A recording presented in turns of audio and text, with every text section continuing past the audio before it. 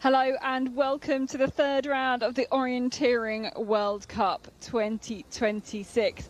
And we are back in the forest for 3 races over the next few days, starting with a long distance today. We'll do the middle on Saturday and the relay on Sunday. And it's going to be a real test of strong orienteering, of endurance today in the forests of Czechia. We're right on the border actually of Austria, and it's very typical continental terrain that the athletes will be faced with today. Some big hills, some rocks, some different types of vegetation, all that's going to provide a really quality and challenging long distance. The athletes will be feeling very, very happy that it's a little bit cooler than yesterday's qualification, around 25 degrees. In fact, the whole competition's been moved forward and condensed a little bit because there is a risk of thunderstorms later on in the afternoon and into the evening. So we'll keep our fingers crossed that we don't get any of those over the competition area. But qualifying yesterday, top 20 in each heat made it through. It was a bit, because of that heat, a little bit longer than the organisers were expecting. But it does mean the athletes have had an opportunity to already be out in terrain, similar terrain. It does overlap with today's race, and they've had an opportunity, some of them, to kind of dust off the forest cobwebs and get really into that type of different orienteering. It's only a few weeks after the World Championships in sprinting, and we're finally back in the forest after basically a whole year doing sprint orienteering at the World Cup. First time back in the forest since the World Champs, of course, in Finland over a year ago. And then the women are going to be faced today with a course nearly 13 kilometres, nearly 600 metres of climb. We've got that estimated winning time of 90 minutes. It's going to be a really big test, Jonas, and I bet you're glad to be back in the forest as well. I'm very, very happy to be back in the forest. I was actually looking forward to this very much, also because it's continental terrain, and I feel a little bit extra for continental terrain. You mentioned it. It is very much as you could expect in Czechia. A couple of short controls in the beginning to control 3. Quite intense. You have to be careful there. You don't have a lot of time to read ahead. The long route to 4, then 5 to 6, another long route, or at least a route choice that could be decisive. First TV control, then at control 8. Then a couple of shorter controls onto this top here. And here actually we have a map flip, and within this map flip, this diamond or this forking system is hidden, so it's not very obvious, but maybe we come to this later. They don't see it at one site though. 18, 19, another route choice leg with the TV control just after it. Then we have an arena passage, 22, 23, 24, and the last loop here. A short one. I mean, there are a couple of route choices there where you could go either to the left or to the right around the hill. I think it's mostly about keeping everything together after a long race and not do any stupid mistake within the circle. It's very continental. It's exactly what you would expect from a race in Czechia. Once you have decided the route choice, you have a lot of time to execute it, a lot of time to think. The only thing I would say is a bit unexpected. Sometimes the vegetation is a lot of blueberries, and if you just see the pictures, not in this particular section here, but a bit further into the race, you have a lot of blueberries, and it looks Scandinavian, but well, if you take a look at them, it doesn't. Very nice runnability. You could see that we started in a green area. I mean, the green area mostly visibility a bit lower. It doesn't affect the running too much. It's good to run there. It's fast. The undergrowth shouldn't slow you down too much. So it's quite nice to run in this Czech forest, even if it looks green. It's not like in Switzerland where you have a lot of like a thorny vegetation. Here it's often quite good. This is the route choice to control 4. As I mentioned, a couple of short controls in the beginning, so you don't have a lot of time to prepare it. I would say we have two. Well, the course planner said we have two different options. It's the blue or the red. We have seen from the first starters, most of the runners go blue or purple. It's going to be interesting to follow this 5-6. Even here, course planner said straight is an option. Actually, he said that the goal was to have the shortest, the quickest option on the straight route on all of the longer route choices. But I mean, it's not only about one particular leg in a long distance, it's about combining them to a good race. And sometimes the quickest option on one leg is not the quickest option if you look at it over the whole course, because you can save energy if you run around and don't run in the vegetation all the time. Then here, another preview. Another short control, and now take a look at the vegetation. It's the thing that's probably most interesting when you have a preview like this. It's also the stony parts. You see, even if it's stony on the map, it's not that it's stony everywhere. There are a lot of stones, but runnability keeps quite okay in between. So it doesn't affect the route choice. It doesn't slow you down too much. And these are the green bits. Then here out from a yellow around this middle green. And if you have those middle greens, those are the greens to avoid. They slow you down. Even here, if you go in, it's okay. In this section, it's green. I agree with it.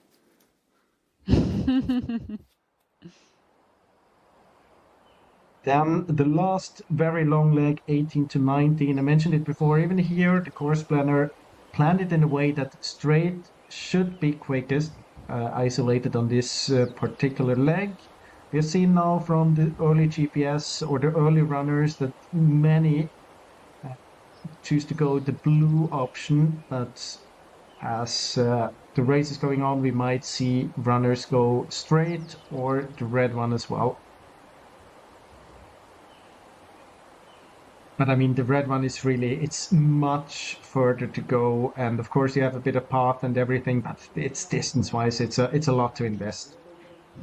Yeah, they said the red one was a bit of a trap. Like, it looks really appealing because you've got the path all the way, but it's a lot further and there's actually more climb than you can kind of initially first see when you're looking at the route.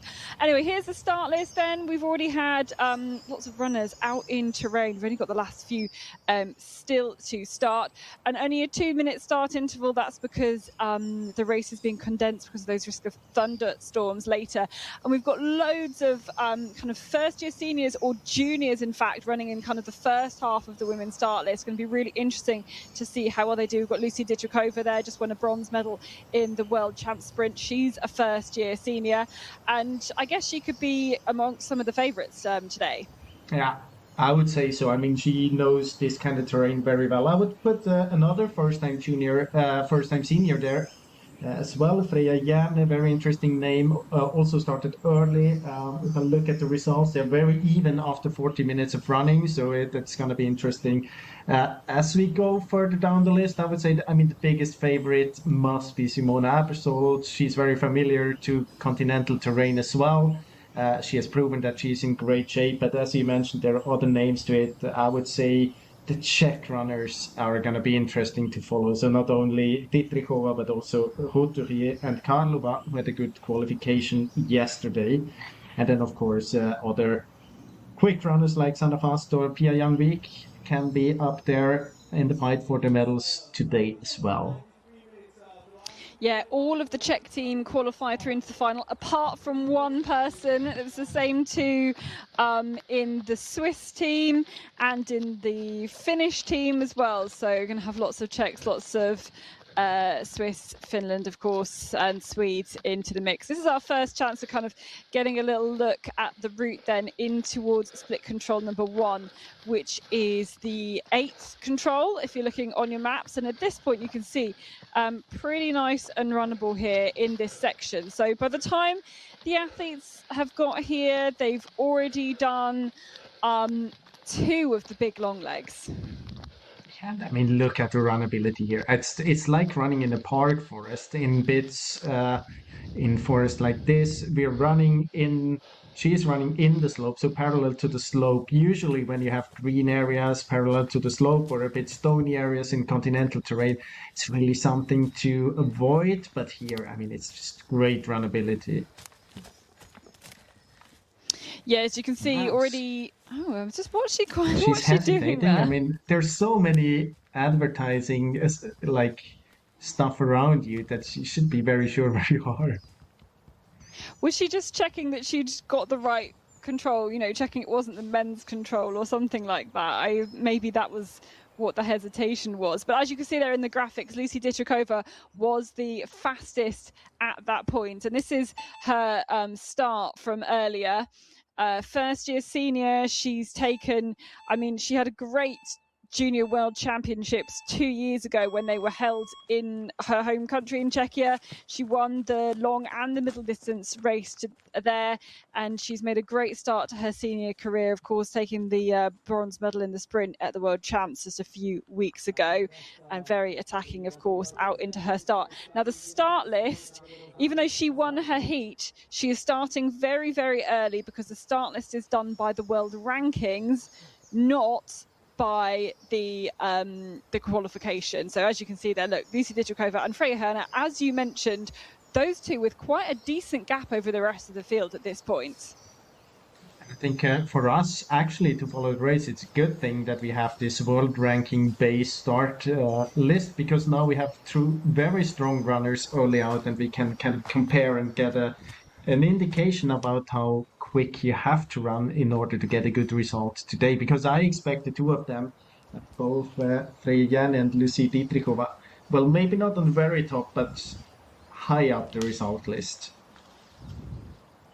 Yeah, if you look at the start list, I mean, they could be on for something like a top 10. If you think about who else is running there, you also think who is missing, though. Tove Alexanderson, she was at O-Ringen, but she's focusing on her mountain running this year. No Natalia Gempeler, no Hannah Lundberg, no Andrina Benny-Minson, who's still injured. So very interesting. And you can see the comparison there in the GPS. Basically, most of the runners went the same way. They're splitting up, though, in the very end of this leg, where you could stay a bit longer on the path. This has proven to be slower, about 20 to 30 seconds. So I think it's good. The way, I think it was Freya Järne went there to leave it a bit earlier and attack the control from the north. Well, Victoria Hester Bjornstad has had a really good start there within a minute of the two leaders, and staying low to drop out of that 8th control, and she'll have to do some climbing to get to the next one, to the 9th control. Here's our next runner as well. This, I think, is Ida Egevi Christiansen. It is indeed. So she has been caught already 2 minutes by Victoria Hester Bjornstad, who started after her. So she's been caught up and overtaken, and of course now can't see her ahead. We could see exactly what the gap was. And Jonas, I mean, I think we're going to talk about this a lot in the broadcast over the course of today, but give us a little sense of how tricky it is to, when you've been focusing on maybe sprint orienteering for a whole year, because the World Cups have been in sprint for the whole year, what it is like to make that transition to the forest.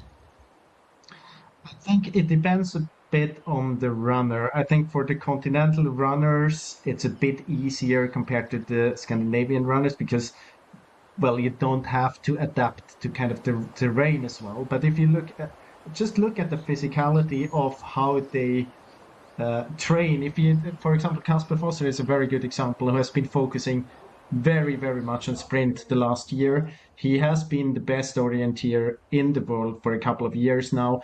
And then he turns back first races in the forest at O-Ringen, and I think he's finished 6th or something. I now can be wrong with the exact result, but just to give you a picture. And I think it takes he was at third least overall 1 to at 2 O-Ringen. months.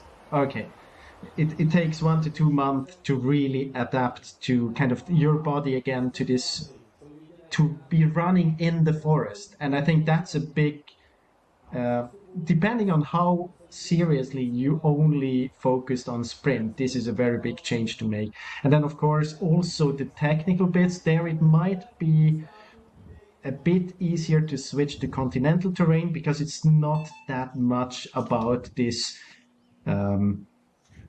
really detailed orienteering where you have to do the navigation all the way from control A to control B. Here it's often decide one route, then go for it. You're running on a path or on a street for a couple of minutes, and then you have to do the orienteering, the very detailed orienteering, the last meters. But of course, you have to get back into all of the routines that you had before, and you have to kind of retrain to do those, and it takes a couple of months. So I think it's definitely an advantage for runners who have been only focusing on the forest and kept on doing this. In this particular race here, in about a month or two, I think it will be less of a difference.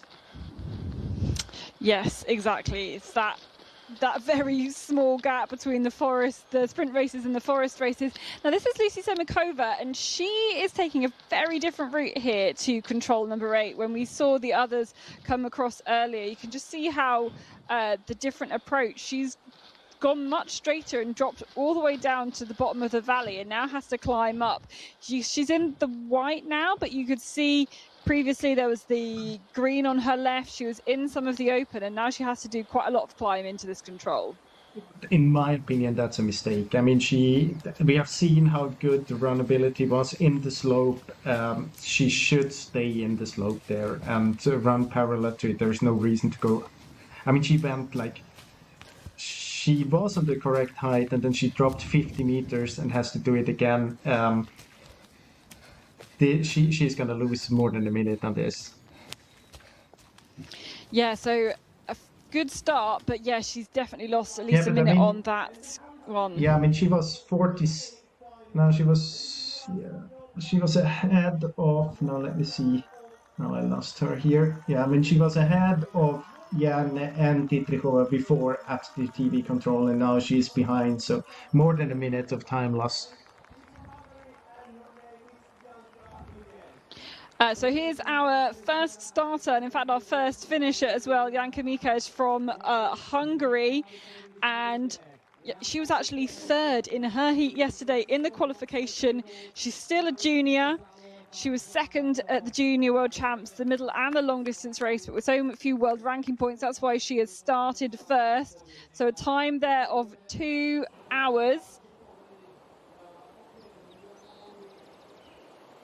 That time is obviously going to come down quite a lot as we get through towards the later runners. So this is our first look at control number 20, where we've got this drone that's going to be flying through the forest, as we often have in when we go to Czechia. We can have these drones that can follow people. There were so many good pictures from the last time we had those drones. And of course, here we can kind of follow the runners as they go through the terrain. You can see how good the visibility is here at control number 20.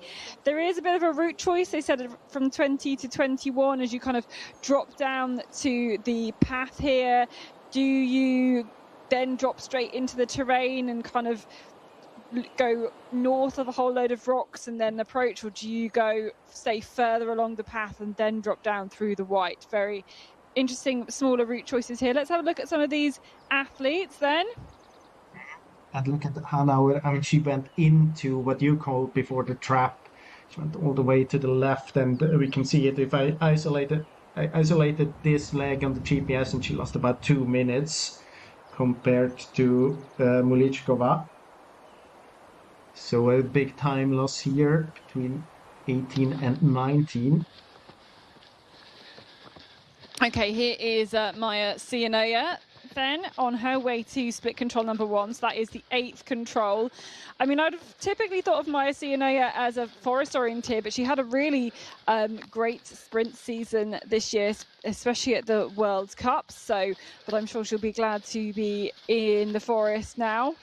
socks. It is fairly muddy, I think, out there. She's got 2 different coloured socks on because of the mud, I think. But this is I mean, looking at the route, this looks like a really nicely executed route towards control number 8 here. She was almost going very similar route as Semikova, but when Semikova drops right down and lost about 50 meters of climb, CNO has just stayed on the line perfectly, and you can see here she's approaching this control spot on. She's just taking on some fuel there, some gel. It's a very important part of the long distance orienteering. Of course, the winning time's 2 hours at the moment. Lots of people are going to be out longer than that. The endurance and the route choice are really the 2 things the long distance is designed to test, and it is doing that today. I tried to figure out where she lost a lot of time. I would say it's between 3 and 4 on this first longer route. We have those different options. Straight so far is the quickest, executed by Lucy Semikova. And Sianoya, she went to the south. So what the course planner kind of pointed out as the slowest of the 3 different options. So she lost, close to 2 minutes on that single leg between 3 and 4.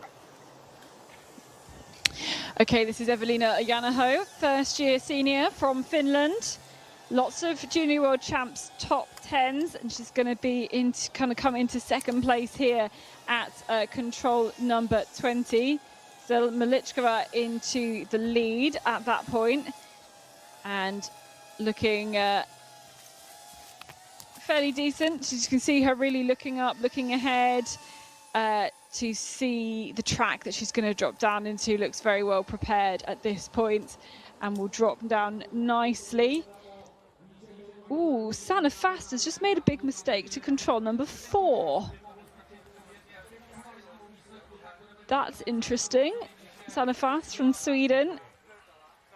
Just kind of going around in a little loop to control number 4. We have another finisher there. That was Victoria Shakova.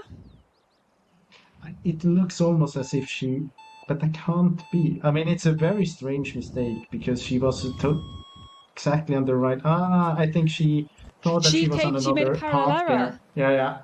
Yeah. Really, because she's come round from the south and then gone. And Goodison's about to do the same mistake, I think. Yeah, it's hard to explain. I mean, it's hard to if you don't see it here. But it's approximately at the place where Malichkova is at the moment. But let's focus on this here. So the comparison, we are now to Malichkova.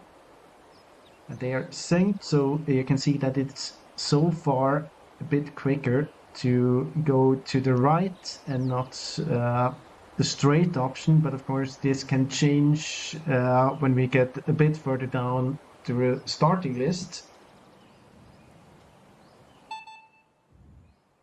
Okay, Ven Lahayu is the next one to make the start.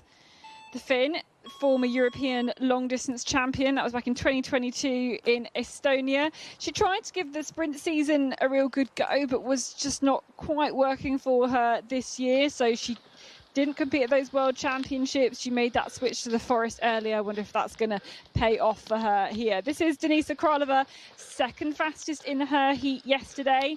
Really experienced runner. She's been doing the world championships since 2015, and we're following her on her way to the first TV split control number 8.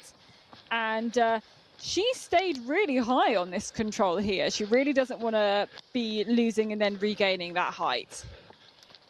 I mean, she has the perfect height now to the control. The thing is that she gets into a green area, but I mean, you can see how green these green areas are here. I think that's quite a good thing to do.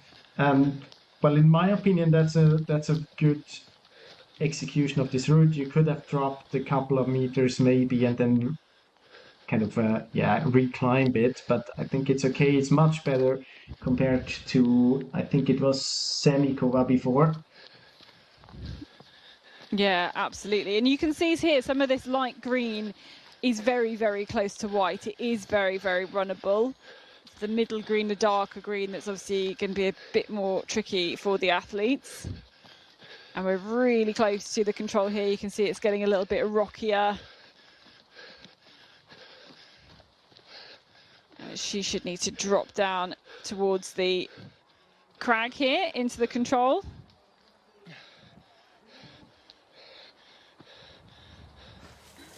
And she's got someone running behind her. That is Eve van Dongen of the Netherlands.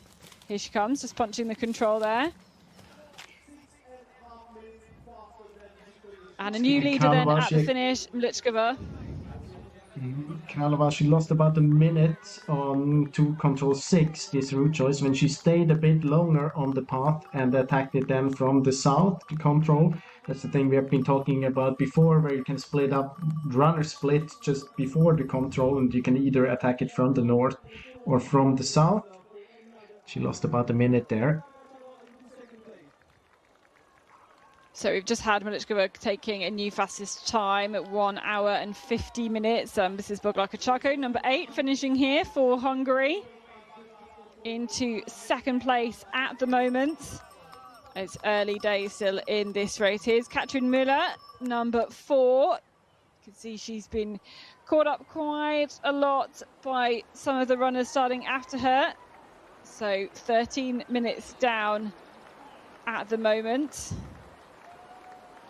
And actually, it's going to be really interesting as we see specifically some of these younger runners through, looking at like Janka Mikos there into 5th place at the moment. You know, they'll have been training all year for the Junior World Championships, where the long distance is so much shorter than what it is when you get to the senior level. And that's pretty much the biggest difference when you're going from junior to senior level, is just how much further the long distances. We go up to a 90-minute winning time, and they'll be running for probably more time than that. So that gap is going to be really tricky, and you might see the juniors doing pretty well for the first maybe 2/3 of the race and then struggling in the last third. Quick shout out to Maria Lausen then here. She was 3rd at O-Ringen this year. Again, one of those forest specialists, not competing in any of the World Cups. She's got 2 World Cup bronzes in the forest, lots of relay medals as well. So look out for her to be doing some good routes then today. And here we have the 3 different options. I don't know if you see played out, but at least we can see the options now. You can see them. Saint start. We could start the route a bit different to what Hesta Björnstad did. You could go a bit more straight to the street, but I think it's okay still. And it's interesting, we have had other runners, like I mentioned before, Sianoya lost a lot of time on this southern route compared to the straight one. But I think if you look at their Victoria Hester Bjornstad had some troubles kind of climbing that hill. It's almost like she got a bit stuck in the green going up towards the first bit of climb. So I would expect someone else to be able to execute that straight route much faster. Did you have Semikova in this comparison? Don't think so. Right? Yeah, because she was the quickest so fast, and compared to Dietrichova, she was a minute quicker when she went straight. So I think we have to... I mean, it was a comparison between the leaders at the moment, and not between the quickest ones on the route, I think. Yeah, we'll have to wait and see. I mean, we were kind of talking before the broadcast. You're like, if Simona Abbasald goes straight, it'll be the fastest one. If Simona Abbasald goes round to the south, it'll be the fastest one. I mean, if she executes it well, of course, but there's a good... I mean, sometimes it's really the differences between the runners and not really the routes, at least when we have a difference of about 5 to 10 seconds. But we keep an eye on this. Hey, this is Annika Suensen from Denmark, just coming here into control number 8, again approaching that from above.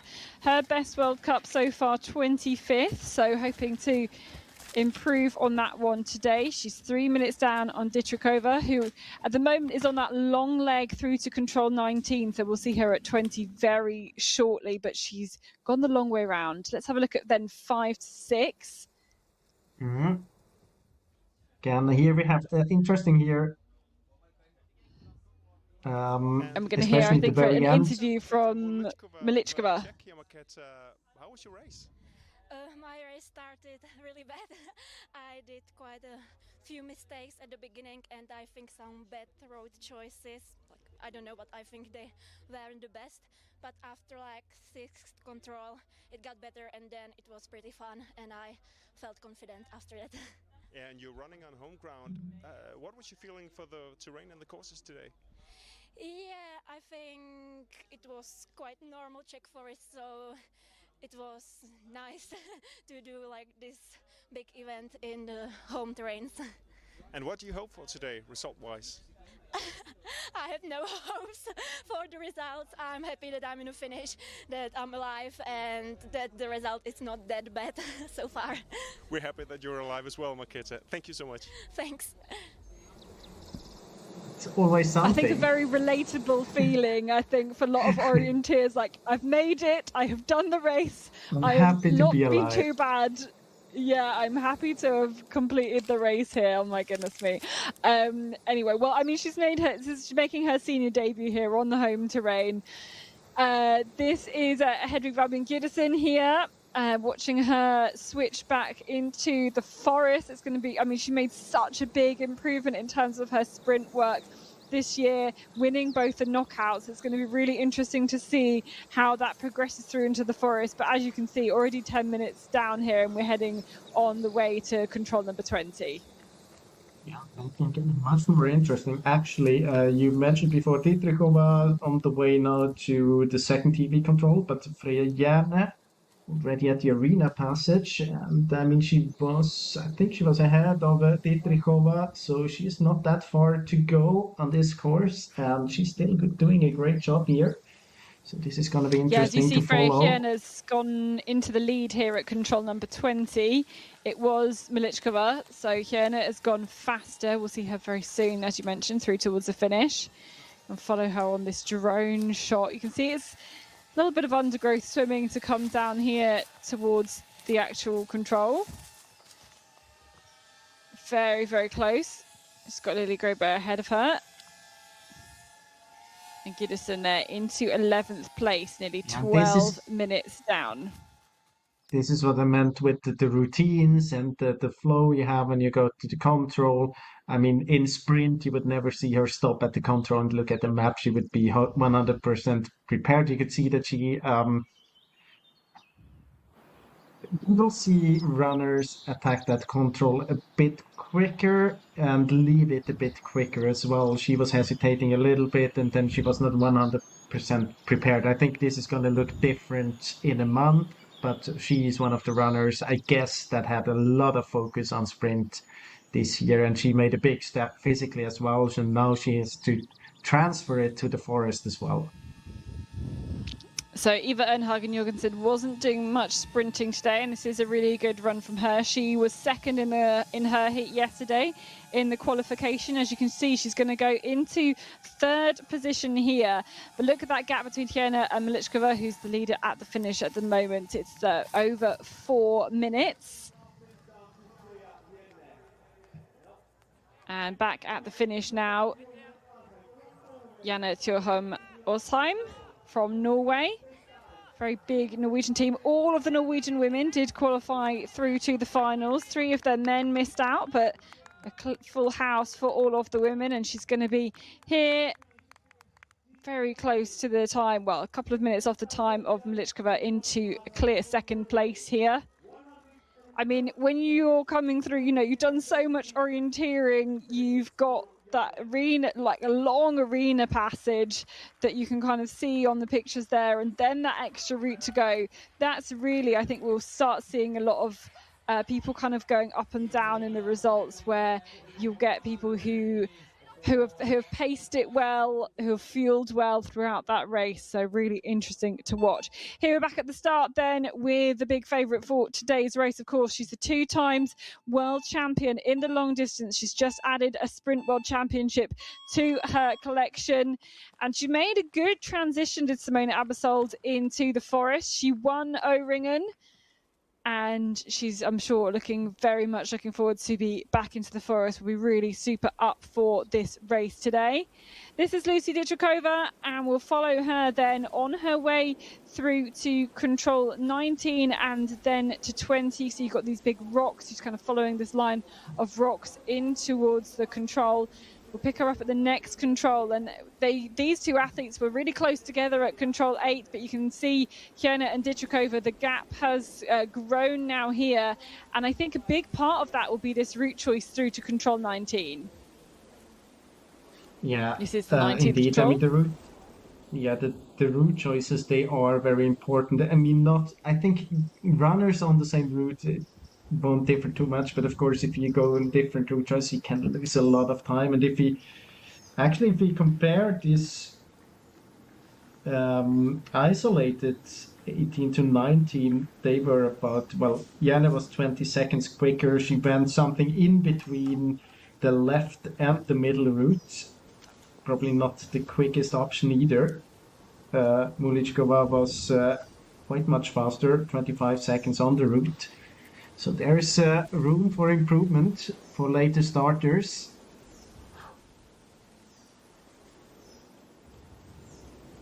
But I think Dietrichova not only loses on this route, but she must have lost a bit physically as well in the execution and how she kind of attacks in the forest.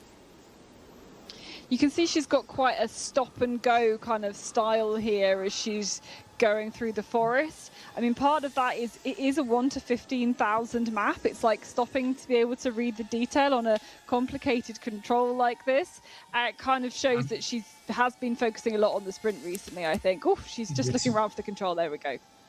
It's very typical for a long distance towards the end in a control where you drop down to the control. I mean, you don't want to kind of overshoot the control. You want to be very sure that you come to the right spot the first time, and bit careful, but that's what I meant with not being that attacking anymore towards the end. I think she loses a couple of seconds here compared to Freya Järne.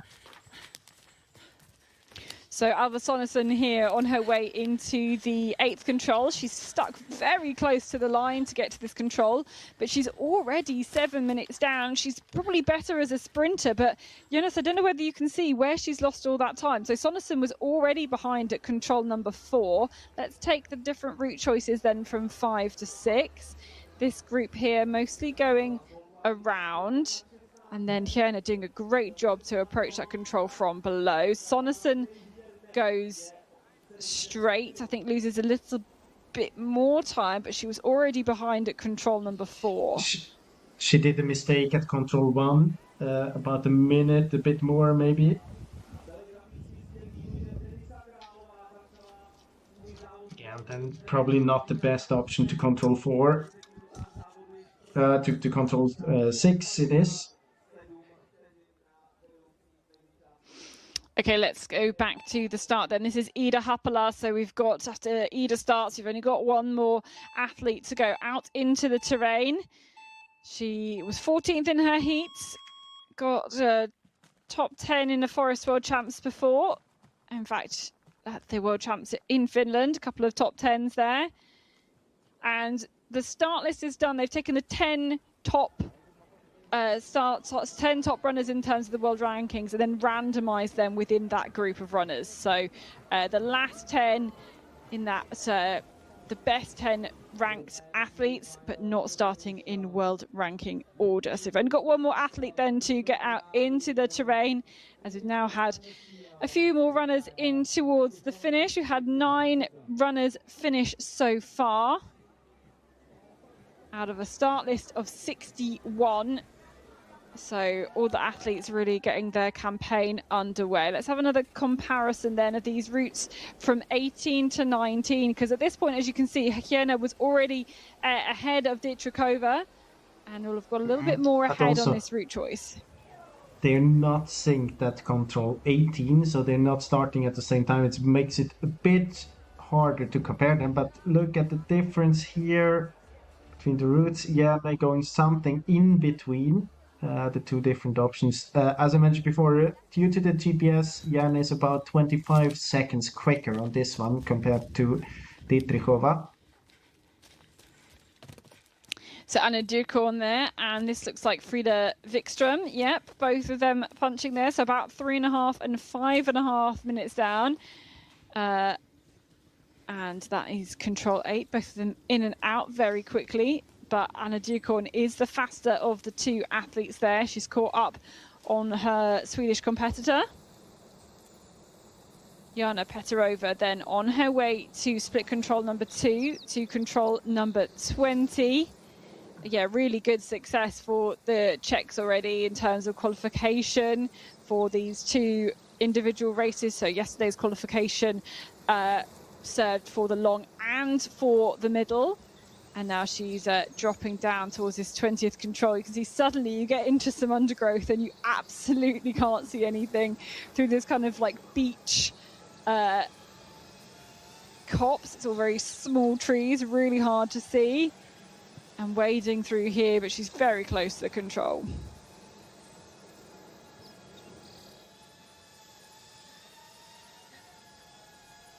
Actually, now when we have Petrova here in the picture 10 minutes behind, actually looked a bit to Freya Järne's finish, and I'm not sure, but I think she read to control from 25 to 29 that she actually went a couple of meters. I mean, you can go there, it's a route option. It looks like she takes a couple of meters into the forest, almost attacking 29, and then noticing that she has to go to 26 instead. But this is a mistake here by Alina Nikli to the first control. It's something similar that, was it Suneson we were talking about before? She didn't do it. The mistake was not as big as this one. She did a mistake to the first control as well, but this is a big mistake. Cecilia Calandri then, our final starter, European knockout champion. She's just come from the World Unis in Portugal, so she's had absolutely no rest basically since the World Championships. She did very well in both the sprint races there, and now heading out into this very testing long forest race, and that downhill start, which will prove quite tricky for a lot of the athletes. This is Rita Maramarossi, and she is on her way to split control number 2, and she actually has already been to control 20. She went via control 20 on her route to 19. That's 19 she just punched now. She has to turn around, go back the way she came. So she should know that route fairly well, but you can see she's just in amongst the rocks there where she's the runability is not quite as quick.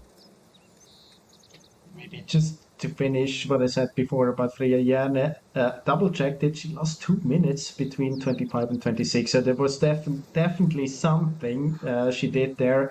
My theory is that she started to read to control from 25 to 29.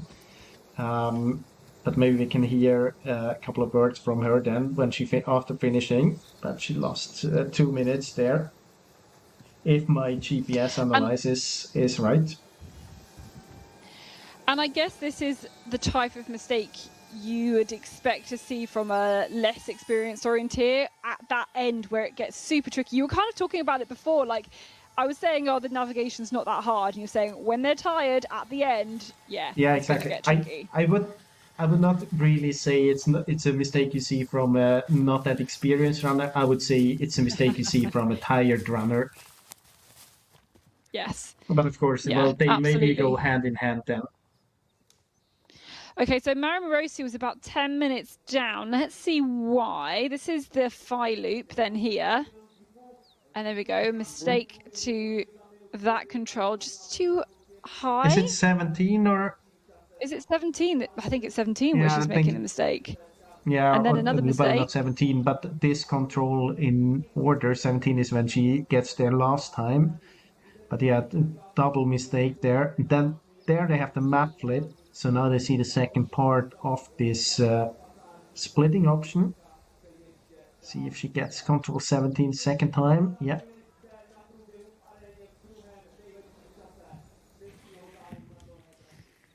You know what? There aren't too many trains. I've just been kind of taking a little look at the trains. There are a few kind of groups of athletes together, but it's not too bad, I think, considering it is this kind of 2-minute start interval. I guess we'll really see when we, see if we see some of the fastest ones doing that. So Freya Hjerne through here at control 28. She's still in the lead just about, but, well, not just about, by 3.5 minutes. That's not close. But it would have been much 2 minutes there. More. Yeah. You can see it on the splits as well. We have a split there after 10 Ks and after 11 Ks, and she was 4:55 ahead and then 2:55, so quite exactly 2 minutes. Yeah, a tricky one there for Freya Hjerne. But this is Marika Taney, and she's kind of contouring around here on her way through to control number 8, like literally sticking bang on that contour, taking the same height, climbing up a few more meters now into this control here. But she's been able to stay in the white forest where it's nice and runnable. And she's very closely here towards control number 8. Pia Young-Vik, as you can see there, is now the fastest at control number 8 after 39 minutes of running. Marika Taney into 7th, more than 3 minutes down.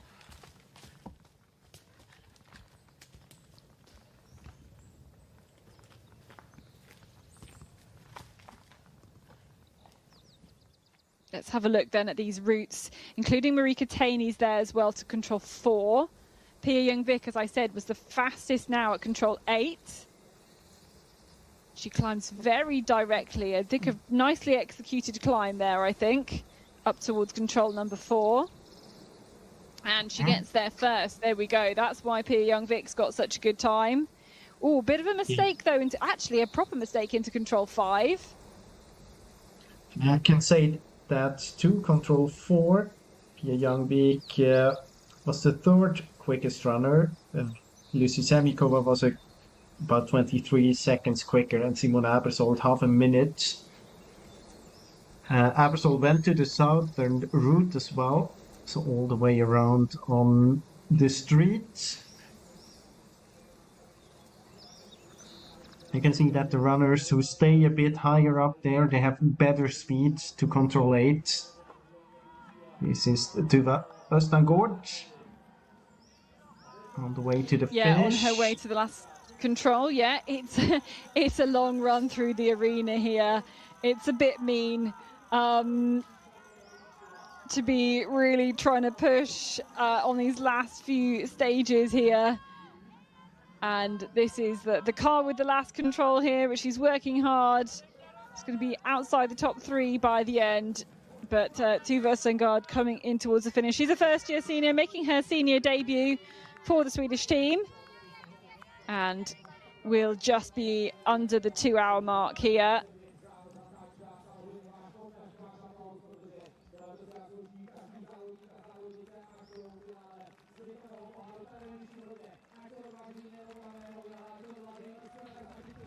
Lots of applause here from the spectators. They've got their own spectator races alongside here.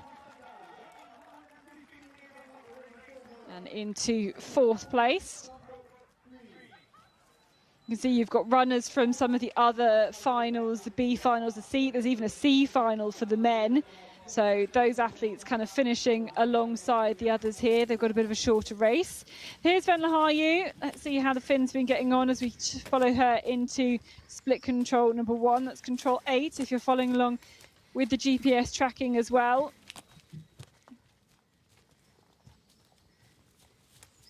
And 2 minutes down at the moment on that time of Pia Young-Vik. Decent start. This is Victoria Hestad Bjornstad into 3rd place here. And if we remember, Freya Hjerne has made a 2-minute mistake at, was it control number 26? That does put Didrikova and Bjornstad kind of back in contention for taking over the lead then here, I think. And she is, I think that's still, not sure who she's caught up. Is it Alma Svennerud? Yeah, it is.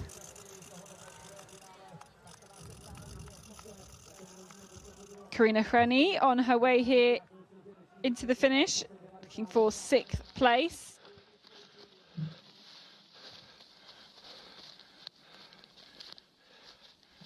And next to split control number 1, Maria Larsson. And she's running, the athlete you can see there, she's running alongside Teresa Roturier. And Olausen is the quicker runner though here. She's caught up the Czech athlete, and this looks like it'll be new leading time then here from Maria Olausen. More of a forest specialist, of course. Teresa Roturier has just come back from taking the win on the Knockout World Championships. And then the two of them will be now together here. So Olausen goes into the lead here, 14 seconds quicker than her teammate. And Roturier still in a decent time there, into 4th place at the moment. But Olausen, I mean, she went on a decent route to control 4, but she didn't. Maybe we can see it here. No, yeah, she in the beginning there, not perfect out. I mean, she used the path a bit more there, but you have this straight path. If you go up there, yeah, you can do a bit, can go a bit more straight. I think she loses a couple of seconds compared to Simona Abersold. Maria Olausen loses 1.5 minutes, 3 to 4, but everyone loses half a minute almost. Then here, now we didn't see it, but we see Simona Abersold on the way to control 8, and I think this is going to be a new best time now. Yeah, this is looking really strong here. She's the 3rd from last starter. As you said, she did went round to the south on the path to control number 4, and she's kind of nicely contoured round here towards this control to control 8. She's sticking in the nice white forest here, and we can catch her up here. And definitely, as you can see, a new leading time then for Simona Abersold. I mean, she won the sprint race by 64 seconds at those World Championships. She's been training so hard for the sprint, and this is a real test of whether she's been able to make that quick transition into the forest. She could do it in the Scandinavian terrain at O-Ring, and really good set of results there. Let's see if she can do it in that continental terrain, the continental terrain that she's actually more familiar with, though. Let's have a look. This is Marianne Anderson. She is not one of the youngsters. She is not one of the first-timers you mentioned before. She's 46 years old and still going very strong here. I mean, maybe not in this race, but I mean, she made it to the Norwegian team with 46 years old. Well, Daniel Hoopman has 3 more years to go then to manage the same thing. Yeah, absolutely. Well, I'm sure we'll talk about him much later on, and Marianne Anderson will be coming into this control very soon. He's one of the German runners.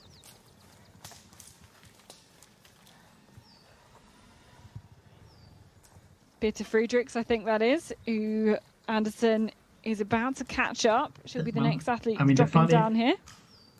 The funny thing is that Marianne Anderson, I guess she won medals in World Championships when Freya Janne wasn't born yet. That's quite, something to remember, to keep in mind here. Let me find out when she was winning her medals. So she got I think 2006 silver medal didn't she get a medal there? Well, she got a medal in 2005 in the relay. In 2006, she got individual medal silver in the long distance. And yes, Freya Hjerne was born in 2006. So very good maths. She was winning medals before Freya Hjerne was born. And Freya Hjerne here in towards the finish now. It was a lot of questions about what this junior could do after her incredible success on home soil in the Junior World Championships early this year. It's been solid apart from one control where she lost a couple of minutes, but she does go into the new leading time, 1 hour 46. It'll be really interesting to see where that kind of stands at the end of today's competition, but she will be so gutted about that mistake. A very tired runner mistake then from her towards the end on control 26, where you looked like Jonas, you thought she kind of was navigating to control 29, making that mistake. This is Lucy Semikova, as you mentioned, who was alongside, I think that was Maya Sianoya there. And the two of them are on their way down towards control number 20 now. Just taking kind of different routes. This Semikova is going to go left of the line here. Now dropping down towards the control itself. And you mentioned she had a really great route and a good run 3 to 4, and that's put her into a decent position in the standing so far. I mean, she was only 10 seconds, I think, or half a minute. No, I'm not 100% sure, but she was the second quickest on 3 to 4 behind Apersold. So a good start there for Semikova, but now we can see she's 4.5 minutes behind Järne. So she lost a bit more, but we have to say, I mean, Freya Järne, she's in the lead in the finish. She's still the sixth quickest at, it's the second radio split we have. Might be the first TV split then, yeah. So that's very, very good. Yeah, what do you reckon in the end? Top 10, possibly? Top 15? Top 10 even? Even with that 2-minute mistake? I would say top 10. Yeah, because I think not many will get through without getting tired and losing time. She had a very good race otherwise. Yeah, maybe 8. I have to guess something. Okay, let's see. Let's have the replays then of these routes in towards control 20. That's where Dyczkova went a long way round. Sienoja, Semikova. Sienoja's gone very straight. They are synchronized as if they all started at the same time. Semikova just slow getting into that control 19. You see Sienoja went round to the kind of contoured around the hill, stayed in the east of the line. Semikova came west, and I think there's just a few execution errors or like minor route choice errors there from Semikova. I would have hoped that we would see the continuation of this, like control 25 to 26 in picture for Freya Järne. I'm sure we're going to see it later on the broadcast. It would be interesting to see or maybe even hear from her what happened there. This is Dietrichova, and now you can see she's very close again. Yeah, because she was about 2 minutes really behind at the control 20, and then Järne made the mistake. It was exactly so 2 minutes. 17 seconds. Yeah. So this is control 28. There's only a couple more controls to go. It's going to be all about who's got the legs at the end of this one here, because one tricky control in the green there, 29, and then a big long run out through the field, through the meadow towards the finish line. So Ida Haapala, second to last starter, on her way through to control number 8. And she started 2 minutes after Simona Abersold. It seems ages ago that we had Simona Abersold through at this point. So Haapala lost 4 minutes then already, and she's approaching this control now. Not got her GPS coming into that, and the GPS unit struggling a bit in the hills today.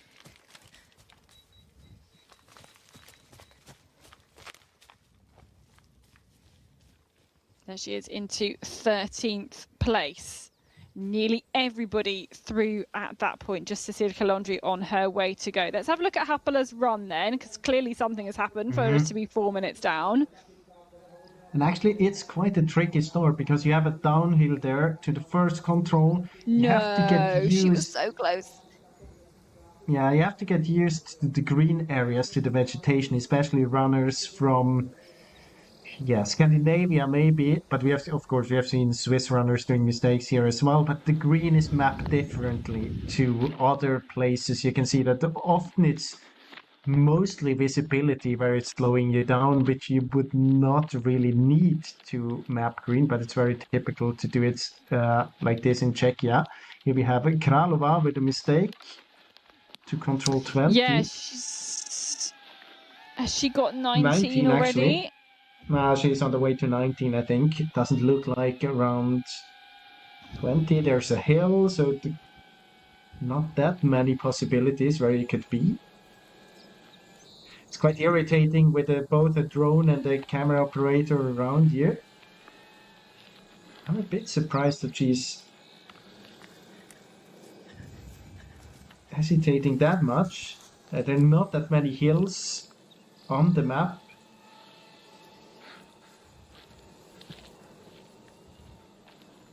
Well, there you go. She wasn't far off. That's the 19th control, though, so she's still got quite a few contours to drop then to get into the 20th. But for me, that was a mistake you do when you're tired, because, I mean, she was at this, there's this cutting area just behind. There's one hill in the whole slope, and she is on the wrong side of it. The contour's just on the other side, so I think that's really a mistake she wouldn't do in the middle distance. Something you do towards the end in the long distance.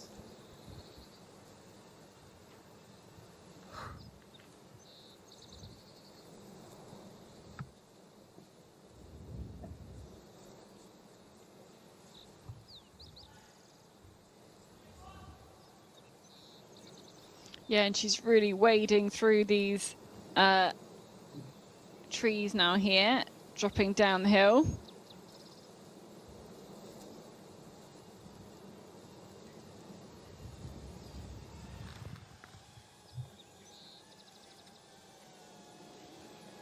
So don't forget, Freya made that 2-minute mistake later on in the course. So comparing then, she's taking on a gel or some other fuel here into this control. And looking down now, she knew her direction of exit, looking down the slope towards the track. You've got to try and stay upright, keep navigating, and be eating as well. It's not easy. It's a pity for her that she did about half a minute mistake, because otherwise she would have had a good chance to go ahead of Jane at the place where she did a mistake later on. And well, very soon I think we should get to see Dietrichova all the way to the last control, because she punched at the second to last. Yeah, she's heading her way down on the hill now. But let's take a look at the standings then at split control number 1. Simona Abersol with a 38-second lead. Then 2 Norwegians, both in there, Maria Larsen and Pia Youngvik. Then a big gap, then back to Dietrichova. Let's hear then from Freya Kjærne. Erling's got the questions, then we'll find out what it is like from our new leader. Yep. Here with our new leader, Sweden's Freya Kjærne. Your first senior race for Sweden. How is it to come into the lead like this? Yeah, it feels amazing. I didn't know what to expect before, but yeah, I think it was a quite good race. I only did not optimal route choice after the arena passage, and then mistake to one control there also. So yeah, otherwise it was good, but it felt really hard physically. Yeah, and the mistake after the arena passage, our commentators have been talking about that. What happened there? Yeah, I think I tried to take a path and then run up on a more more open forest instead of the green side of the open forest. But then I went to the green forest, and then it was very tricky to pass it. It's just over a month ago you won the long distance at the Junior World Championships. How has the transition been, and running the senior class now and going into the lead? What kind of feelings have that given you? Yeah, I was of course very happy with the Junior World Champs, and then it wasn't something I expected to run this senior competition. So yeah, I just tried to enjoy the whole weekend, just have fun. That's a good strategy. Congratulations on your debut. Yeah, thank you very much. As you might imagine from Freya Kjærne, full focus on the Junior World Champs, the home Junior World Champs as well from her in southern Sweden. And just, I think this is a bit of a bonus for her, to be honest, coming to run this World Cup on the senior level. And let's take Lucy Didrikova then to the finish. It was super close then between her and Freya Hjerne at the 28th control. She was 17 seconds slower, and there's a long, long run across the field here, but I think it's going to be good for Didrikova here, is my guess. It looks really good. So She's too. looking super strong. She was behind Freya Hjerne at the second TV split, but the Swede made the mistake, as she was describing there, just getting stuck in the green, and I think it's going to be enough for this young Czech, a first-year senior, to come here and take a new leading time. Yeah, and I mean, only from what we heard from Freya Hjerne, you could feel that she wasn't that distinct anymore in the very end. When you get stuck in the green in a way like this, it's like gives you the feeling that she has been tired. And Didrikova, you can see it here, she looks still quite fresh actually, and quick.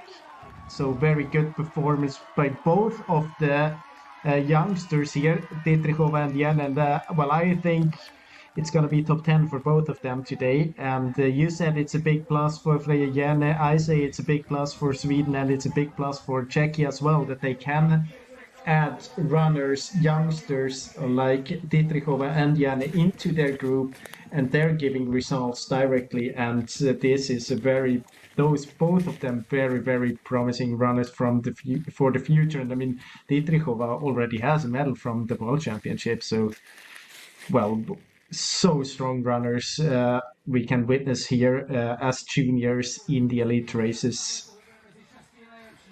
Yeah, first-year senior then Lucy Didrikova, just 1 year older than Freya Hjerne. And let's have a look at then. This is going to be really interesting to see, because watch Hjerne here.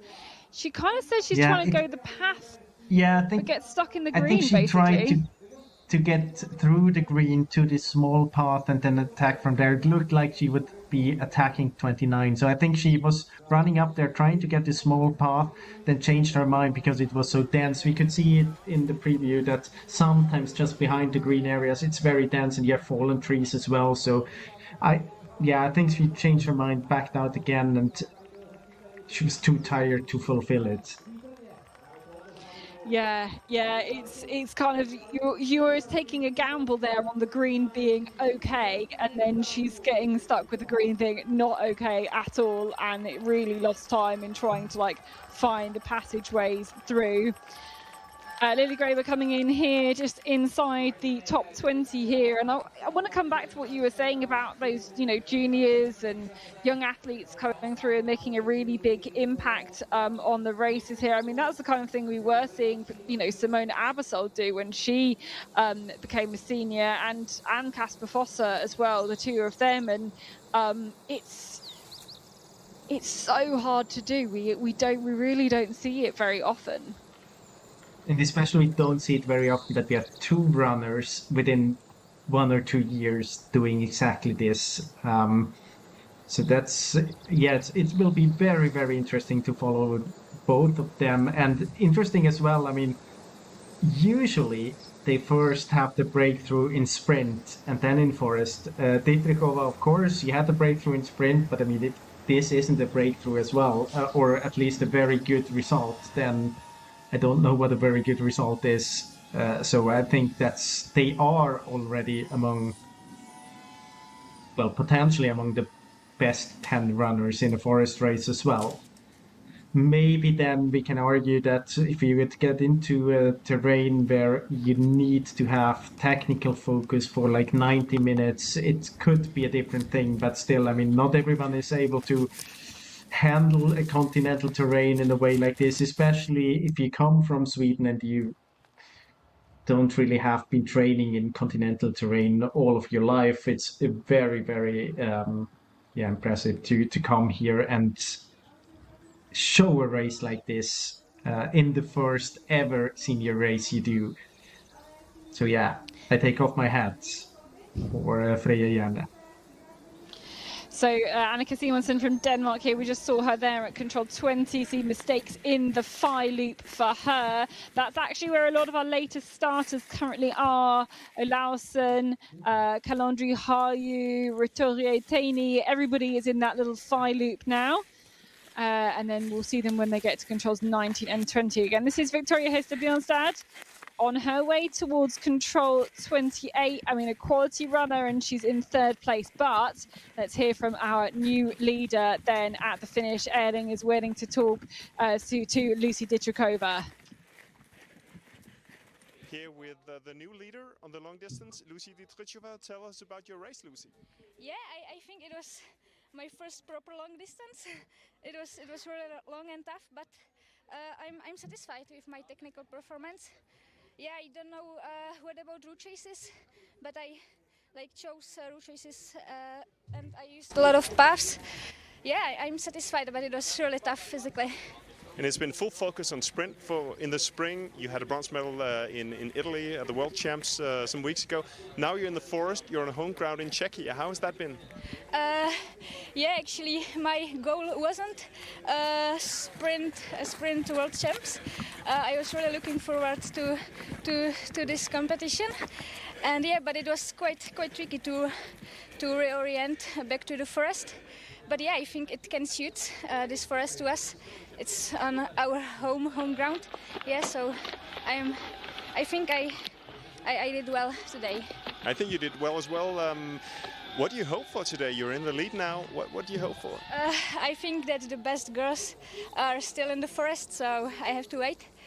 But top 15, top 10 would be great for me. We'll see how it goes. Thank you, Lucy. Thank you.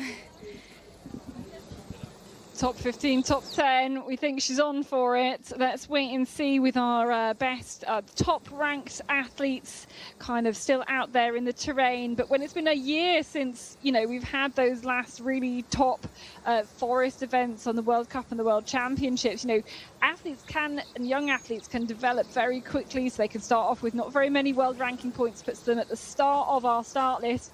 And then obviously it means they can still end up with a good result. I mean, thinking back obviously to our post kind of COVID years when Hannah Lundberg won that middle distance from being the first starter. I mean, we're not going to have anything that extreme today, but it's kind of a similar concept.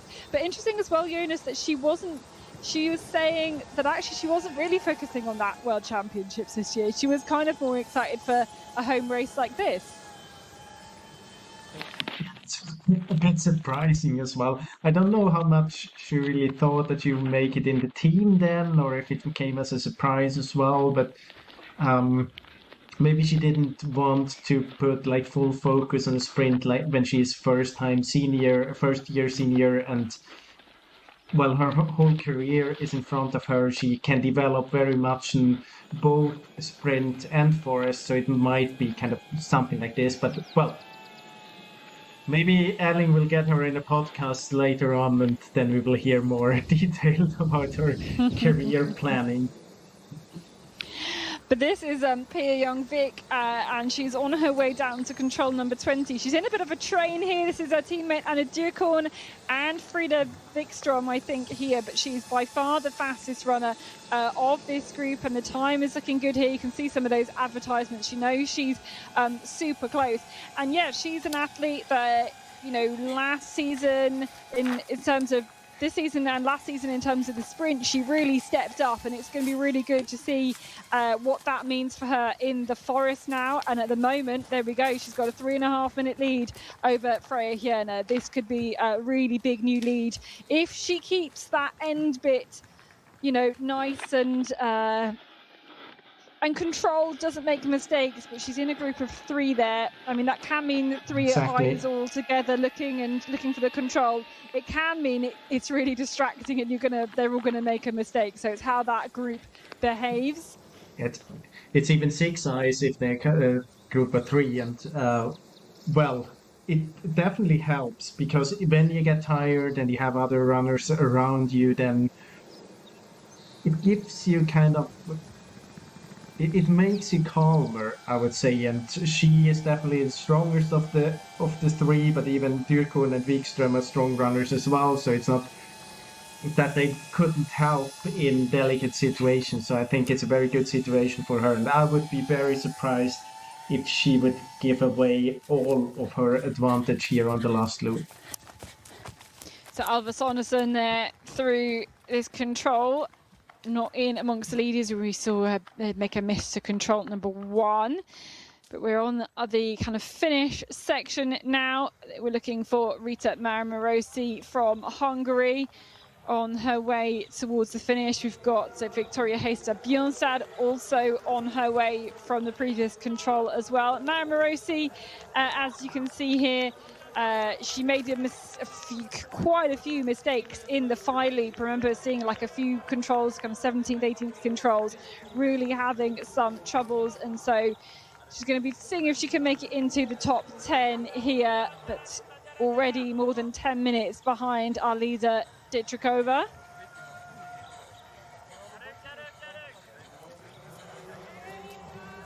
She got a lot of support here from the spectators. It was so nice to see all that applause as Dietrikova came in. Of course, the Czech fans will have seen her a couple of years ago on home soil in Czechia. I saw Dietrikova and Roturier both on like morning TV. They had some TV appearances following their successes at the World Champs on their national television.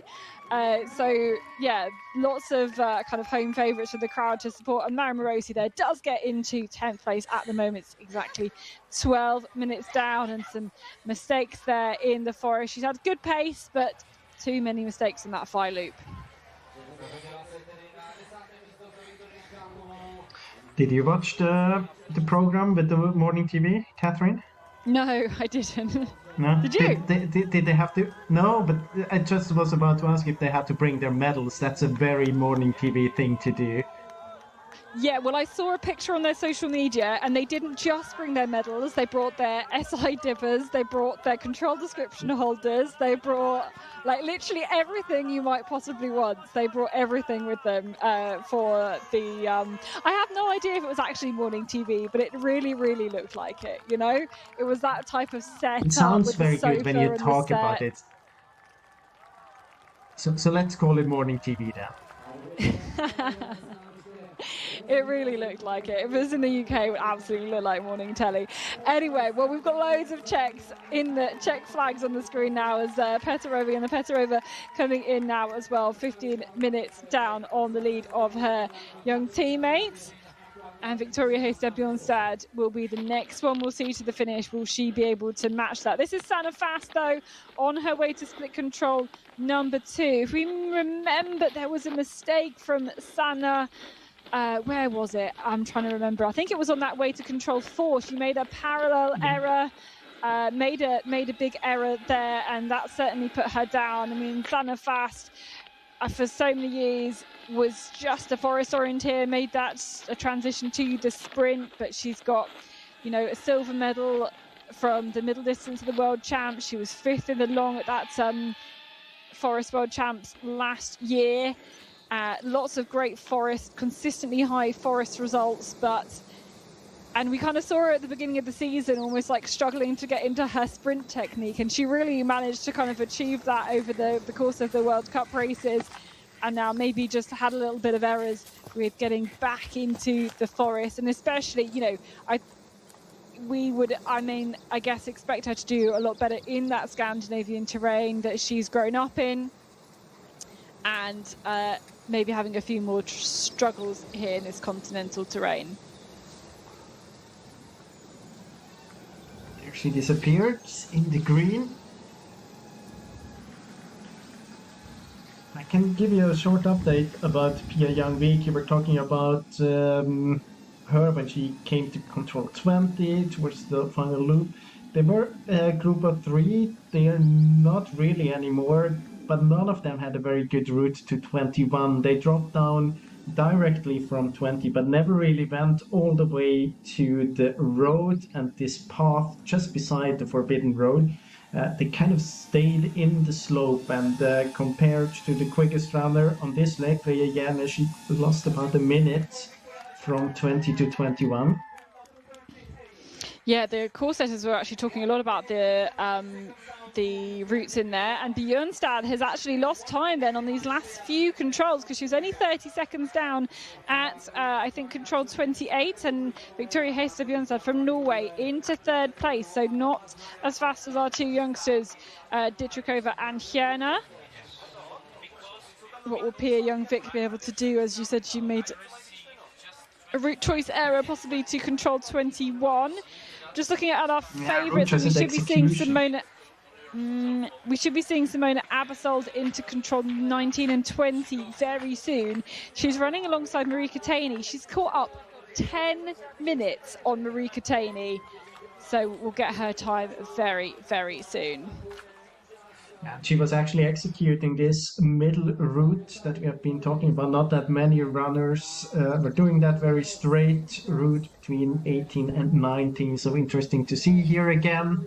The replay, Freya Järne with this, see here, she tries to go into the green, then backs out again, going around, and compared to the others, it's much slower.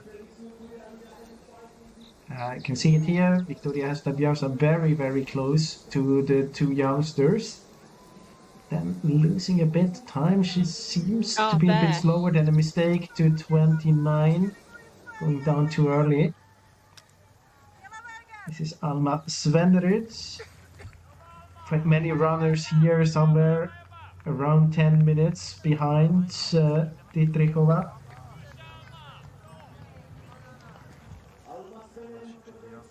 Yes, I was wondering why Victoria Hestad Bjørnstad was much further behind at the finish. And you're right, it was some errors on the way into 29. She kind of stayed high on the spur, but almost went down too early, got into some yellow. Interesting. Svennerud there into 11th place. Should have I think a lot of athletes will be happy for it. Yeah, we should have Abersold very soon to 19 and 20. Here she is, I think. No? I think so. Is that her there? Yeah. No, this is Alina Nigli, I think, in the... Yeah, the runners around don't suit the group where we had Abersold, but yeah, it is. No, it is Abersold. It is 59. Yeah. Yeah. So she's running. Exactly. She's running with who? Olausen and Ritourier and Taney. This is a big group here. Oh yeah, we lost the GPS of the others. That's why so Taney is here closest to picture. Then I think we've got Ritourier. But anyway, here's Abersold. She's at the lead of this train. She comes through 3 minutes quicker than Pia Youngvik. Then I think that's Maria Lausen, who will obviously be 2 minutes later. So she's just gone into second place. Then Teresa Ritourier is 4 minutes behind Abersold. And then Marika Taney is 10 minutes behind Abersold. So the four of them here in this train. And Abersold will do her best to drop the others.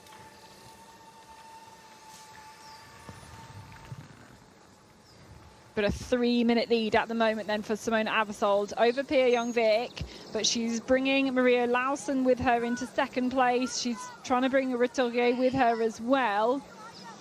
So I wonder if with we only had a 2 minute starting interval today, and maybe that's going to benefit somebody like Marie Olausen. We will wait and see. Yeah, and of course, I mean, Abersold now, we know that there's a long arena passage. She for sure will get the information that she's in the lead and that Marie Olausen is in second. So as long as she stays together with Olausen, nothing will happen there. Okay, let's hear from Victoria Hestad Bjørnstad. Just gone into third. Here with Norway's Victoria Hestad Bjørnstad into third place. Victoria, how was your race today?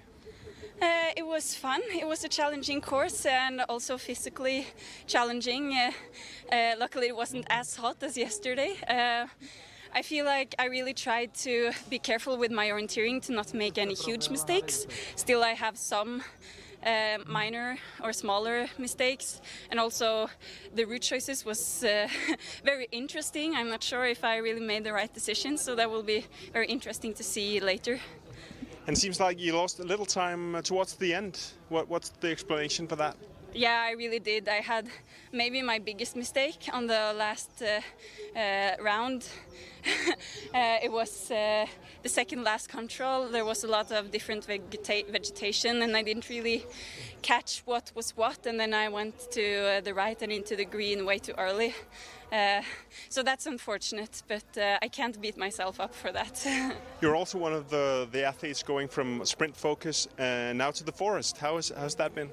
well, it has been challenging. I ran Oringen, that was really beating me up, but I'm happy I did, because then it felt a bit more easier and confident going into the World Cup. And I guess all the best runners go from the sprint to the forest, so it's a fair game. It is. Thank you, Victoria. Thank you.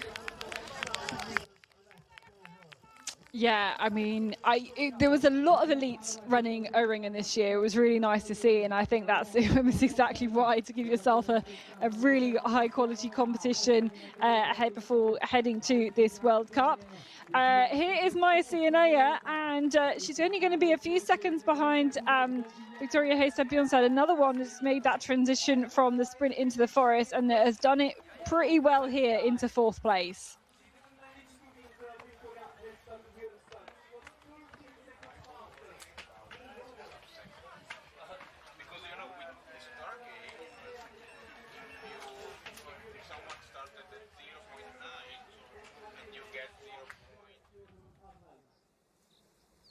So this is Paula Gross here. She's not managed to catch that Simona Abbasol train, and she's lost quite a bit of time here as she heads towards control number 20.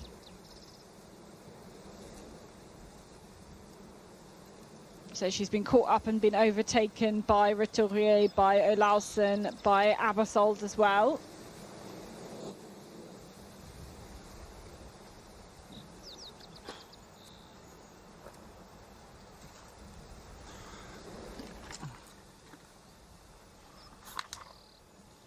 And it's kind of interesting to pick up on, I guess, what you were saying, Jonas, when you're doing the course debrief as Lucy Temikova comes into the finish here for 6th place, about, this being very typical Czech terrain, and a few of the runners have kind of commented on that as well. It's not super kind of unexpected. You could do a lot of looking at different types of old maps and really be able to prepare for something like this.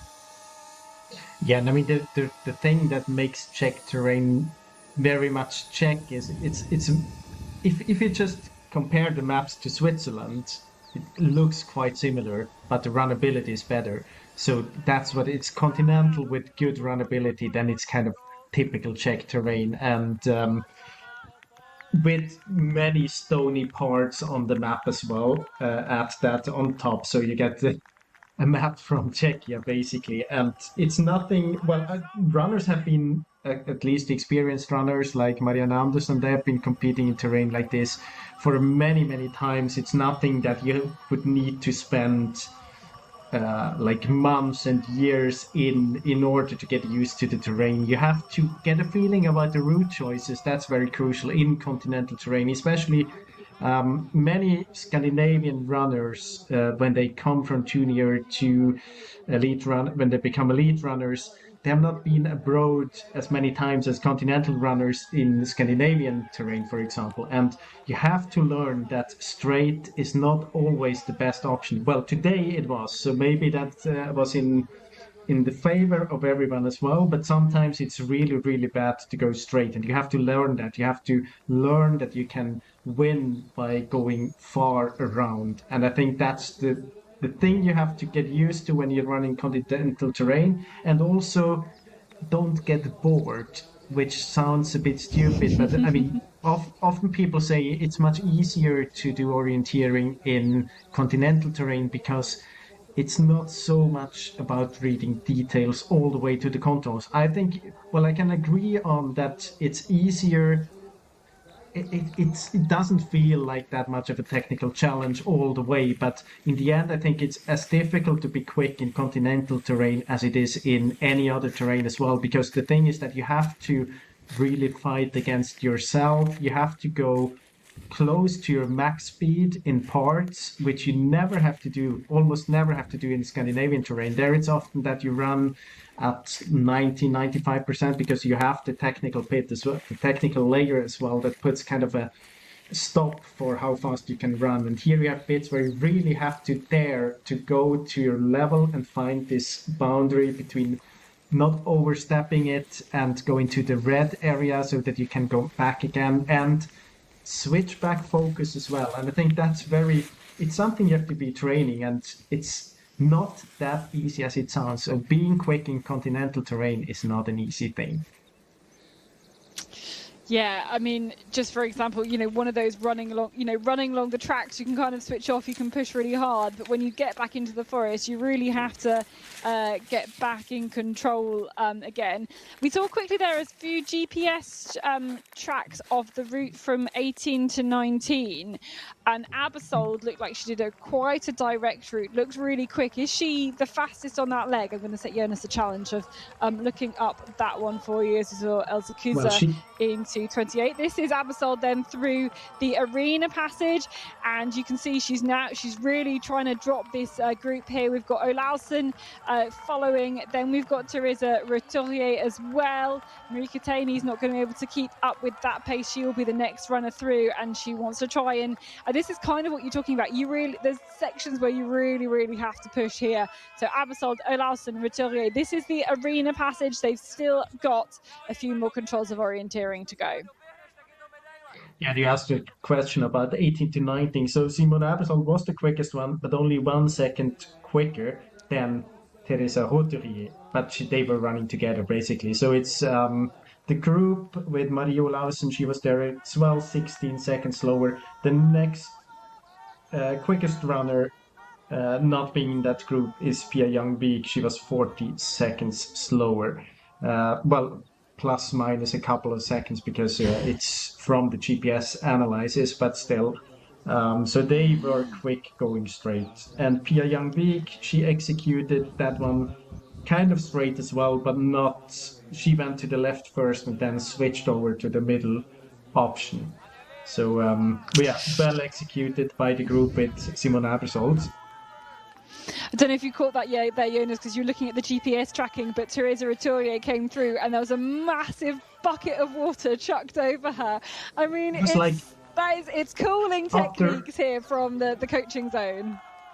It's like when they win the Super Bowl and they get the Gatorade or whatever sport drink over themselves. I hope it was water and not any sport drink. Oh, yeah, no, I'm pretty sure it was a massive bucket that they chucked over. I mean, it's not as warm as it was yesterday, but it's still mid-20s, and luckily we haven't had any of those thunderstorms yet. This is Denisa Kralova. She made a mistake. We kind of saw her on the picture there to control 19, and she's kind of in a bit of a group here with Yves van Dongen and with Ida Agve Christiansen as well, but she is the faster runner here, and she is going to come into 5th place to make it loads and loads of checks in the top 6 then at the moment. Really impressive. Lucy Dichakova still our leader. She goes in then to 5th ahead of Malichkova. So 3 checks in the top 6 at the moment, with the likes of Abersold running fast, Olausen, Roturier looking to kind of challenge those fast times. These are the standings then at the finish. As I mentioned, Lucy Dichakova still our current leader, 25 seconds faster than Freya Hjerne. And then we've got loads of checks there, 5th, 6th and 7th, with Yves van Dongen there. We in a group for quite a lot of the time into the 8th position.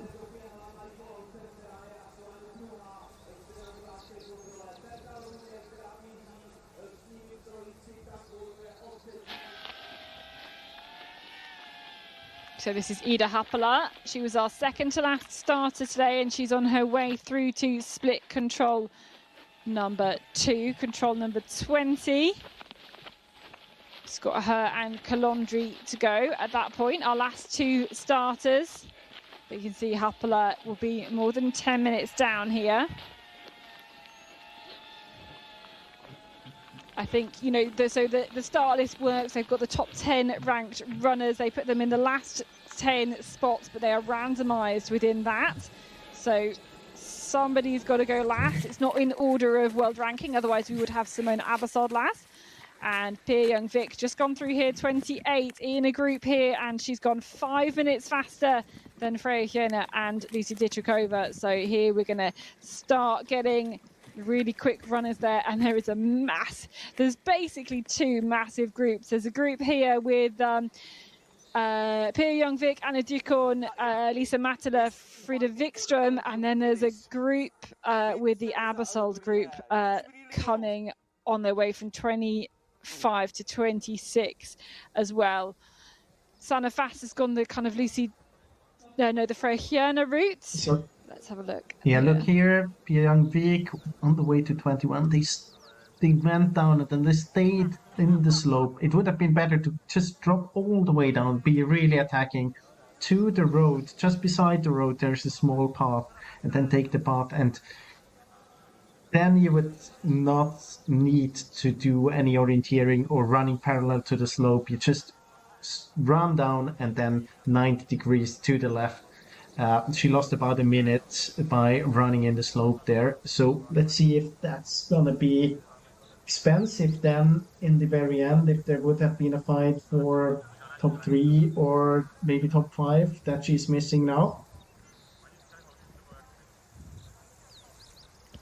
Yeah, that's the position. You know, she's got to be kind of matching up against people in that other group, like Abersold, like Roturier, like Olausen as well.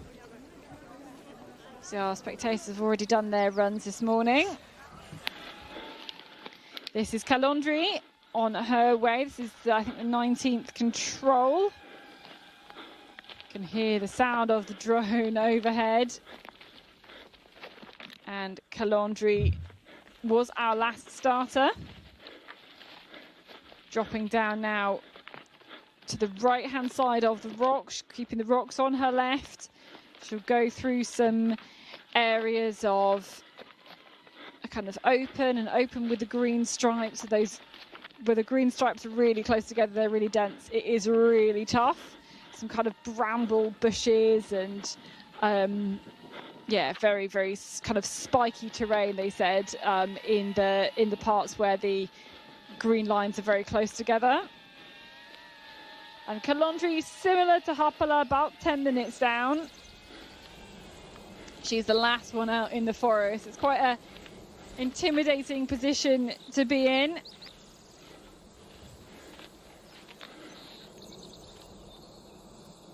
But some orienteers, you know, they really like to kind of chase other runners down. Some prefer to kind of be chased and have that feeling of needing to kind of keep pushing because there's potential of people catching you up. But Kalondri there into 15th position. That's everybody through then control 20 at split number 2.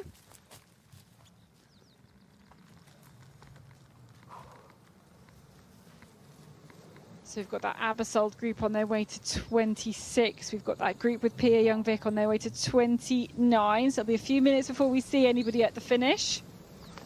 The one runner who's struggling quite a lot out there, Sanne Fast, had a top 15 run ongoing, but now missing a lot at control. I think it is 29. She's not on the way to any other control.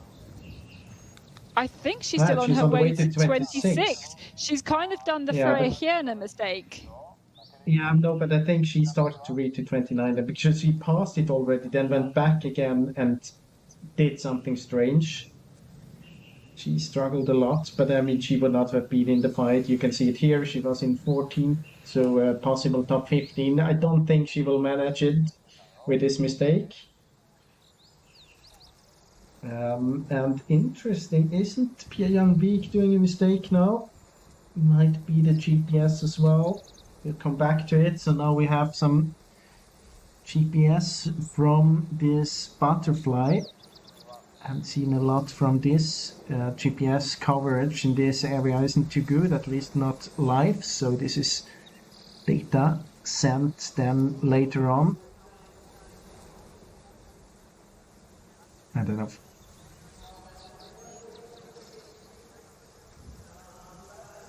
The tail here 2 minutes. So already at 21, it's about 3.5, almost 4 minutes. I actually think that Pia Young-Vik is doing a mistake at 29 at the moment.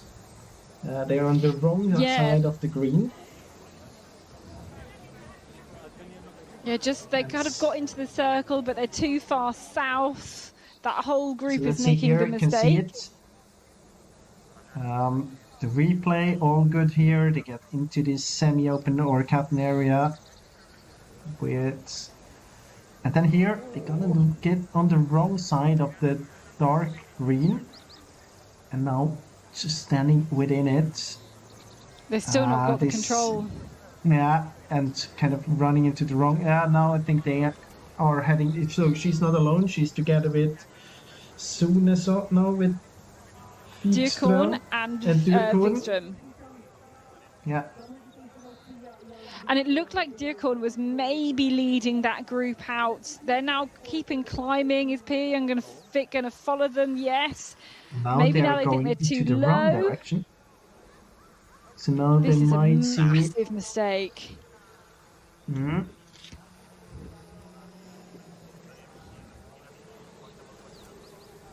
So now maybe relocating with this small fence.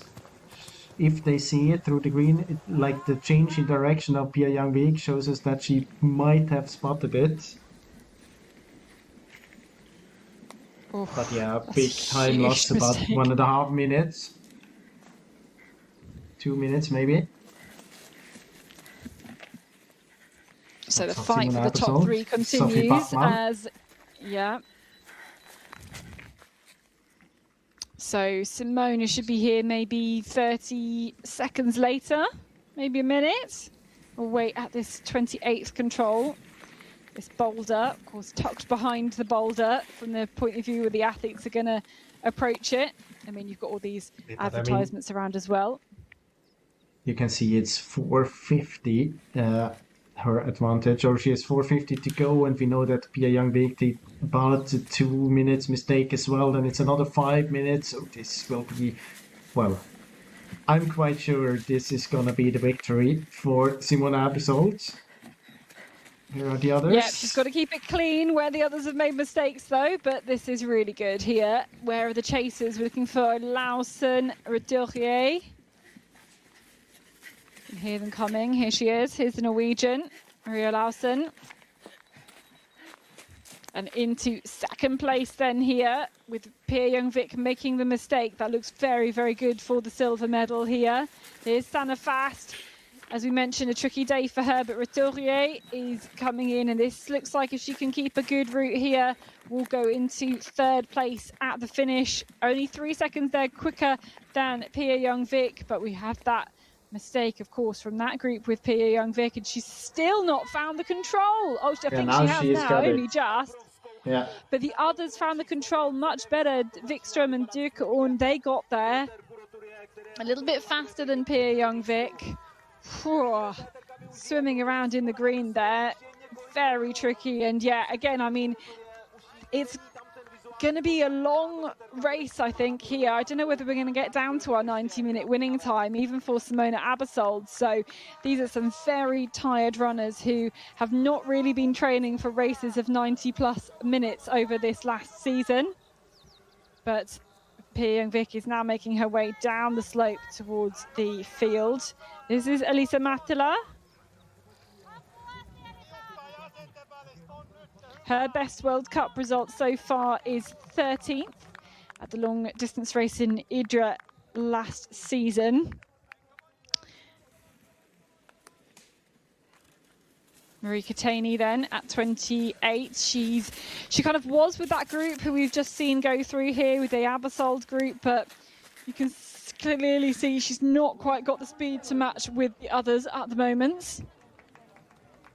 Mattila into 8th.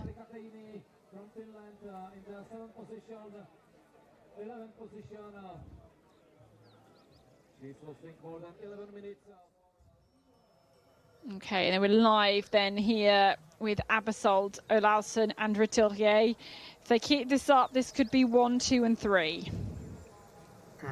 And I mean, it looks quite clear on the map what you have to do. You have this spur, you can follow it. Then there's this kind of rough open area leading towards the path. You should follow it there. But my feeling is that it's not as distinct in the terrain as it looks on the map, because we've seen quite many runners struggling around there. Maybe not as much as Pia Young-Vik, but especially close to the control to really find the border of the dark green, and this striped area seems to be quite tough, so might not be as easy as it looks like here on the map.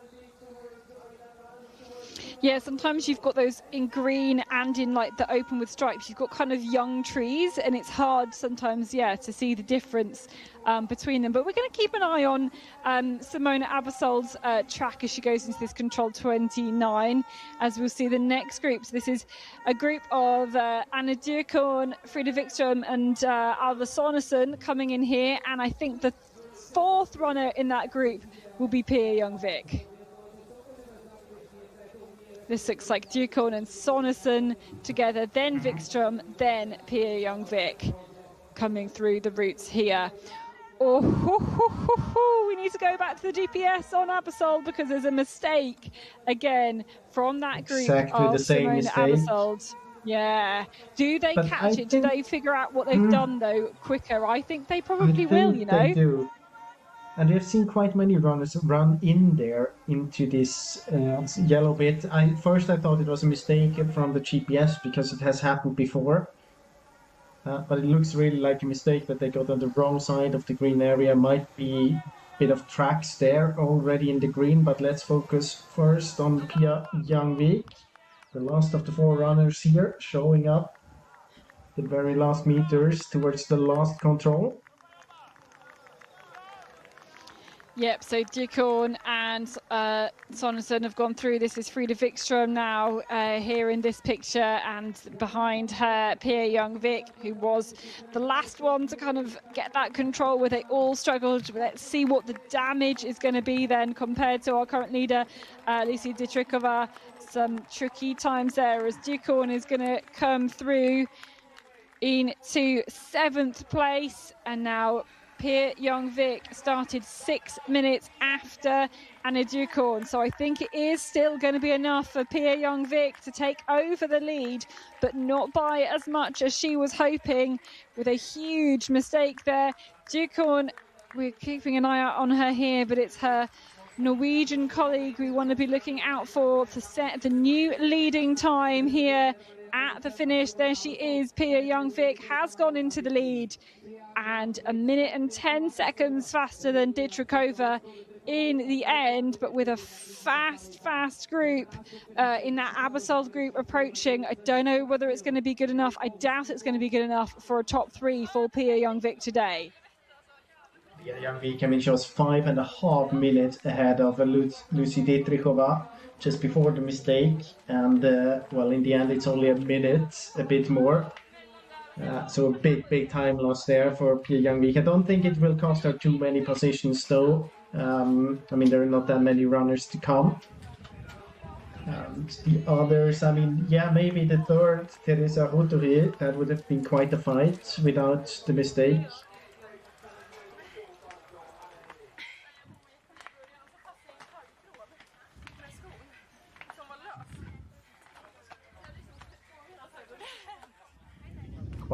Quite some discussions going on there, not only about route choices, so about shoes didn't fit too good.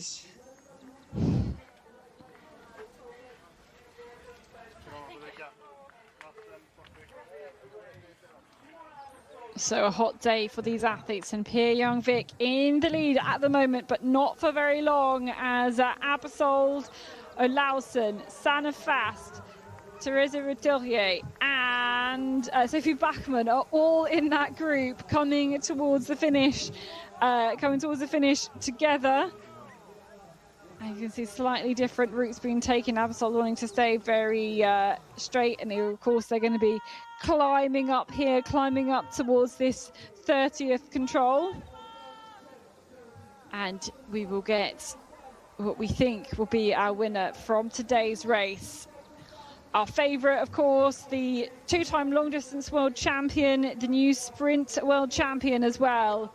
Simona Abersold really has been training her whole season, the whole winter into the spring for those sprint world championships, but she's made the transition back to the forest incredibly well. We already saw that at O-Ringen a couple of weeks ago, and here is the spread out then of these athletes on their way through to the last control and then to the finish line as well.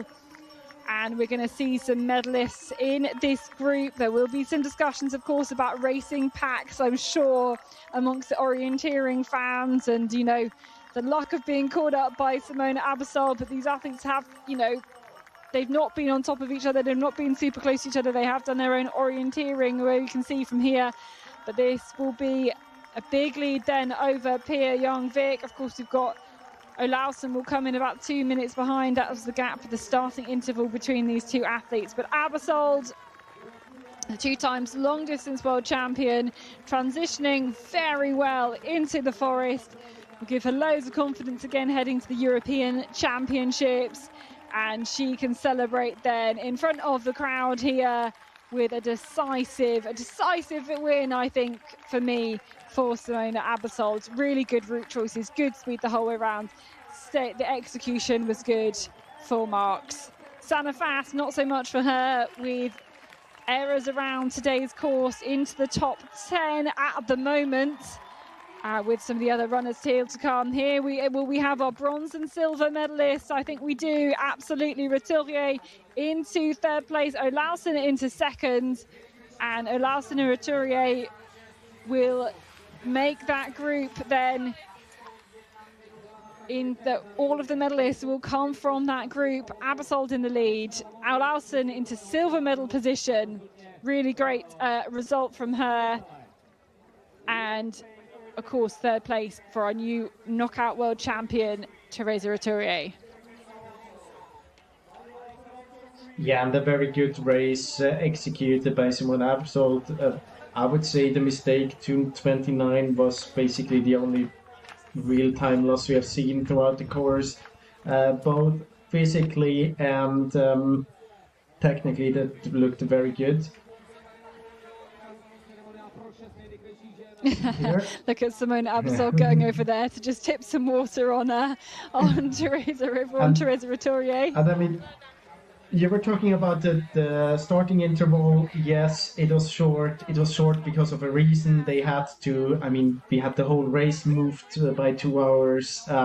Also the start intervals from 3 to 2 minutes. So I think, yes, it is a discussion. It's not good to have 2 minutes, but it would not have been 2 minutes. So it's kind of a special circumstances here. It's of course unfortunate to have at least the bronze medalist. I think it would have been, now we have 4 minutes, so maybe that would not have been any bigger difference. But of course, it's unfortunate to have the winner, the silver medalist, and the bronze medalist coming to the finish at the same time. We've had that at World Championships. We have it at World Cups. It's always kind of a problem when you have races that long. There was a splitting option here. It happens. You have to kind of. It's a bit more fair if you have a qualification and then have the starting order due to the result of the qualification, because then you have earned your place. Your spot in the start list. At the same time, you also deserve your start position due to the fact that you're one of the best runners in the world ranking. So I think it's. But then that's when you get the randomness, though, in that last 10. Though that makes it slightly different, I think, when you have it randomized. I think when you have a qualification, why not use the result of the qualification as the starting? Then it would be more fair. It would still be grouping. It would.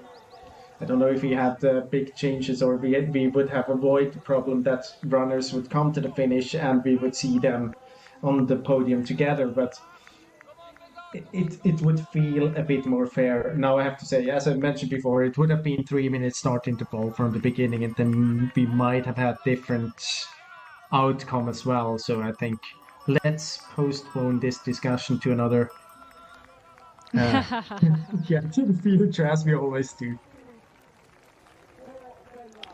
I'm just trying to see when Abbasol, caught up on the others, and it was kind of in the file loop. They kind of came out of the but the thing is that together. So that, there's been a lot of work, good orienteering from those in that group to even get into that kind of position, Yeah, but on the other hand, you can say, when do you need help the most? It's when you're really tired towards the end. So I think, you get most out of being together with the best runner towards the end, and that's exactly where they were together. They were not caught very early, but they were in this group in the very end. So if you had the splitting option towards the end, it might have been an option to get them away. But then again, when do they get together? How to know that?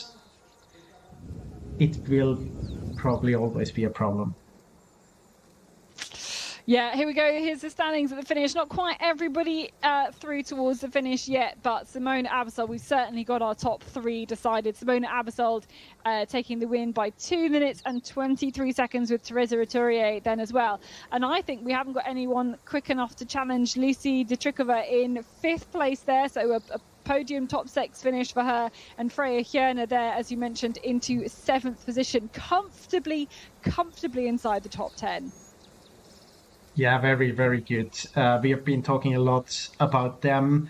Also the fact, I mean, they have not been together with any of the top stars. They started quite early, well executed. It's also nice to see that they have such problems to know how good a race is from them. I mean, Lucy Dietrichova said she hopes for a top 15 or top 10, and now she's in 5th. Well, that's kind of a difference between 15th and 5th, but yeah, very well done, and a lot more to come from the two of them, as we said earlier. Yeah, loads of bags of potential for them as they'll, get used to it. I mean, especially in the long distance, which takes more time to get used to. We kind of are used to seeing that, somebody in kind of mid to late 20s, you're peaking in terms of like kind of long distance speed, because you've just got to get those miles and miles of training in your legs. Although, of course, we saw kind of, Casper Foster do that pretty much straight from being a junior. Let's have a look then at the top 3. He was not peaking at that point. So let's see. All of the top 3, they went to south here. We had Pia Youngvik going more straight. But this was basically the same route executed. You can see Pia Youngvik there as well. Then a small mistake or hesitation at 5. They get together a bit more. Not splitting up here either. And you can see Roturier quite far behind already, Aebersold. Different options here, not the perfect one by Aebersold. Would have been better to stay to the north of control 7 to get to control 6. But otherwise, so now we see the splitting option here, the butterfly.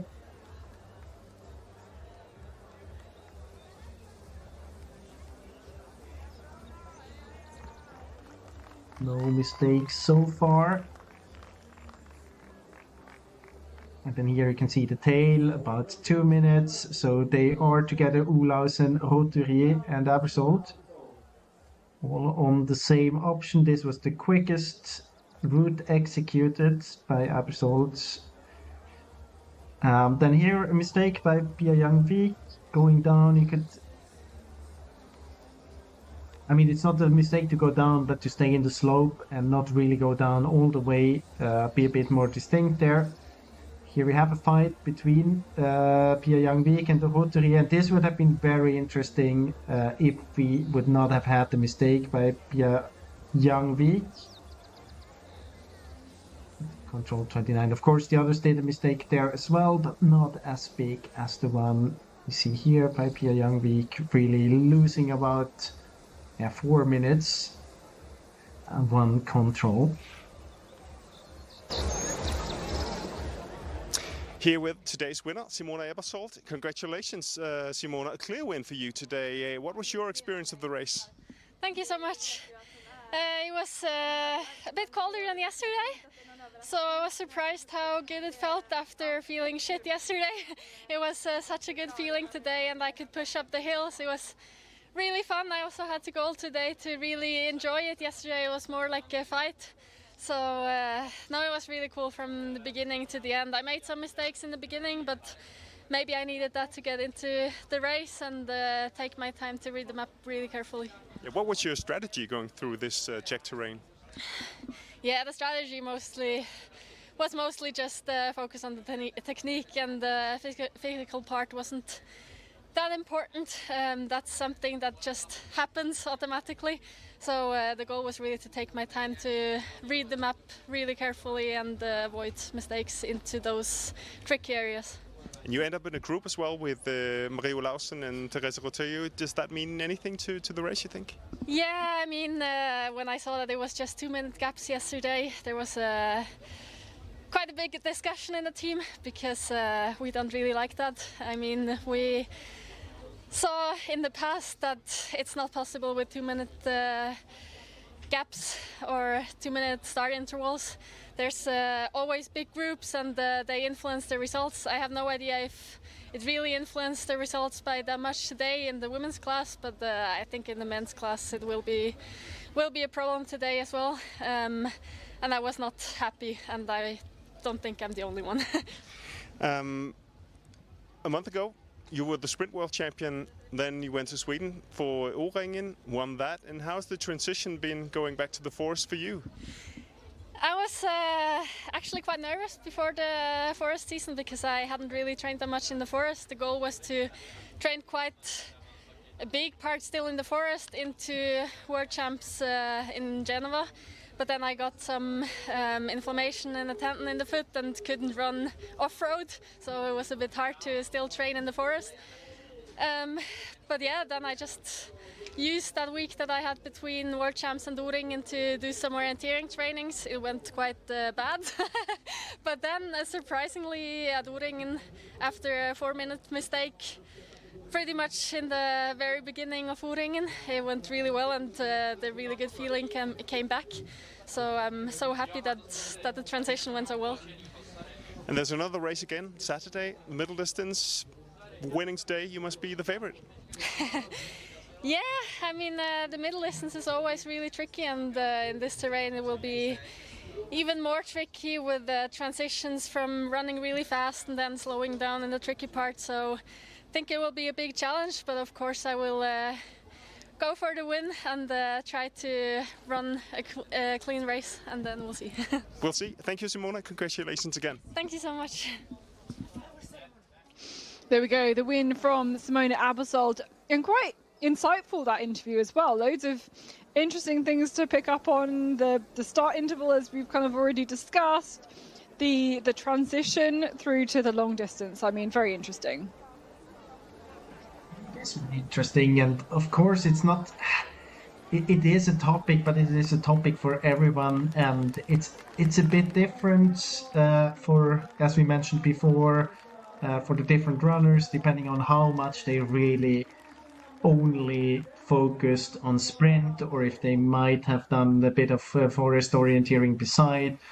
Many of the Finnish runners, for example, they run the relays, they run the Finnish Relay League or anything else. It's really, there are not that many runners only running sprint for about a year.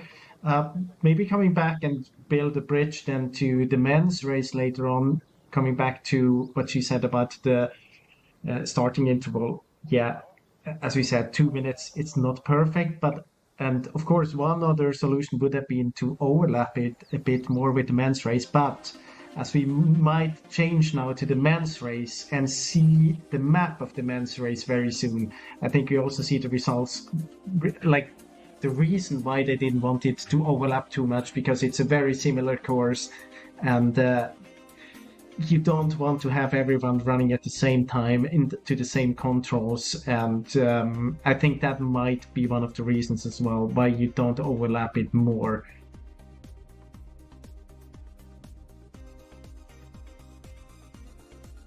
Yeah, we absolutely will see that when we get to kind of the course presentation, and we'll see how much it's gonna group up. Of course, I do remember, a few world championships where there were like 2 minute starting interval. Yeah, there was a butterfly loop or something, but it basically made absolutely no difference. I'm trying to remember which one it was now, but maybe one of the 2017 I think one of them was in Czechia. Like was in the post-COVID or the COVID World Championships. I think we had quite a lot of grouping. There were others as well. I think 2016 Strömstad was quite extreme as well, if I remember right.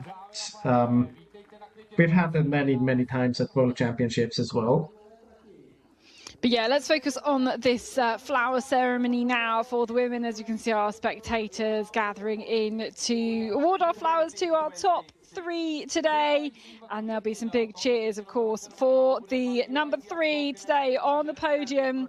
She's just won the knockout sprint world championships, and now again, one of those runners having to make that swift transition from the sprint to the forest. It's a home forest for her as well. And the Czech team, I think, will be happy with their overall spread of results today, with Teresa Roturier in 3rd place. Just over 4 minutes down on that time of Simona Abersold running in that group together.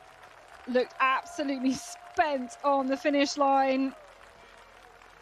And yeah, it's hard to kind of regain yourself. You know, some people after the sprint world champs just been on holiday. She's like, no, got to crack on. Same too with Abersold. Maria Lawson has been one of those runners who hasn't been doing the sprint season. And she looked really strong in that kind of first section of the race. Caught her up at control number 8, already a really promising start. And then, of course, in the group with a winner from today, 2-time world champion, getting another win on the World Cup circuit as well. Be doing really well for her in terms of overall World Cup points. Simona Abersold, she said she kind of struggled initially, had a week of training after the World Championships, kind of on some maps, was really kind of struggling in her orienteering, made a 4-minute mistake at the part of O-ring and then managed to fix things from there.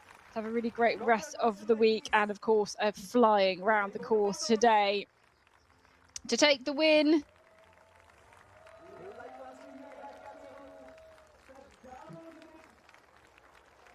Top 3 then after the long distance. They've got a rest day tomorrow after a very hot qualification yesterday. A long distance today, 96-minute winning time in the end, only 2 under 100 minutes. Very tough, very grueling. They'll be happy to get some recovery time now in before the middle distance race on Saturday, as we mentioned. And very soon we will move on then to the men's race, quite similar to the women's. We've had that gap already. We've already had the men's B, women's B and men's C finals as well, so you can check out all of those results online. But we'll focus now on the men's A race. As I said yesterday, they were kind of running 3 heats. It was the top 20 in each heat to make it through to today's A final. It was also a qualification for the middle distance as well. And of course, so we've got about 60 men lining up on the start line, getting ready for their race. They'll have been in quarantine all morning whilst the women's race has been going on, so they've not been able to know what's been happening. It's got a little bit warmer now, up to 27 degrees, but not nearly as warm as it was yesterday. I'm sure the athletes will be very pleased with that. There's still, I think there's about 5 different water points that the athletes can get some refreshment at around their course. All part of keeping them hydrated and safe around there. But the men's course, over 15 kilometres and over 700 metres of climb. It's very tough for the athletes out there today. A proper test of endurance and a test of route choices, as we've seen from the women's race. And here is the map then. A similar test for the men as compared to the women. But Jonas, why don't you talk us through it? Yeah, it's very similar. I mean, we have it's not exactly the same controls there in the beginning, but again, 3 short controls and then this long leg, which is seen to the idea behind exactly the same thing as in the women's race. Then again, 5, 6, a longer leg to the other side. Here we have an extra loop in the men's race. So it takes a bit longer until we see them at the first TV control at control 9. From 9 to 10, and then we have also here this butterfly, which is kind of hidden into the map flip. So they have the first part of the butterfly on the one side of the map, and then they flip it, and then they see the other side of the map, of course. If you look at the control description, you can figure out this quite easily, and that's something you always do when you get the control distribution. So I don't think it's a surprise for them that there's a butterfly, but it's not that easy to see how big it is on the first side. 18-19 again, a long leg, and then the arena passage from 22 to 25, and the last loop then in this extra bit of forest, where we have seen quite many mistakes or big mistakes at the control 29. But as mentioned before, it's a very similar course compared to what we have seen in the women's race when it comes to the idea. But we take a look again at different routes. Of course, it's often it's not exactly the same controls, so it's not exactly the same distance as well, but I think it's gonna be about the same when it comes to the execution. One thing that might be a bit different here in the men's race is that often in the men's race it's a bit more likely that the straight option is gonna be the quickest one.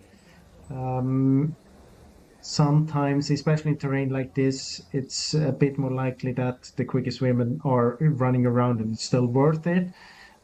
It has been the quickest so far to go straight on control 3 to 4. It has also been the quickest one so far to go straight on 5 to 6 here in the men's race. Of course, there are many more of the strongest runners to come. Here you have the comparison. It's much shorter to go straight. Most of the women in the race that we just have seen went to the red one. The blue one is not likely to be super quick. Here we get a glimpse from the forest. First here, it's one of these more stony areas on the map, but you can see that the runnability between the stones is still good. It's not that you kind of have to be afraid to crack your ankle with every step you take. It's good runnability. Also the green parts, you might see that later. Not on this leg, but they are quite good. So it's okay to run in the slope when you have hard ground and not that much vegetation in your way. You can also see that this small kind of marshy bit was very, very dry in the terrain.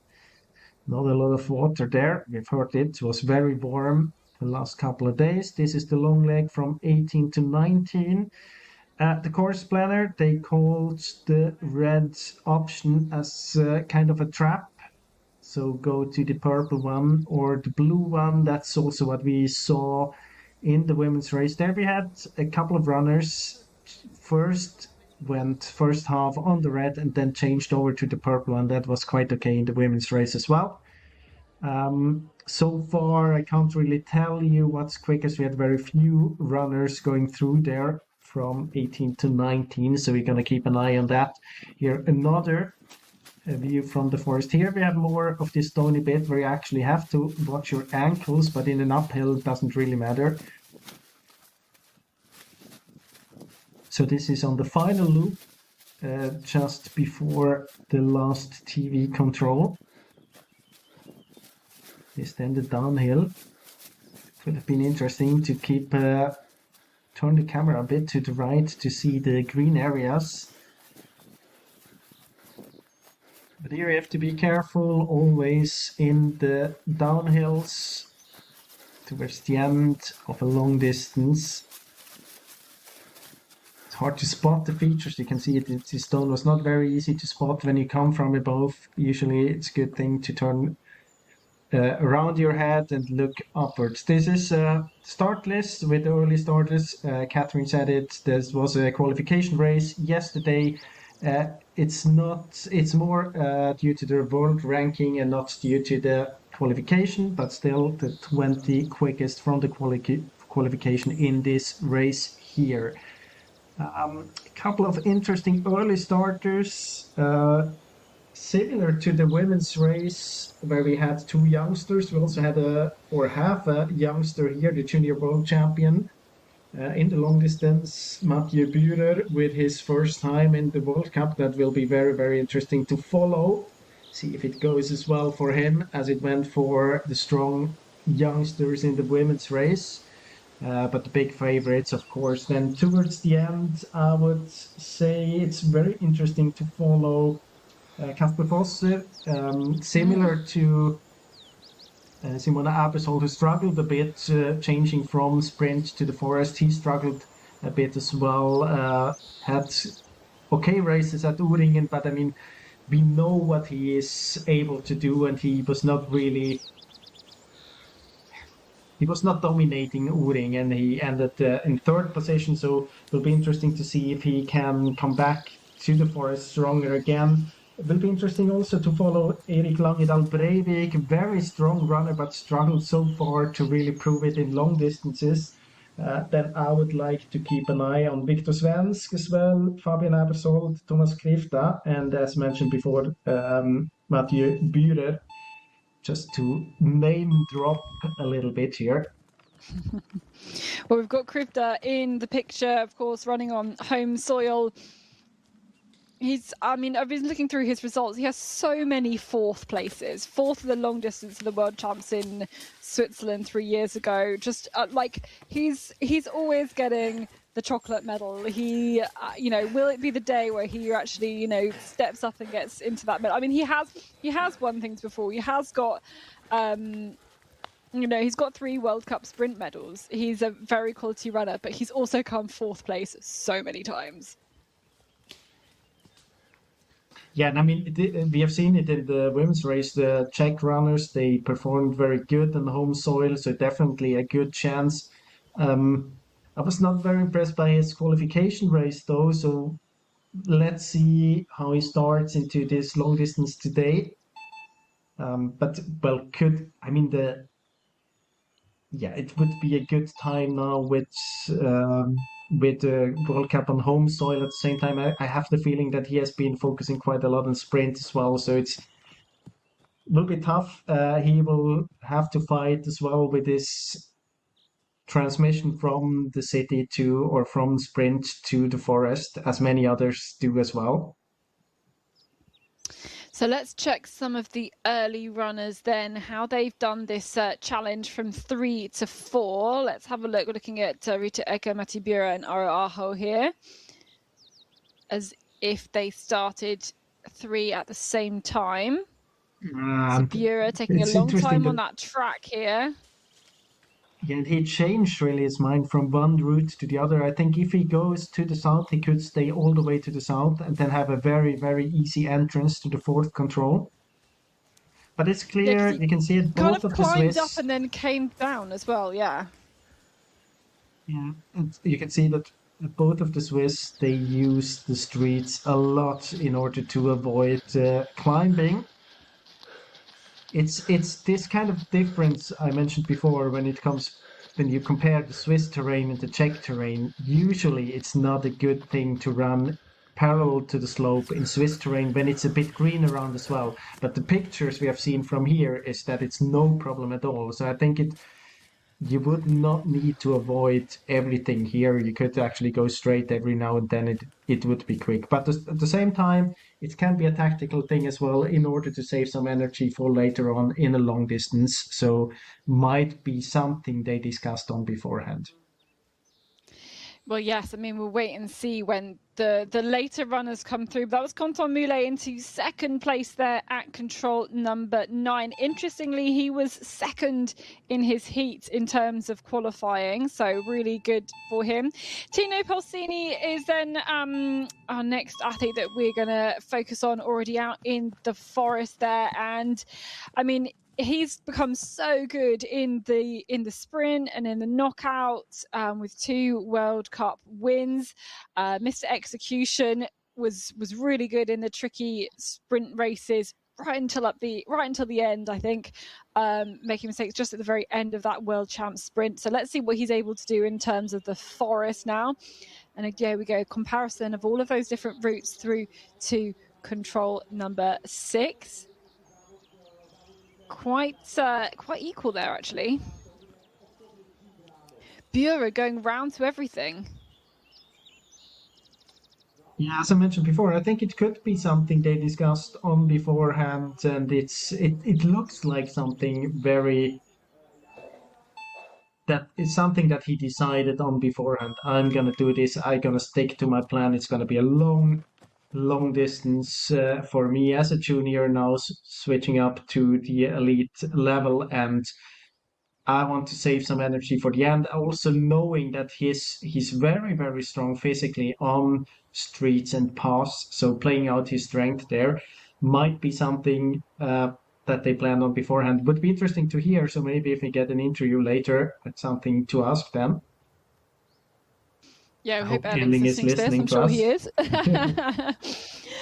Well, Casper Foss has made it through to control number 4, going pretty direct and straight to that one. Interesting choice to be wearing shorts. Not very many. I think it was him and Marika Taylor so far who I've seen wearing shorts. Clearly you're allowed to. He's just keeping all those sprint habits at hand. So Simon Hector then from Sweden. He's dropped quite low here on his way towards control 9, now doing this climb. So you can see that Ara Aho from Finland, our current leader, still at that point. And then it's reasonably close in amongst the top few athletes there, with Matti Bura, as you said, into 3rd place. And yeah, it's tough on the climb here. I think it's really hard to, actually on the camera get a real picture of how steep it is and how tricky it is. Kind of tends to flatten things out a little bit.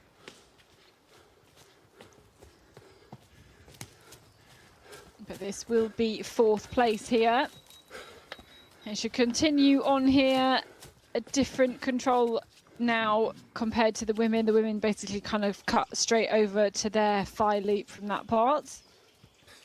Here the men get a little bit extra distance. There we go, 40 minutes of running so far for Simon Hector. Disappears into the green.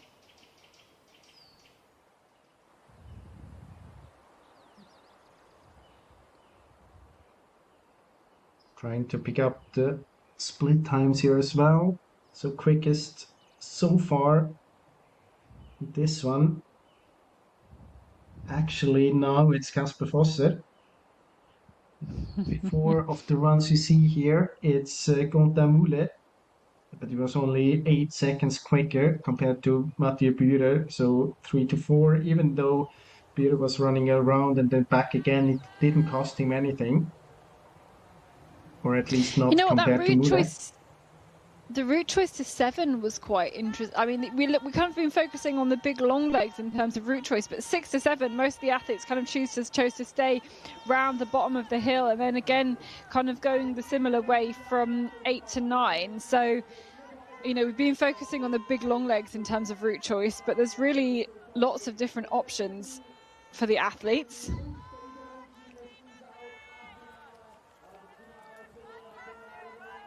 So this will be our first finisher then today. And I'm going to butcher the Czech name, Jachim Čufal or something like that. Sorry to all the Czech listeners.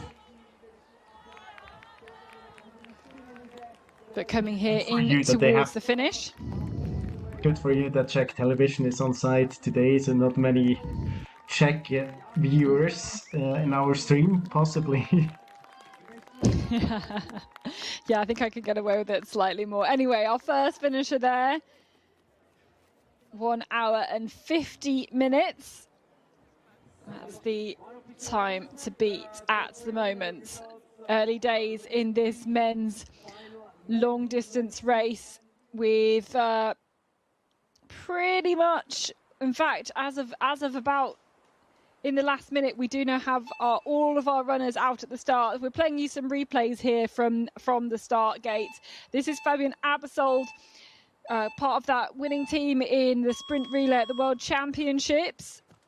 He was 5th in the European Long Distance Championships 2 years ago in Hungary. And I feel like, he qualified fastest in his heat. I feel like this is a distance that could really suit him. I think every race could suit him if he gets everything together and can do it without any big mistake.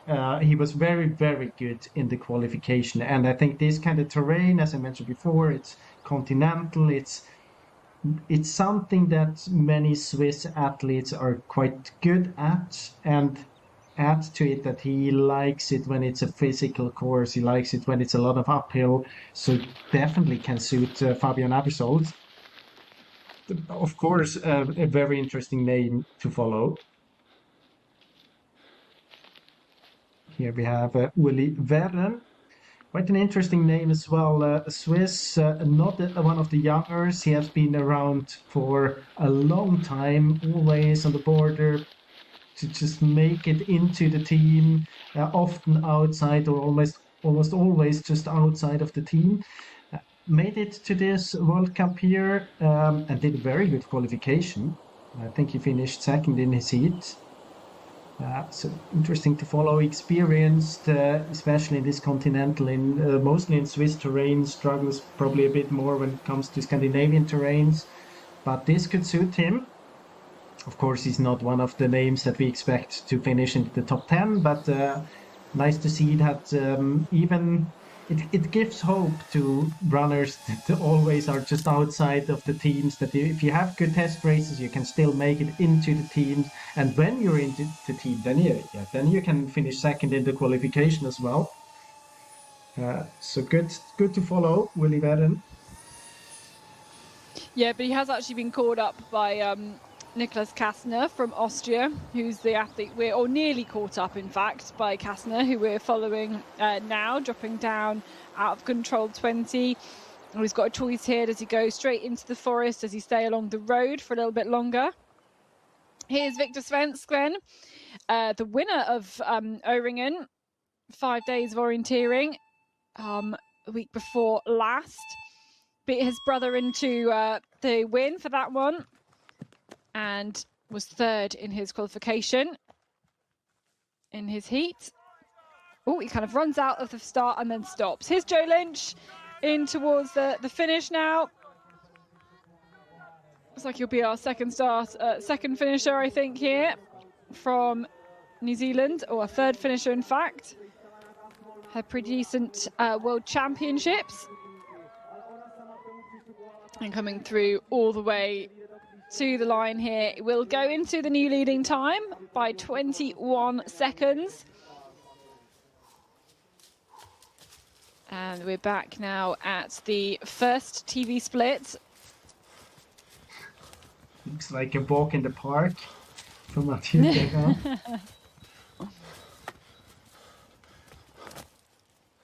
No, well, maybe not, because he's in 10th. Kelly had some troubles out there again. One of those athletes doing the World Championships. That Sprint World Championships have been trying to hurriedly get some time on in a forest snap, I think, over the last few weeks. Here's Daniel Hubman then. He's our fourth to last starter. How old's Daniel Hubman now, Jonas? 43, if I'm not wrong. I think he's 43, yeah. Born 83. 43, indeed. It must be, yeah. Yeah, and with, you know, probably the biggest collection of medals of anybody on this start list. Was third in his heat, though, so he's in some decent form. Wasn't running the sprints either. Jakob Steinthal also crosses the line, a new leading time here by over 2 minutes. Another couple of runners coming through this 20th control. Rita Edgar is that athlete coming through there alongside Linus Eggevi Christiansen from Denmark. Two of them grouping up.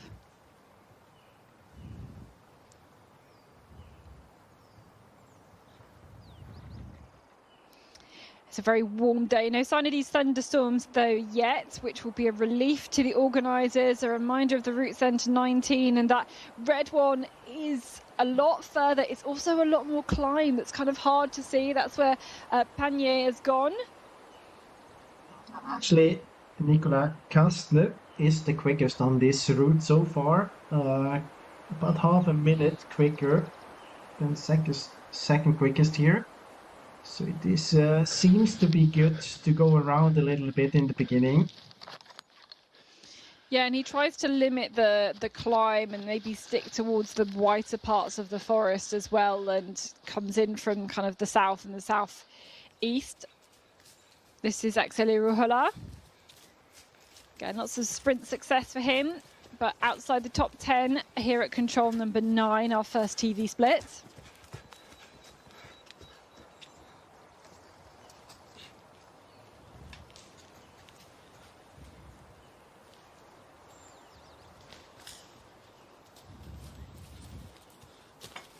Anton Johansson, middle distance world bronze medalist. Here, 2 minutes down on Aro Aho. Really focusing on the forest orienteering. I think he will be then more of a favorite couple of days when we have the middle distance.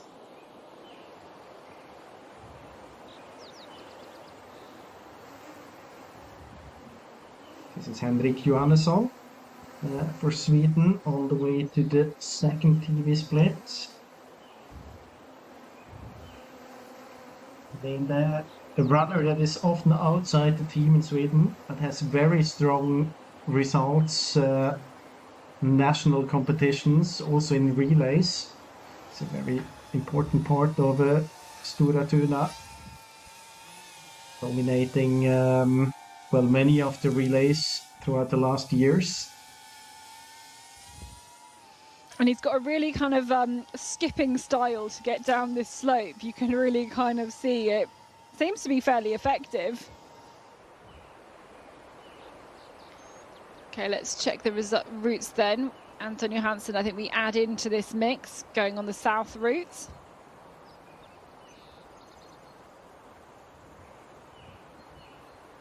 And you see, yes, it is a bit slower than those who've gone straight.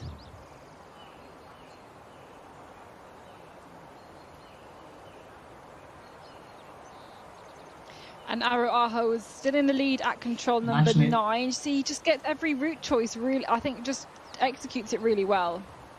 Yeah, and Aro Aho is actually the quickest one so far to control 6. So the straight option there, definitely a good one.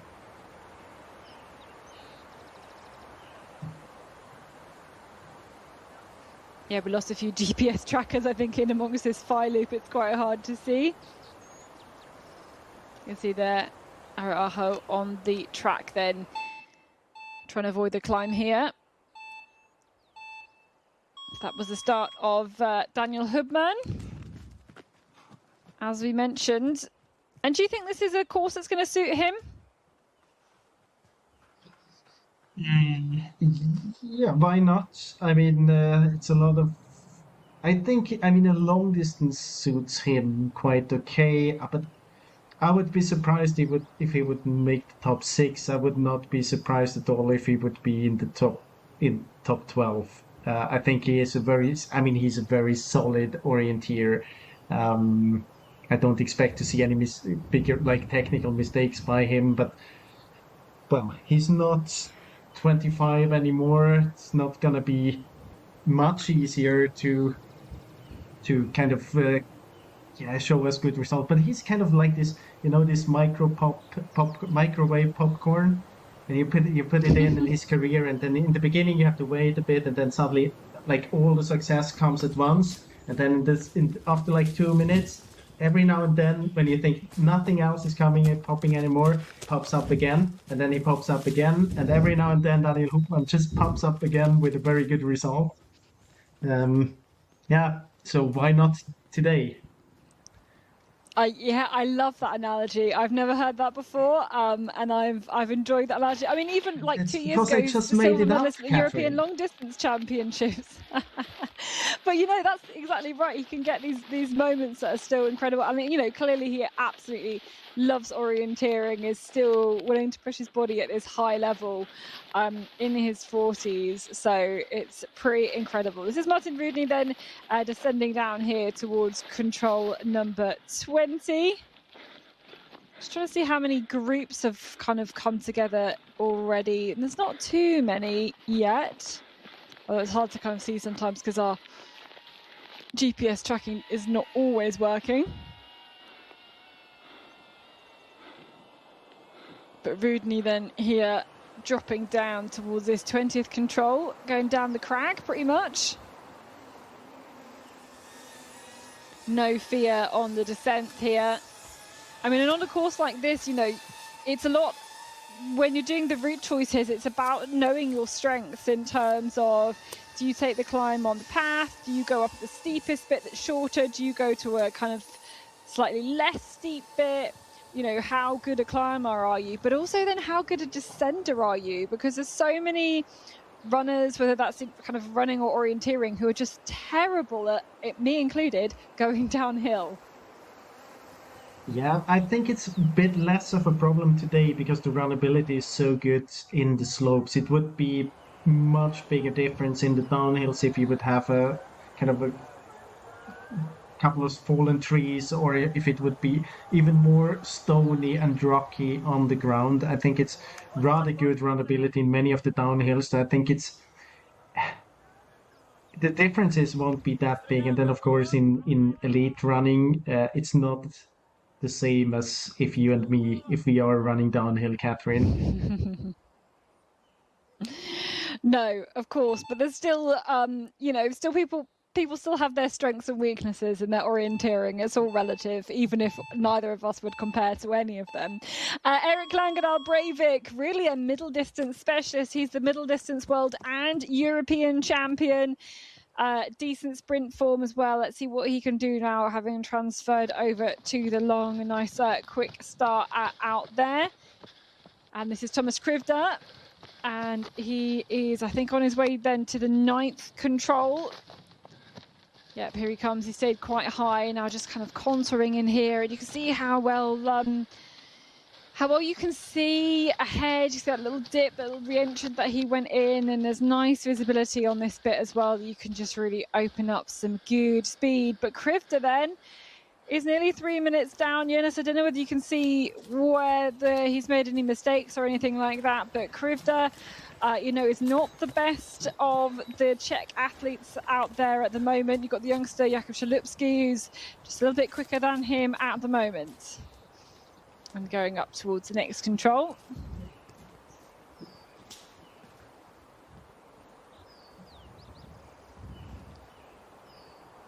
You didn't do any technical Let's have a look mistake. then. We'll bring Krivda in here. So here's this 5 to 6. But I mean, he didn't have the quickest route here between 5 and 6. It's Aho on the straight one. He's not too far behind there. Oh no, maybe just now Probably I think maybe losing some time. Yeah, oh then yeah, going definitely back. there.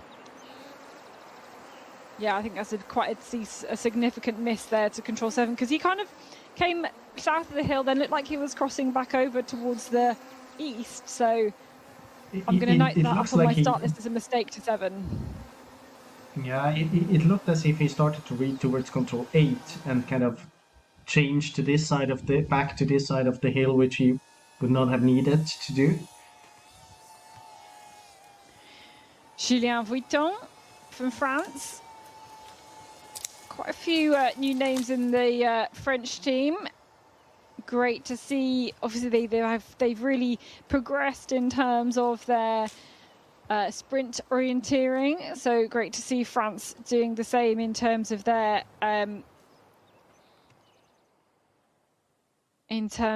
competition. All the Frenchmen, apart from one, qualified. This is Mika Kiermala into the start here.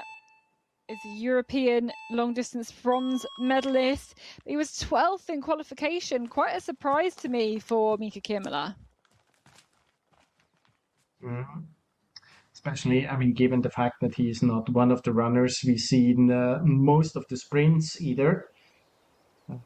But maybe he's not that familiar to the continental terrain as others, or then he just struggled with the qualification race yesterday, or the heat, or anything. Yeah, there's a lot of challenges there that we've seen our standings at split 2. Dropping now behind Jakub Shalupski on his way towards control number 20. Young runner, lots of success as a junior. Can he be another one of those to transfer it? And this looks like a really good run at the moment here. Still fairly early on in the start list, but I mean, he's still got to get to the next control, but it's a decent run so far.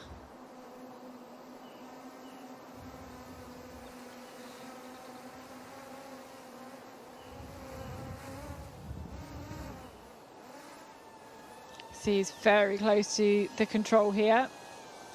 It's not quite sure though.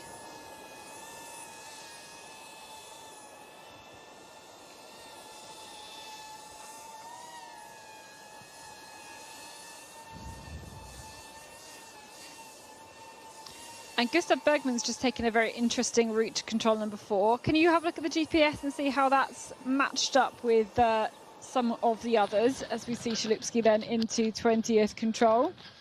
This is Tino Polsini. He is coming to split control number 1. More of a sprinter as of recent years. How's he faring in the forest? It's going to be about 3 minutes down. There's quite a lot of athletes in this position, about 3 minutes down on the lead. Just shows you how good Aro Aho was in the first part of the race and his very successful route towards control number 6 and onwards from there. So Polsini, similar time to Krivda, into 11th position. You asked about the route executed by Gustav Bergman. He went to the north, one of the options we haven't seen that many times, to control 4, and he lost 1:47 compared to the quickest time, which is executed by Viktor Svensk, who went all straight. Okay, so Viktor Svensk, the fastest to number 4. This is Gustav Bergman now. We see him here. He is the last starter, in fact. This was from a few minutes ago, so he's already made it to control number 4. He went quite a long way to the north and then picked up a path from the bend in the road to get to the 4th control. But he's actually catching up Mika Kiermala. So again, Gustav Bergman, about 36 now. He's been doing World Championships since 2012. Sure, we'll catch up with him later on the course. This is Ola Hensler from Germany, next to make it to control 20.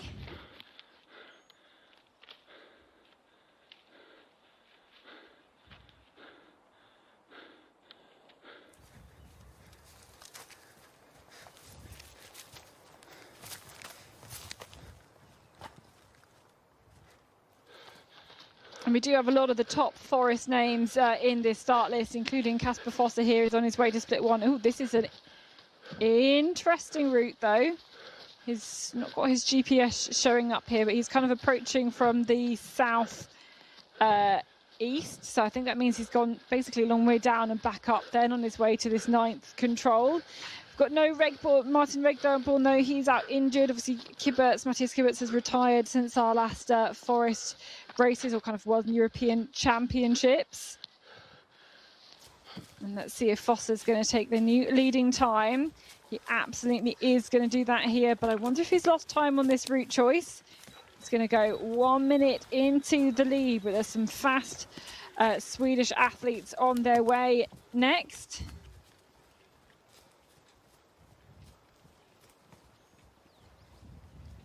I can't really tell you if he lost time there.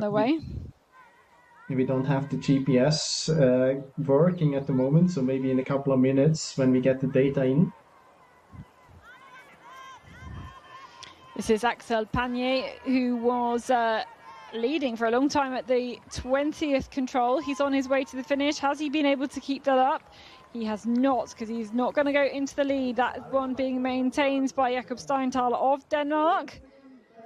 So clearly a good start for the race for this French athlete. And now coming into 2nd place here. Just looking to see how many finishes we've had so far. We've had 11 finishes so far. Oh, and I think he's got some cramp. Yeah, I think so too. Ouch. Here, just to come back to the route that we have been talking about, Gustav Bergman. So he went further to the north around towards Control 4. So none of the route executed here by any of the 4 runners in the picture. Kasper Fosse, can see it. Also straight. He was about 20 seconds slower than Aho, but the quickest one on this one, also here, Viktor Svensk. And this is Emil Svensk. He is on the way to control 9, it has to be, in the uphill. Yeah, he's dropped down, kind of stuck quite close to the line, dropped down towards the track and is now climbing up. I think we haven't got all of his GPS route here, but he's not as fast as Fossa. Fossa's still the time to beat here, with the first of the Svensk brothers coming through. And I remember Emil Svensk really had some troubles this year, didn't he? I mean, I think didn't he have an operation on his foot, like, in the week before Jukala and still ran Jukala? I think so. You're looking at me confused.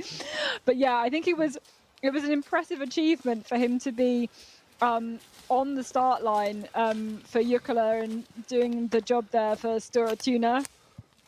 But he absolutely did it there, and now has had obviously quite a few more weeks to kind of recover from that and get some nice forest form back. But not a plain sailing season for Emil Svensk. But he hasn't just come from a World Championships where he's focused on the sprint, though. So let's see. Daniel van Das next towards control number 20.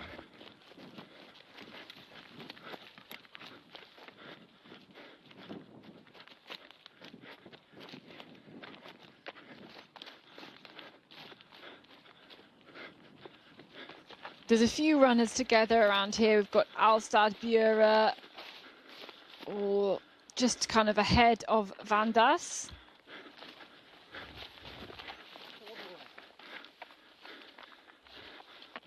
And Mathieu Bure is the fastest so far of all of those. Just gone through with a 3.5 minute lead.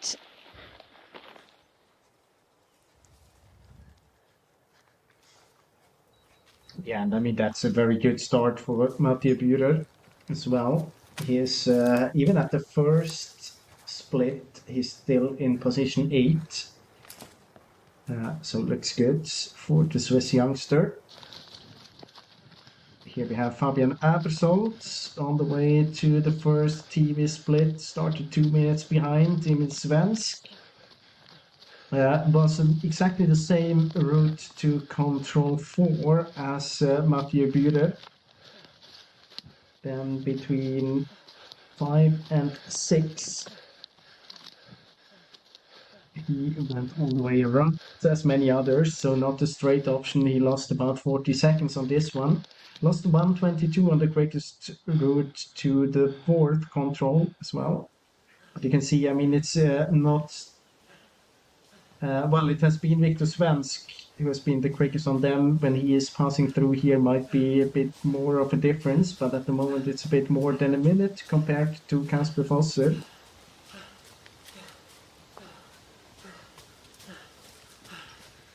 Yeah, so taking some very Swiss routes. I wonder if, you know, they'll have got the old maps, they'll have planned their own courses on it. I wonder if, you know, with Abersold and Bure going the same way towards Control 4, you know, maybe it's something they kind of planned for, maybe they thought about as a team in advance. Sometimes explains things, but Bure is faster than Abersold at the moment, and he's the fastest at Control 20 as well. I mean, you can't really plan exactly the one route choice, but you could be talking about taking advantage of the paths and streets whenever you can, but that they go on exactly the same route. You can see it here. So both of them, now we don't have Bure here, but both of them went first to the south and then back again to the group, to the others. I think that's mostly a coincidence, but that they run around, for example, here 5 to 6, I think that could be something they discussed on beforehand. It's interesting as well that Svensk's kind of is going up, but not really very close to the streets. Different approaches here as well, from 8 to 9.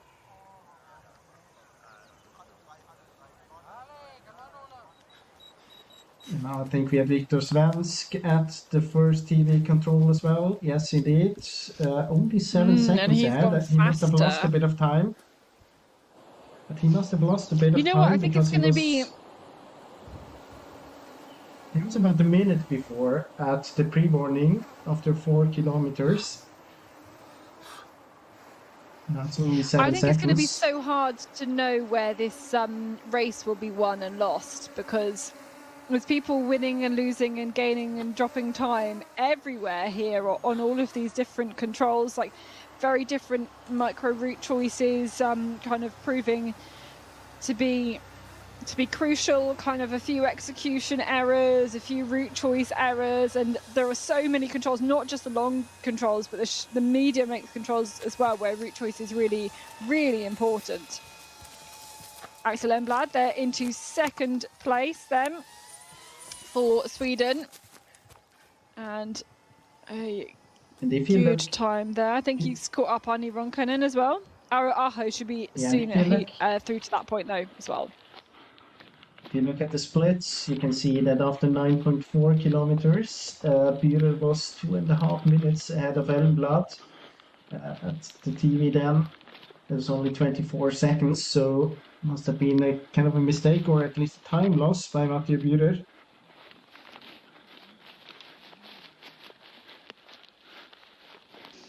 Here's Quentin Moulet, as I mentioned, second in his heat. But here is Aho as well, I think. Yeah, I can just to finish what I started before, I can tell you that Mathieu Bührer on the route to from 18 to 19, he lost 2 minutes compared to Jakub Chalupski, going first to the left and then changing over and going this straight option.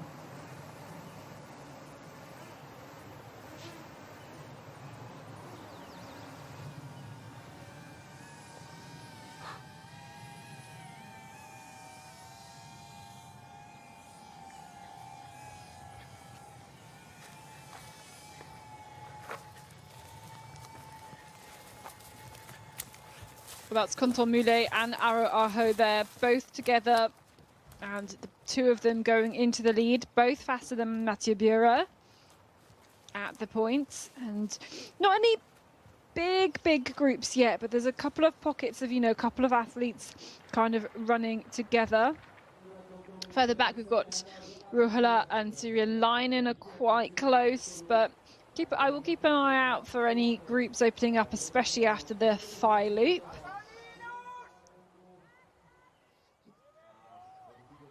You can see Bührer losing time there. And this is Eetu Savolainen climbing up again here.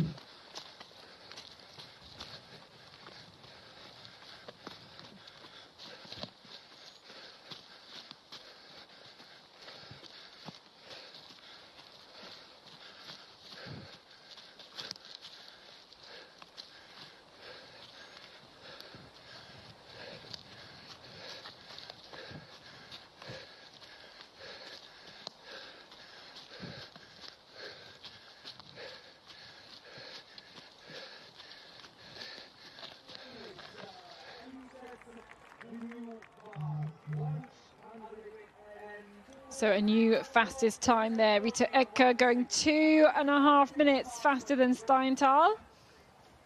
And Eetu Savolainen then back with him on his way to control number 9. Basically dropped down out of the control, stayed on the pass, and then they've taken a very straight route up to the control itself. Again in that group, about 3 minutes down, with Victor Svensk and Kasper Fosser, the fastest two around there. And we've got 5 runners still to make it to this point. We're looking for Lukas Liland, Daniel Hubman, Erik Langerdahl Breivik, Mika Kirmala, and our last starter, Gustav Berryman. Reminder, the top 10, athletes are grouped into kind of groups of 10 based on world rankings, and then it's randomized within that one. So we can bring in Savolainen's route to compare it to all of the others. He's taking this path route, everybody else going different versions of straight. Victor Svensk was the quickest there. and Savalainen. You can see here just how much he loses by that route choice. For the men, definitely the straighter options are better. So Svensk going round there, he does a good job approaching that control from the north.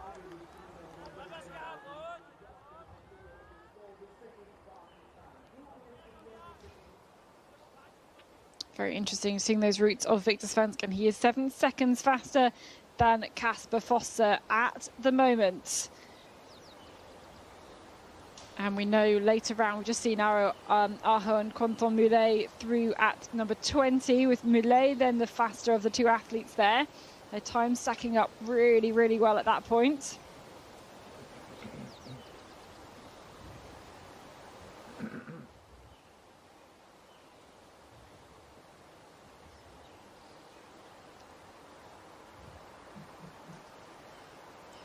So at the moment, 20 finishers. And those are standings at split one, as I said. Still 5 athletes still to come through. Here's the next of them. This is Lucas Leland. Was 8th in his heat. It's a couple of 8th places at kind of world champs, World Cup level for long distances. Seems to be his best discipline. And again, climbing into this control. Let's get a glimpse of our running camera operators as well. They do such a fantastic job of allowing us kind of access to this forest, allowing us access to the runners as they go through the terrain, kind of get a insight into their experiences. And Lucas Leland, 3.5 minutes behind. It's already 2.5 minutes behind, only on the route 3 to 4. Where he went this all the way southern route. 2.5 minutes, even if you execute this one, seems to be a lot. We have runners closer to, for example, Mika Kirvola on exactly the same route, only 1.5 minutes behind. So a big time loss there. Here we have Daniel Hoopman, just below 2 minutes. Within 2 minutes here. I think he'll be happy with that at this point in the race. And I mean, are you surprised to see so many of the men kind of going on that straight route to 3 and 4, and it being so successful? Not. I mean, I would have been without the pictures from the forest, but when I see the pictures from the forest, I think there's no big reason to go around except for the fact that you have a long distance left just after the 4th control. I think if you would let everyone run only this leg without anything else after it, only 3 to 4, I think most of the runners would probably go straight and think this is the quickest. Yeah, but it's also very typical that it's early in the race and they haven't had the chance to get so much. I mean, of course, they had the qualification, but still, these yellow bits, I don't know how they were yesterday, how they compared to today. So it's maybe not a risk you want to take in the very beginning of the course. So it's more likely that I think if you would have this leg later on, more of them would go straight. But I'm not very surprised when I see the pictures from the forest like here that you can run very quick in the uphill and you don't need a path for it. Okay, Erik Langendal Breivik, next one through towards the 9th control. Only a few more runners to go, but let's then hear from one of the athletes in the terrain, and I think our new leader. Switzerland, how was your race? It was pretty nice, really tough. Conditions are still quite warm and pretty humid today, but I enjoyed my time out there. And how well did you execute your strategy, and what was it today? I think the strategy was clear, to focus fully on the technique. The physical feeling will be how it is. I anyway can't change it, and it will be tough for everybody today. I know I'm not in my best shape, but I knew I could be decent. And that's just going through the technical job, and I think I did it mostly pretty well. There were some smaller hesitations and probably once or twice almost a minute mistake, but yeah, I guess that's how it is. I will try better next time, but so far I'm satisfied with my run. And did you think of going like straight, as it's such a good runability out there, or more around on the paths? What was your thoughts on that?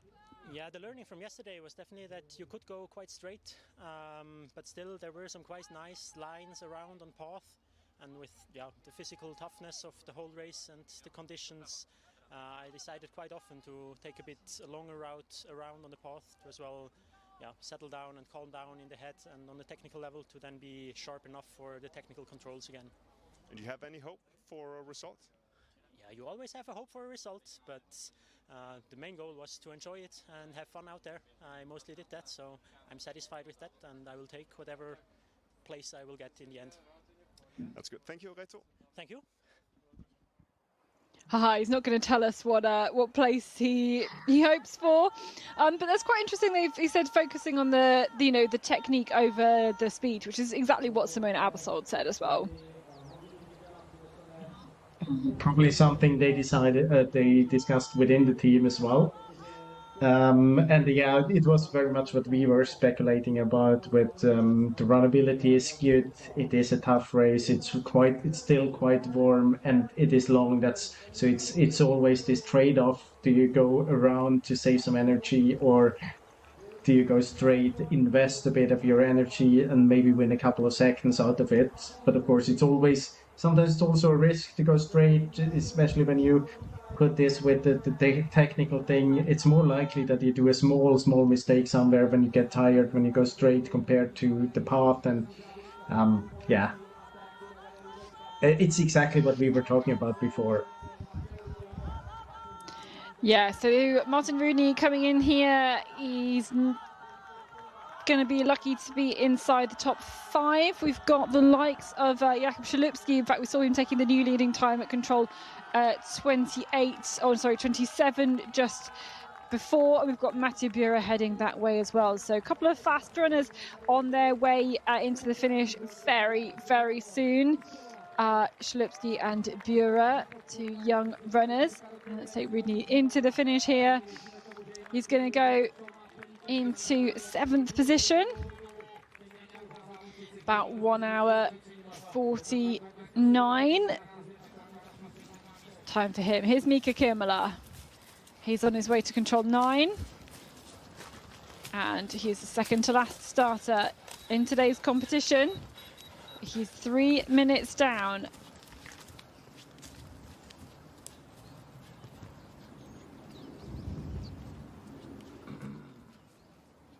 Let's see if we can capture some of his GPS. I'm sure we'll find out where he's had some troubles. We've got Gustav Bernemann heading there as well. So there's Mathieu Bura, though. We're going to see him at control number 27. And he's running faster. So Rito Ecker is our current leader at the finish. Jakub Szelupski is running faster than that. Mathieu Bura is running faster than him. He's the Jaywalk long champion from Czechia a couple of years ago. Second at them in the middle as well. And they get the quickest leg time on the last leg at Tiomila as a junior. So that's quite a good performance there. That's a very good performance there, where you know how many fast runners are going to be on that leg, and he goes a minute 13 seconds faster. Here's Gustav Bernemann then climbing up the slope here towards control number 9. I think the camera angle makes it look not steep. It is steep. It's very tricky to take this climb here, and I'm really surprised how many runners have gone straightish to this control and lost all that climb and then have kind of gone up again. It's been quite surprising for me to see that being done by so many of the men here. Of course, not everybody. Kirmala came around from the west. He didn't drop so much, but Bernemann absolutely is climbing now here. He'll have, of course, dropped a long way out of the control and now faces all of the climb. And it's more than 3 minutes down here. He didn't get into the team for the sprints, kind of said, I'm going to then, try not to get back into the team for that and focus more on the forest. He is the last starter then today into 18th position. Jakub Szelupski then, our new leader at the finish for Czechia. The young runner, he's took a jaywalk long win back in 2023 and now into the lead here on home soil with a great run all round. And there we go, the standings then at split one with everybody through that position. Victor Svensk in the lead, just 7 seconds faster than Kasper Fossa. Aro Aho from Finland, great to see him, and Quentin Moulet so high up. And then 3 Swiss there as well. We've got Matti Bura heading towards the finish very, very soon. A couple of new names, Axel Panier there into 15th place. Gustav Bergman, as we can see there, similar time to Thomas Krivda and Tino Polsini, just inside the top 20. Okay, back with, this is Akseli Ruohola, and this is, I think, Topi Sirjalainen, yep, who's caught up 4 minutes on his teammate at control number 19.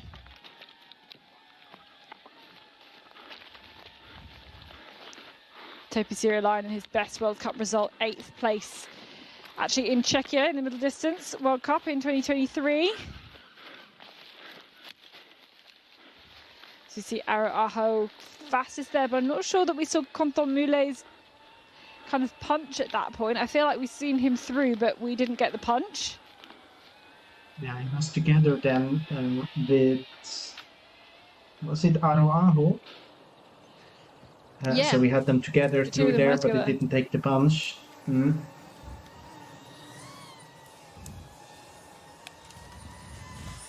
So the 2 Finns together into 4th place then for Sirjalainen.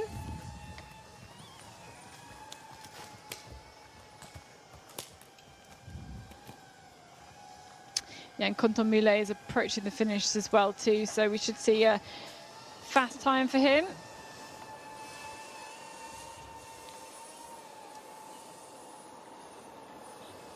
This is Mathieu Perrin. Yes, he needs. Was 7 minutes behind Aro Aho.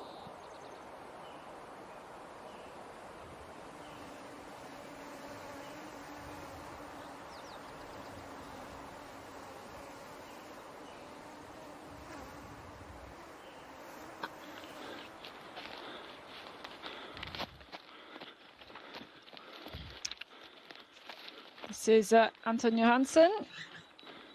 So on his way to split 2, which means he's been overtaken by Topi Sirjalainen, who we've just seen. Getting kind of tangled up here as well. Oh, dropped his map.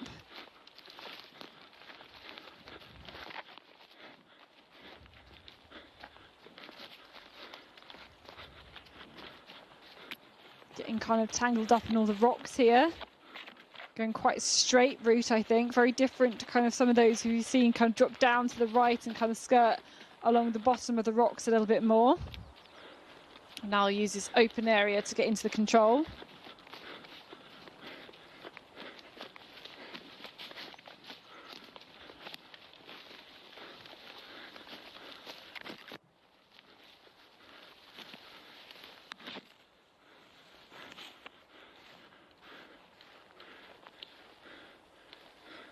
Just checking the GPS. I think that there might be a small mistake there by Bure at 29. Looks a bit like the mistake we had from Pia Youngvik.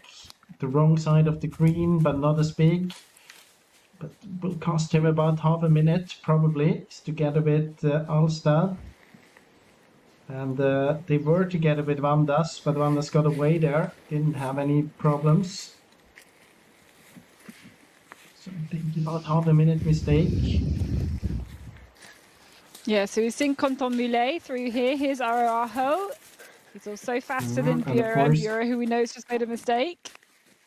Yeah, so a good chance here for Aro Aho to secure this position ahead of Peter. Krivda there into the lead here. Although we still haven't had Moulet's punch at that control, so I don't think it is. But a decent position here, actually, because I think Krivda was, I mean, at 6.1k, Krivda's down in 16th. So he's got back up into a better position now. A good middle section for him.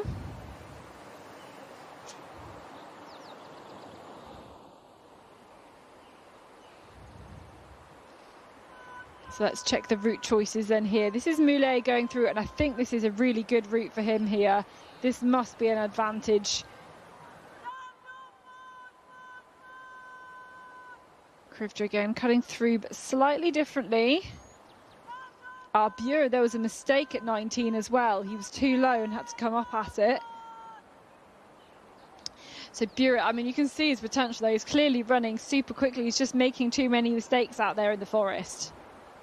Yeah, and Krivda on this leg to control 19 with the second quickest time, just 11 seconds behind Jakub Chalupski.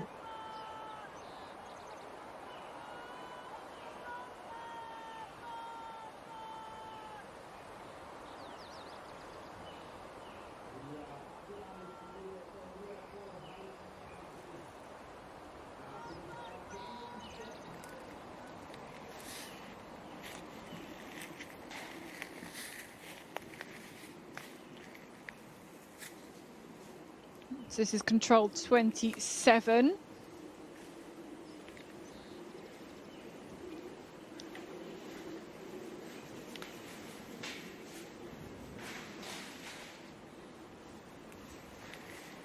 Looking for Matthias Peter from Austria, who is approaching.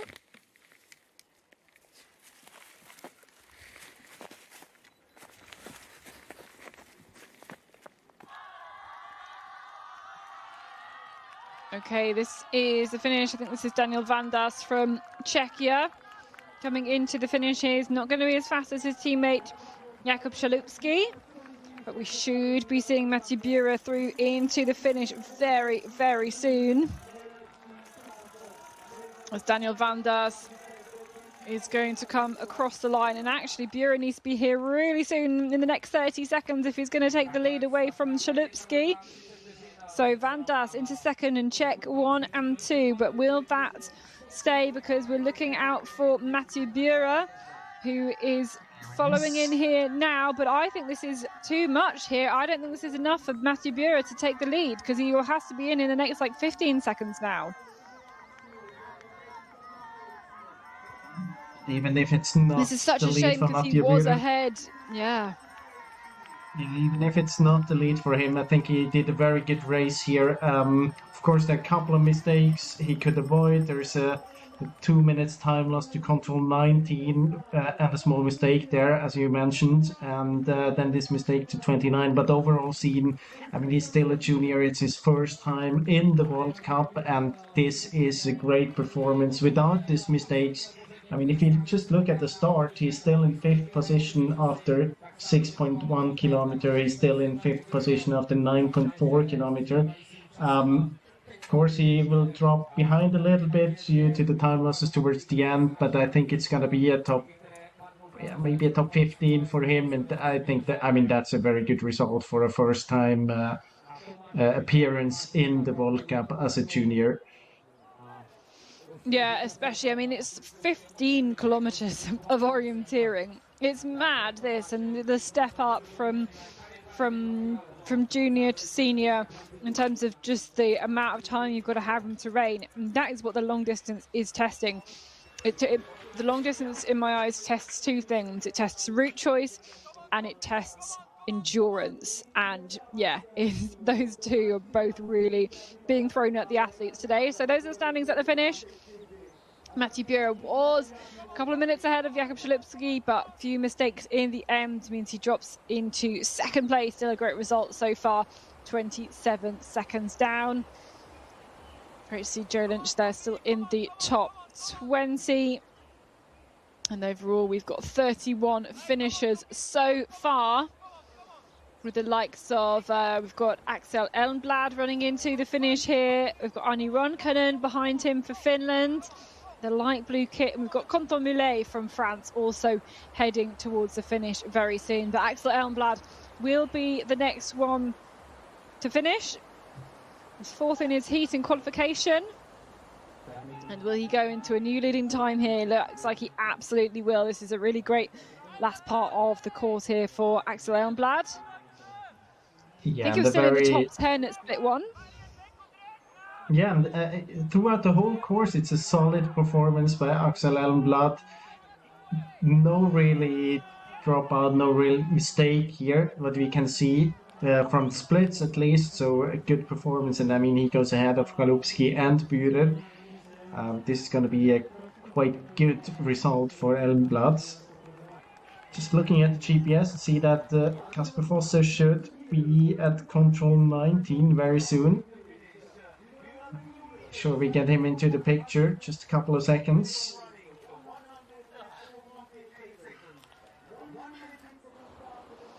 Yeah, collapse there. Our new leader, Axel Elmblad, and here's Kasper Fosse, kind of picking his way over these rocks here, dropping down towards the 20th control. He's going to try and find a section of better runnability, I think, here. So he's punched 19 on his way to 20. He's taken a very direct route, I think, from 18 to 19. And he had a 7-second lead over Victor Svensk. Yeah, but he was 2 minutes and 9 seconds ahead of Moulet. So he lost time here on the long leg. Yeah, it's not a dominant performance here.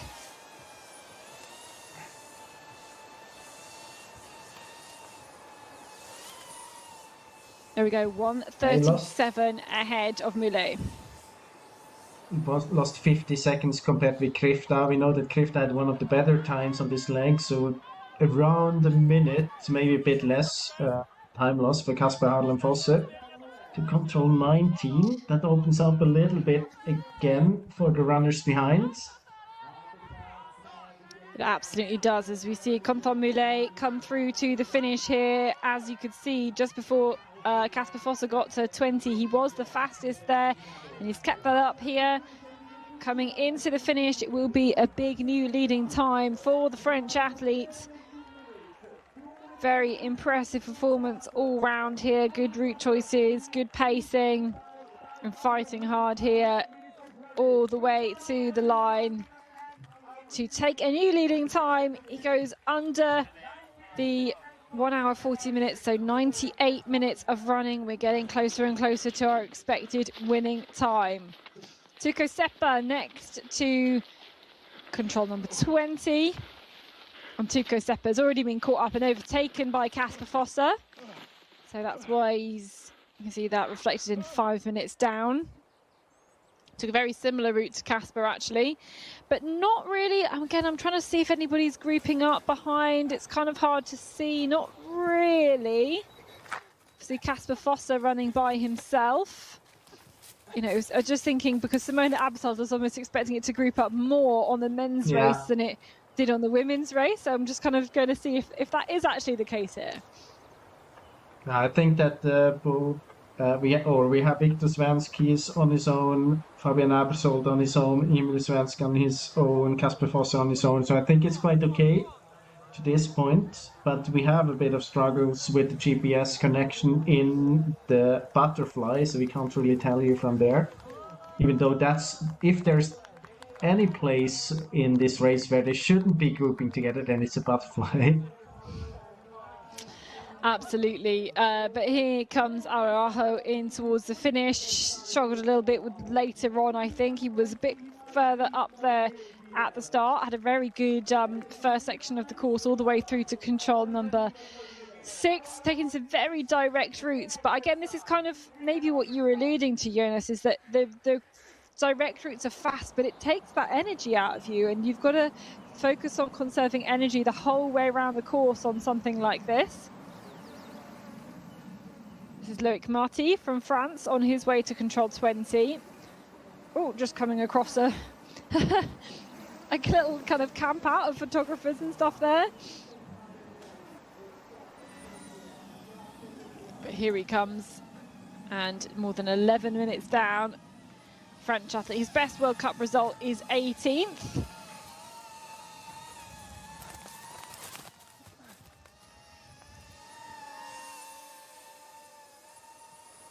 But we've got the first of the Svensk brothers heading to that control next. We'll pick up Emil Svensk, the next one. As you see, like Marty out to the track. You can see there's a few bits where it's tracked up. I don't think, you know, this course doesn't have the type of undergrowth that's going to track up very much, I think, which will make the playing field quite even, I think. This is the replay. We can see Contamule, Aho, and Axel Elmblad. It's good. All of them going quite straight over the hill. No mistake there at 29 for Mule. See small mistakes. There is a mistake for Aho. Small mistake for Elmblad. So this is a tricky one.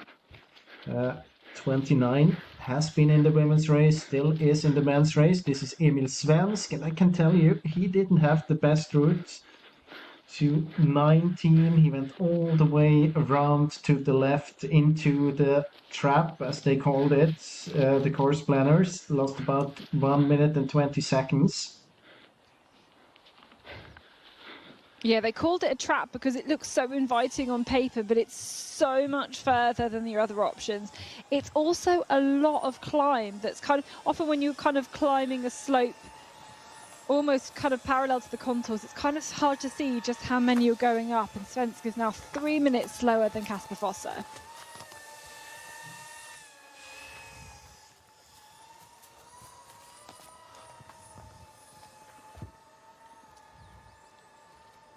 Yeah, the next one to control 19 then.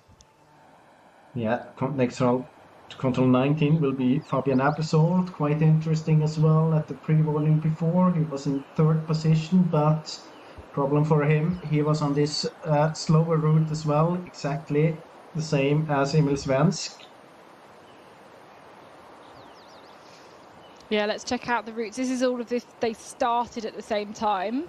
And we'll get a word from Quentin Moulet as we look at the different options in here and how much slower it was for Svensk. Quentin Moulet of France, a lead by more than 2 minutes. Are you happy? Yeah, I'm really happy with my race.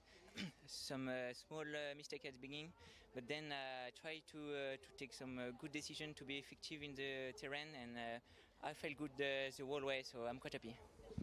Some might remember you had 2 top 10 results in Sweden last year. Idefjord, this is a completely different terrain. How does this suit you? Yeah, I think it suits me a little bit better here with continental terrain. And like the terrain is really, really nice, so I enjoy a lot running here in Czechia. And your strategy for today going through the Czech terrain, what was that? That was to read carefully the control circles, because it's many details, and then try to be quite effective in the middle of the lake to get some speed and to go fast. And the result you hope for today, better than the 5th place last year? No, I think it will be hard, but I will be really happy with top 10 around that. We'll see how it goes to you, Quentin. Thank you. Thank you very much. Quentin Moulet, I think, will be happy with his chances of getting a top 10 as Cyril Leinen goes through in 2nd place.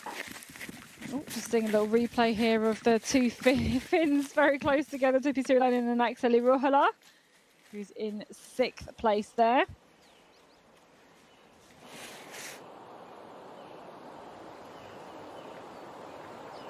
So we drop down the hill with Victor Svensk here, and Victor Svensk, he was 7 seconds faster than Kasper Fosse.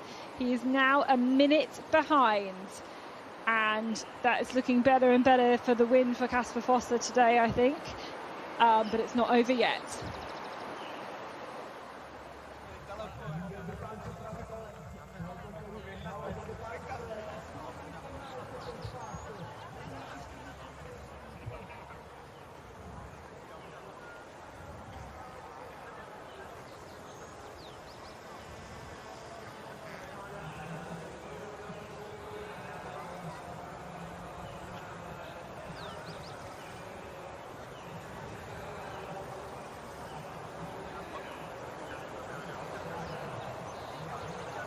So we can see Victor Svensk live there. That's the gap between Kasper Fosse and Moulet.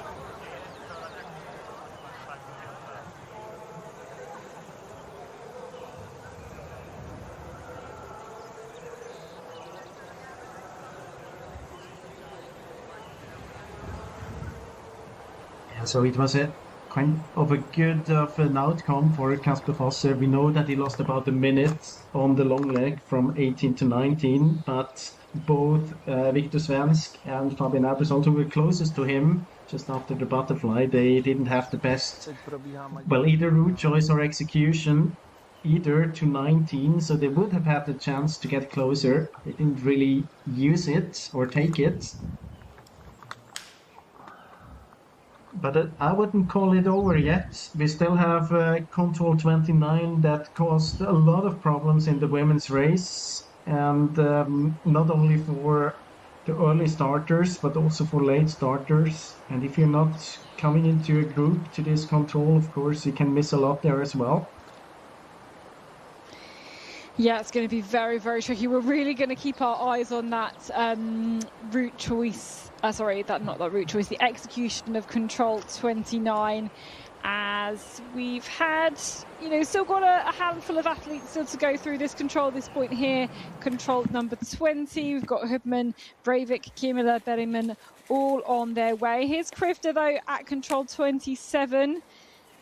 Moulet, our fastest there. Oh, he's so close to the control. It's just hidden behind the boulder. There we go. You can kind of see the other side of the boulder is also all a bit green and everything. It's kind of, sometimes it's hard to see the rock depending on which angle you're coming to it, but none of the other runners had a problem. This was really, when we had the preview, the course preview before, and we got to see the leg, it was a really tricky one when you came from above, because the rock, the boulder, it looked so small when you came from above. So I can understand that they stop and double check just before approaching it. Oh, I hadn't spotted that before. Mathieu Bureau, another mistake in the circle at 22. The man's making mistakes everywhere. It's incredible how well he's done considering. But all his mistakes are really, really tiny ones, though. But there's Krivda just kind of sandwiched in between Moulet and Bureau. Small mistake there at Control 27. It barely shows up on the GPS. It's so small. And of course now on his way 29 and the finish, that tricky 29 control. That's Topi Sirilainen's currently there. Looks like he's doing that one okay. Alongside, who's he alongside? Sirilainen's there with Ruhala, of course, the two Finns together.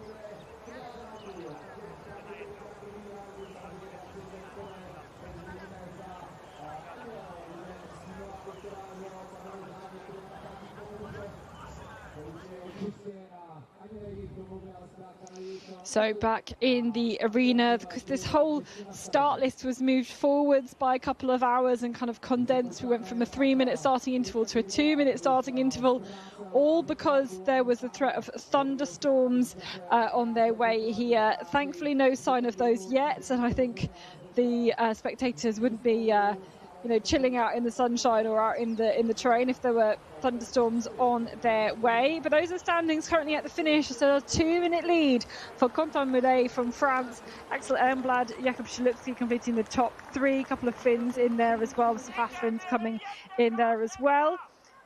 And Tobias Alstad just inside the top 10 for Norway. Norwegian team's got, a couple of really, really good runners in the likes of kind of Kasper Fosse and Erik Langendal Breivik, and then a bit of a gap there back to the others. This is Emil Svensk running in here, I think, or was it Victor Svensk? I think it's Emil Svensk and Loic Marty just getting a little bit of a kind of a cool down, I think, from the coaches there, who are very well equipped with all the water to try and cool the athletes down. It's not as hot as yesterday's qualification, but it's still 27 degrees, and especially for those from Northern Europe, maybe you haven't been in a heat wave like we have had in the UK for the last over a month, basically. It's going to feel very, very hot. Here's Perrin then into the finish. Trying to make it inside the top 10 here. And he looks totally knackered here. running up the hill. It is slightly uphill on the way to the last control. You're very kind of exposed out there. Probably hear the drone ahead of you as well, bringing you in towards the finish. And Perrin, it's a long, long, long run into the finish line here. Ultimately, 15 kilometers of orienteering. Very tricky.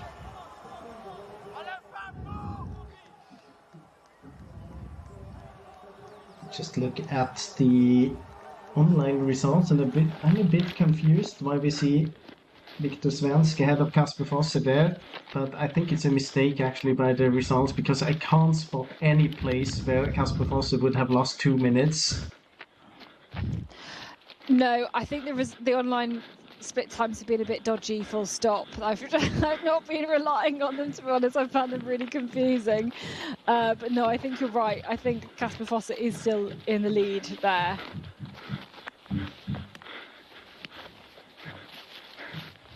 But this is Daniel Hubman. At least I played on his way.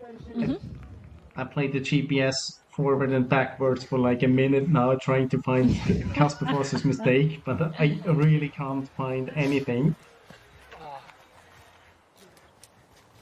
Anyway, this is Daniel Hubman, just gone there into 4th place and a minute behind the time of Quentin Moulet, who's our current leader. Will he get better than 5th? He may well do. We'll see. Hubman into 4th there. Catching up Eetu Savalainen as well. Breivik, Kimela and Berryman are the 3 still to come through Control 20. Because here's the kind of shouts in the forest as maybe you fall over some trees, things like that. Absolutely deck it. Got to get used to hitting the floor, getting straight back up again and keeping going. Trying to make your fastest way through the terrain. So Control 20 done and dusted for Daniel Hubman and into 4th place. Will it be one of those popcorn moments that Jonas was describing before? Just now I saw that Viktor Svensk punch came up at the last control, so I think it's, well, they have a double, of course. It's the same control, the arena passage, as the last control, so I think this is the time, and actually that would prove that he's only 35 seconds behind Kasper Fosse now. That's 44 at just after the long leg, so that seems more reasonable. But yes, it's going to be a seconds, fight that's between... really it's just really just a small hesitation at control 29. Yeah, keep our eyes out for Control 29. There's a few GPSs getting stuck in there at the moment. Kasper Fosse is currently on his way to Control 27. This is this one. As we can see, Moulet still our quickest at the finish, and the quickest at this point too. Krivda's on his way into the finish though as well. I'm sure we'll catch him up very soon. And Kasper Fosse has kind of rounded this hill actually when others have gone straight over it, so I'll approach a little bit more from the right. That's why we're looking over at this place. Sometimes we can hear the athletes before we can see them. Here he comes. The 3 times world long distance champion. World sprint champion as well in his shorts today, and the fastest by a minute and a half here. Still a few more controls to go. Very tricky 29 and a very fast Viktor Svensk making his way round the course as well. Who's the biggest challenger for his lead. It is not completely won yet for Kasper Fosse. Thomas Krivda in towards the finish. You can hear the cheers from his teammates, from the Czech fans, the home fans here, and as you can see, he's not going to be faster than Moulet. That leading time is still there. Moulet said he was kind of hoping, you know, for a top 10 or 15, and I think he may well get a lot better than that as Krivda comes round to the finish here. Krivda had a mistake at Control 7 though. A good route choice to 19 has kind of saved him, and he should be into 2nd place here, a little bit closer to Moulet. Good end of the course. It will be a silver medal position at the moment for Thomas Krivda of Czechia, with some fast runners still coming. We've got Kasper Fosse making his way to control 28. We've got Victor Svensk making his way through to some of the other controls as well. This is Kiermüller climbing up here to this control. Yeah, he's pretty much gone to control 20, climbed up to control 19 and then coming back down again. But there's Breivik as well, so we're going to get both of them as they kind of group back up together. This is the first time they've probably seen each other, because they took totally different route choices to control 19 and suddenly they are together. But Kiermüller's basically already been to control number 20. He climbed up via that point. And Kiermüller is actually the faster of the two runners here. He started after Breivik. You can just imagine being like through those trees. Even you just suddenly can't see anything. You have to dive through the trees.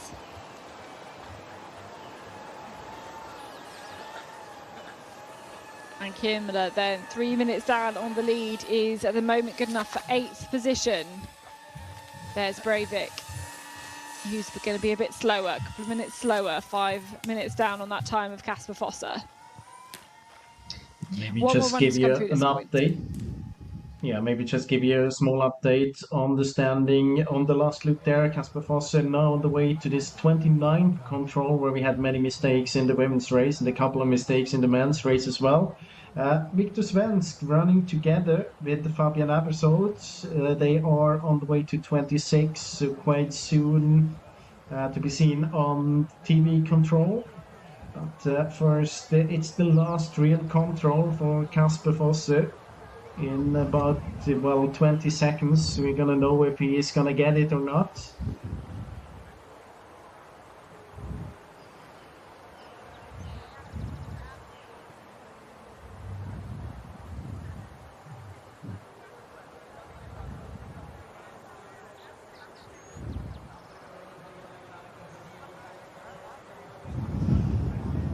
Ooh, I'm not sure he is. Here's a mistake. He's at least starting to do a mistake. Can't see it here on the live GPS, but we can on our GPS screen. Yeah, we're talking about Kasper Fosse on his way into 29. Has he realised where he is? He looks like he's correcting quite well here, but he will maybe lose 20 seconds or so. Oh no, not sure he is now. Exactly the same for Mathieu Bure. I think the GPS just goes in there into the green. He's gonna back out again. He's definitely losing half a minute at control 29. That makes the race much more exciting again. So Quentin Moulet sitting on the leader's chair, but we need to see this tracking of Kasper Harlem Fosse, because he's making this mistake to 29 and he wasn't that far ahead of Victor Svensk, who's doing really well on this last loop here. I think he's now got the control, but that must be like a 30 at least second mistake.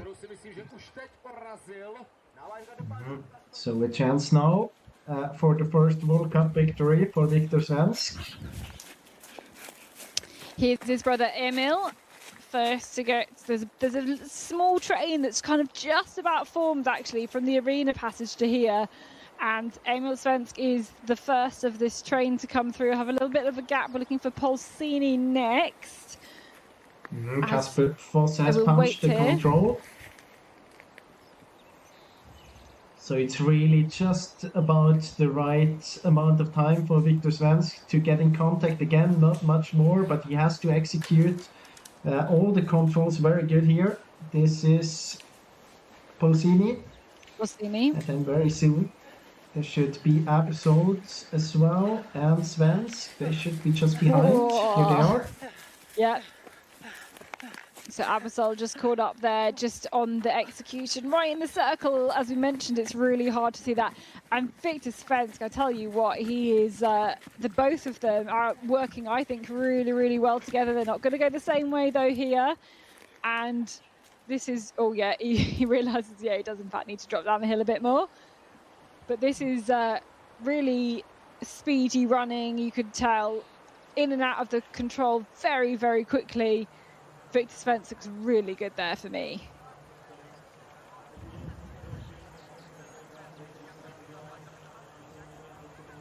Where did Abersol go through at that point? Actually, we have a pre-warning at this control, and it's very tight there already between Kasper Fosse and Victor Svensson. So let's see how it develops to control 29. It's also going to be very tight between Abersol and Contamule.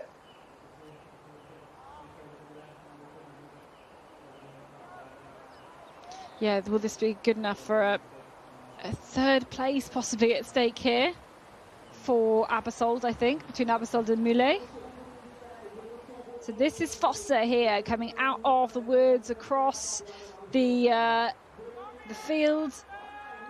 And now he's got to work hard here because he knows he's made a mistake. And he's so much focused on the sprint season. O-Ringen did not go as well as it did for him compared to both Svensk brothers. Victor Svensk won it, Emil Svensk second, Kasper Fosse in third place. And it'll be good enough for a new lead here. You can see, I mean, it is uphill here. You can't really tell by the picture, but he's working so hard here. And it will be enough for a new leading time, but will it be enough for the win? Or will that go to Victor Svensk, who's on his way to control 29 now, where Kasper Fosse made about 30 seconds of errors. So the Norwegian coach is there shouting him in, ready to cheer him on. You can see they've got their phones in their hand. They're looking at the split times here. They know they've got to give him all the information that he really, really needs to push here. He shouldn't save any energy. He needs to keep working hard. Looks to his right. There's the control. And now push, push, push all the way through here towards the finish line. It's going to be a new lead. It'll inevitably be a top three, I think, from this race. But will it be good enough for the win today? Kasper Fosse from Norway, the 3 times long distance world champion, coming towards the finish line. Will it be enough? We will wait and see as Kasper Fosse goes through 97 minutes and 5 seconds. We have been talking a lot about how he struggles a little bit changing from sprint to forest. But in the end, I mean, if Kasper Fosse struggles a little bit, that means just that the others actually have a chance to beat him if he has not a perfect race. So he's still very, very, very good in long distance, and just shows how good he is as an orienteer in the forest and in the sprint as well. But we have to see a couple of seconds if he really is gonna win this World Cup race, because here we can see the replay of his mistake. Many of the runners did that, and I can tell you, the runners that we have chasing Victor Svensk, Fabian Abersson, they didn't do the mistake. They let Emil Svensk do it, and then they got help from it. Yeah. Yeah. I don't know whether Kasper Fosse's regretting running in shorts now, because his shorts are completely ripped up. But yes, those chasers, they've not made that mistake. Well, as you mentioned, Emil Svensk made that mistake. They all caught up with him, no problems there. So it's only a couple of minutes then before we see Victor Svensk into the field, into the arena, and we'll see if he can take his first ever World Cup win. Those are the standings then at the finish. Kasper Fosse, 1 minute and 30 seconds faster than Quentin Moulet from France, with Thomas Krivda in third place at the moment. That's the young Czech Jakub Szelupski still in 6th place. But we've got Victor Svensk and Fabian Abersold are the 2 fast runners. Don't forget Daniel Hubman as well, who might be able to make an impact in the top 3 or in the top 6 as well. Those are the 2 Svensk brothers and Abersold on their way into the arena very shortly. This is Tuukka Sepä from Finland finishing out. He started before Fosse. And the group with Svensk, with the two brothers Svensk and Absol, they should come to the meadow very, very soon. So very soon at the last control.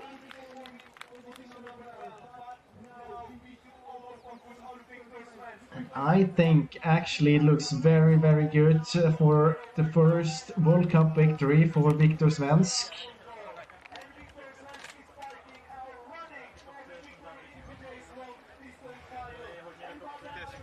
It's not very often that we see a Swedish runner winning a long distance.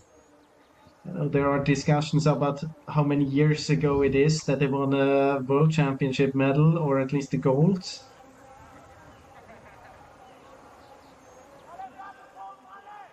And Viktor Svensk's best results previously was third place at the World Cup long distance race in Idre. That was last season in Sweden. He's got 2 silver medals at the European Champs, both of them coming in the relay, but this will be his best result.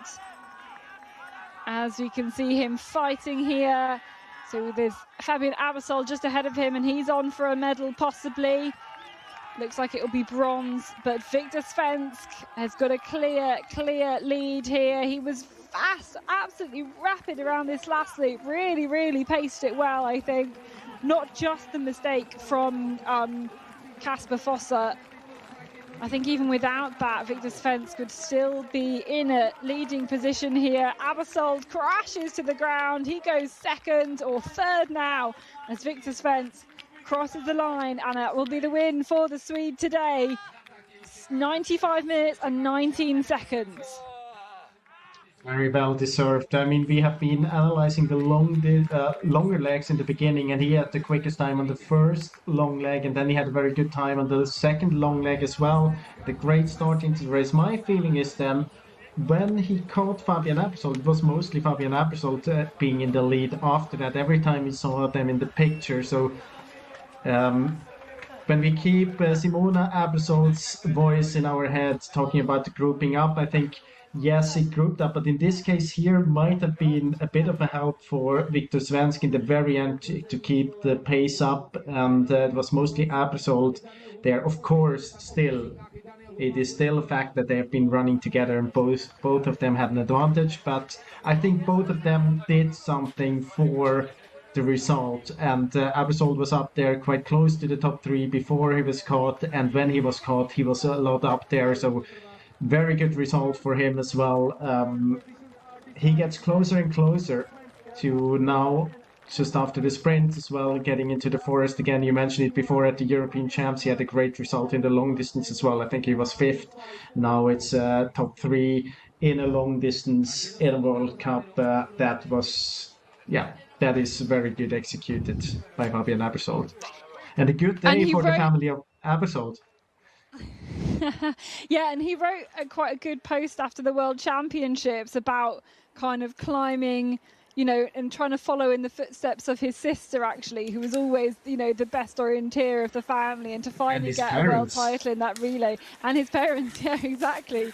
And feeling like that, he needed to kind of live up to the rest of them, and that he'd finally done it. Well, he's made another step towards that today. And Daniel Hubman there, he's still looking for a top 6 position.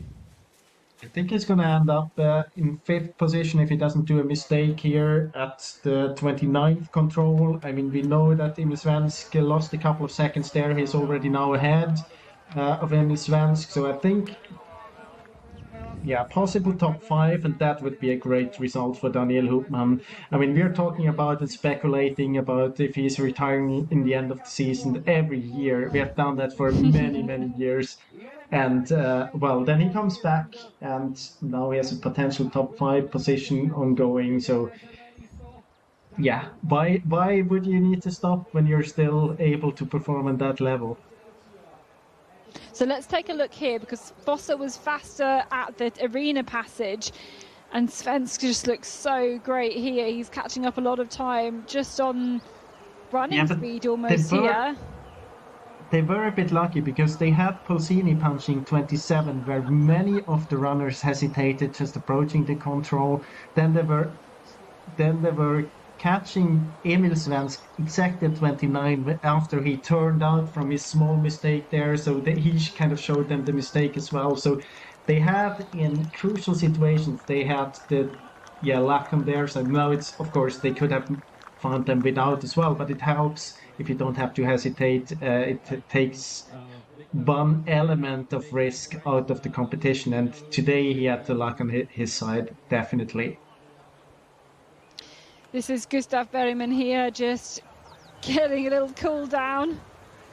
He's the last one out in the terrain. The coaches, they know they can use all the water they want. They don't have to save any from any of the others. And Gustav Bergman, the last starter, just going through that position there, trying to see whereabouts he is in the list. He is in about 22nd place then here, and has been in that spot pretty much all the way around the course here today.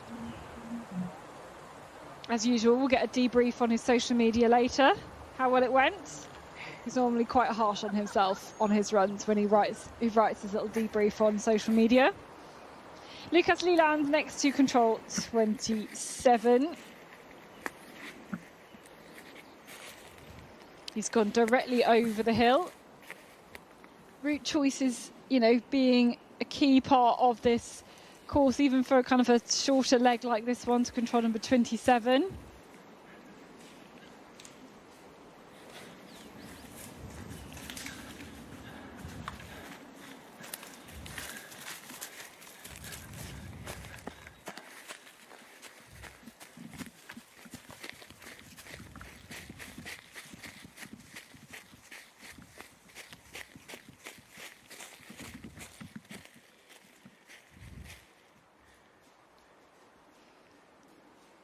So next through to there will be Kiemela, who again has got ahead of Breivik. Breivik's gone the kind of Freya Hjörne route to 26, got stuck in the green, I think.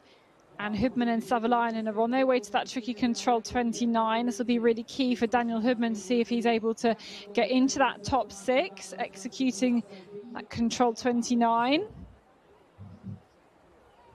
And interesting to see when you're talking about Kiemela, if you look at his split times, he was 2 minutes and 50 seconds behind in 17th position after 4.2 kilometers. After 14 kilometers, he's 3 minutes and 21 seconds behind in 8th position. He only lost 40 seconds from 4 kilometers to 14 kilometers. So if he would have had a better start, he had definitely the speed and the technique to do well. Of course, now, the course is from the start to the finish, but still, I think he can take away from here that he can perform on continental terrain on a very high level if he gets the route choices right. Interesting, you can see that Hubman going this straight option.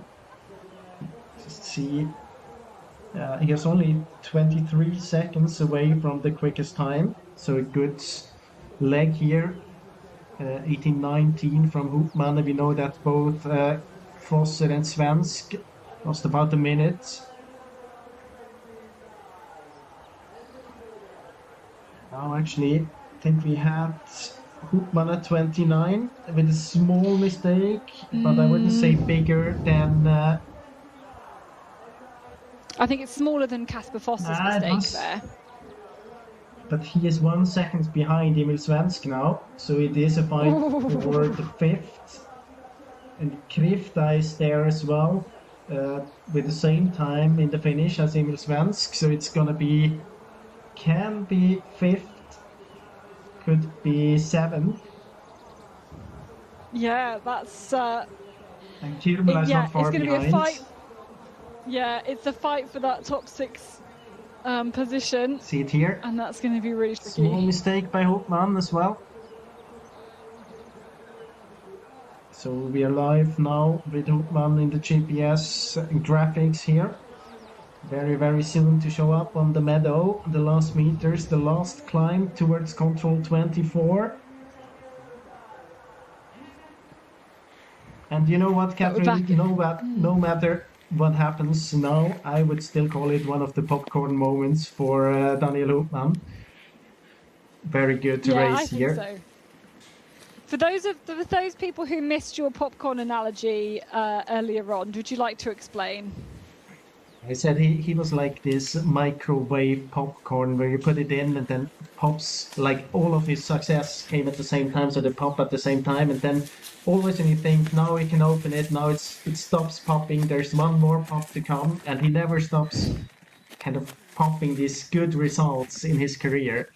Even if the time between the pops is a bit longer, but, well, there's still something going on there.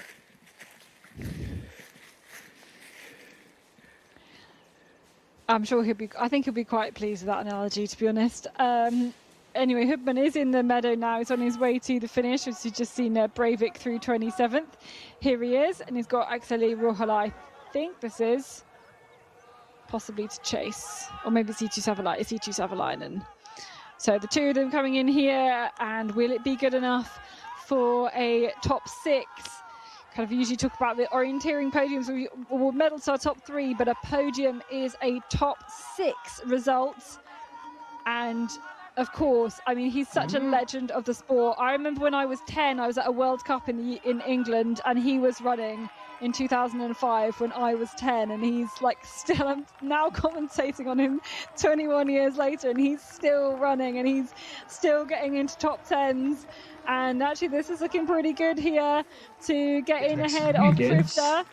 Very, very good for a 5th place position here.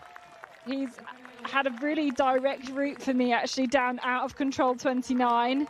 And 5th place for Daniel Hubman. At the age of 43, Daniel Hubman, a proper legend of the sport and still orienteering at such a high level.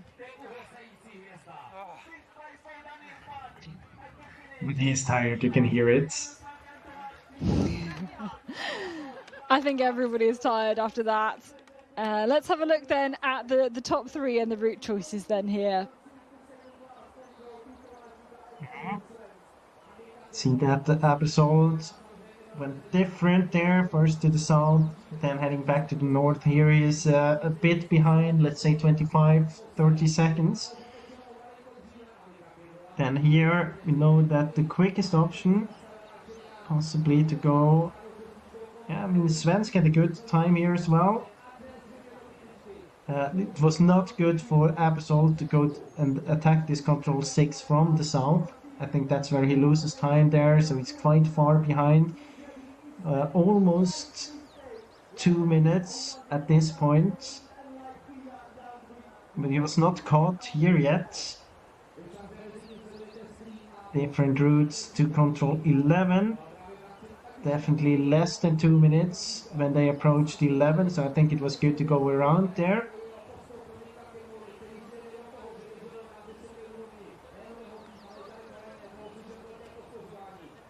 And they come out from the forking system. It's still about a minute between Svensk and Absol, and you can see that Fosser is still quite far ahead of the others. None of them with the perfect execution to control 19. It's where to get a bit closer together. There was not... I think that my feeling was that as soon as Absol and Svensk got together, they were attacking a lot more. They were much quicker in execution. Their style in orienteering got much more sharp. Of course, it was a bit easier towards the end as well. And you can see that Svensk was ahead actually before Fosser did the mistake at 29, so it was not all decisive.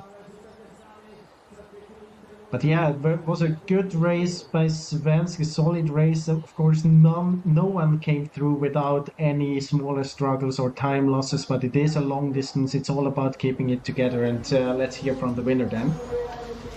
And here with today's winner, Victor Svensk. Congratulations, Victor. Your first World Cup win. First of all, how does that feel?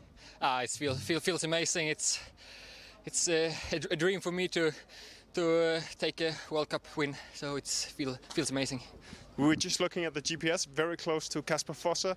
You have a better last loop. You overtake him and end up with a win. What was your feeling during the course?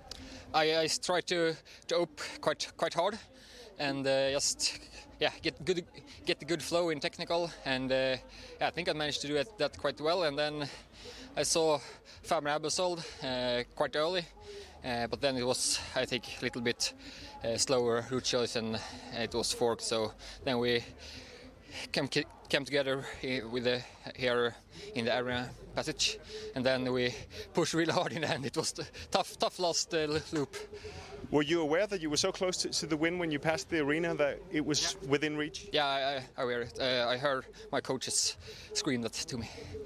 Okay, and what do you think the group with Fabian Abelsold meant for the race? And you said you were pushing hard towards the end. What did that mean for the time?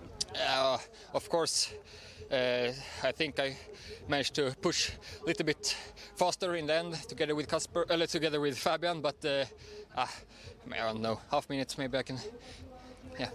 And this continental terrain, very different from Sweden, where you just won the 5 days O-Ring. What was you feeling in this new terrain compared to last week? This terrain is completely new for me, and I had some troubles technical when I was out on some training maps before this. But yesterday I get a good flow, and I'm quite confident that my physical shape is good. So just take the technical good. So yeah. That's a good reason to be confident. Thank you, Victor, and congratulations again. Yeah, thank you very much. So the win there for Victor Svensk, focusing on the technical side of things. And we could really notice when the two of them push together. I think, you get that feedback from the coaches that you're in the mix going through that arena. And maybe that's the kind of difference that it made, just knowing that you really need to push here, and push with the help of another runner as well. They were incredibly fast. Mika Kimler, though, here on his way to the finish.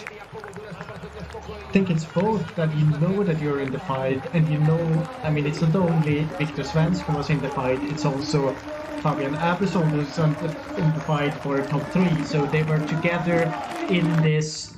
Why would they work against each other in any way? Fabian Abelsold knew that he wouldn't run 2 minutes away from Victor Svensk, so I think they could work together and had the goal to be both in the top 3 and Victor Svensk even win it. So I think that, of course, that helps. And it's easier to find controls when you're 4 eyes compared to 2 eyes. That's just a fact.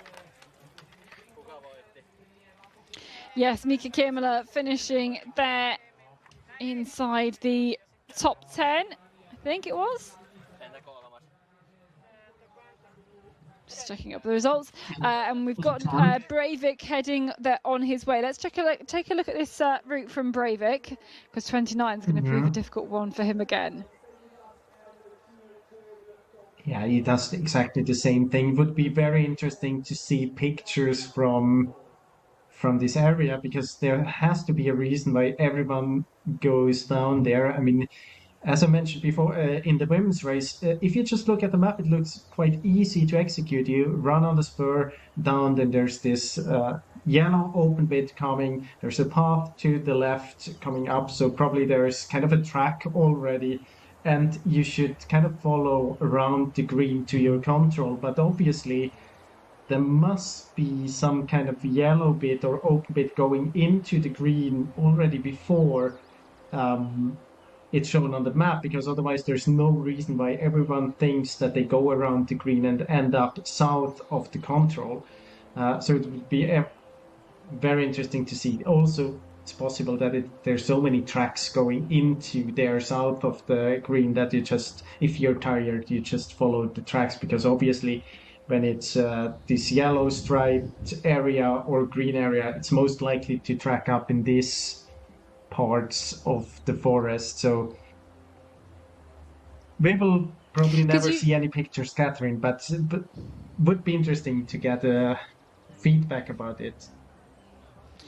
Yeah, I mean, all I can think of is they're going like basically straight and keeping the green to their right hand side, and you just want to actually just keep going straight until you reach the control, but everyone was kind of turning off to the right. They're actually making a direction change that you shouldn't be doing, but maybe you've got your instruction in your head, you kind of keep going into the end of the green and then turn right a little bit. But Yeah, it must be a strange feature in the terrain. But I think, once it's a mistake that a few people have made, then yeah, you get a little root bashed into the terrain, don't you? So you're just going to follow that and you go, well, everyone else has been right. They're all really good world-class orienteers, and you don't think of it in those terms, in those words in your head. It's a lot quicker than that, and then you just continue down. And Gustav Bergman is there now. He's making exactly the same mistake.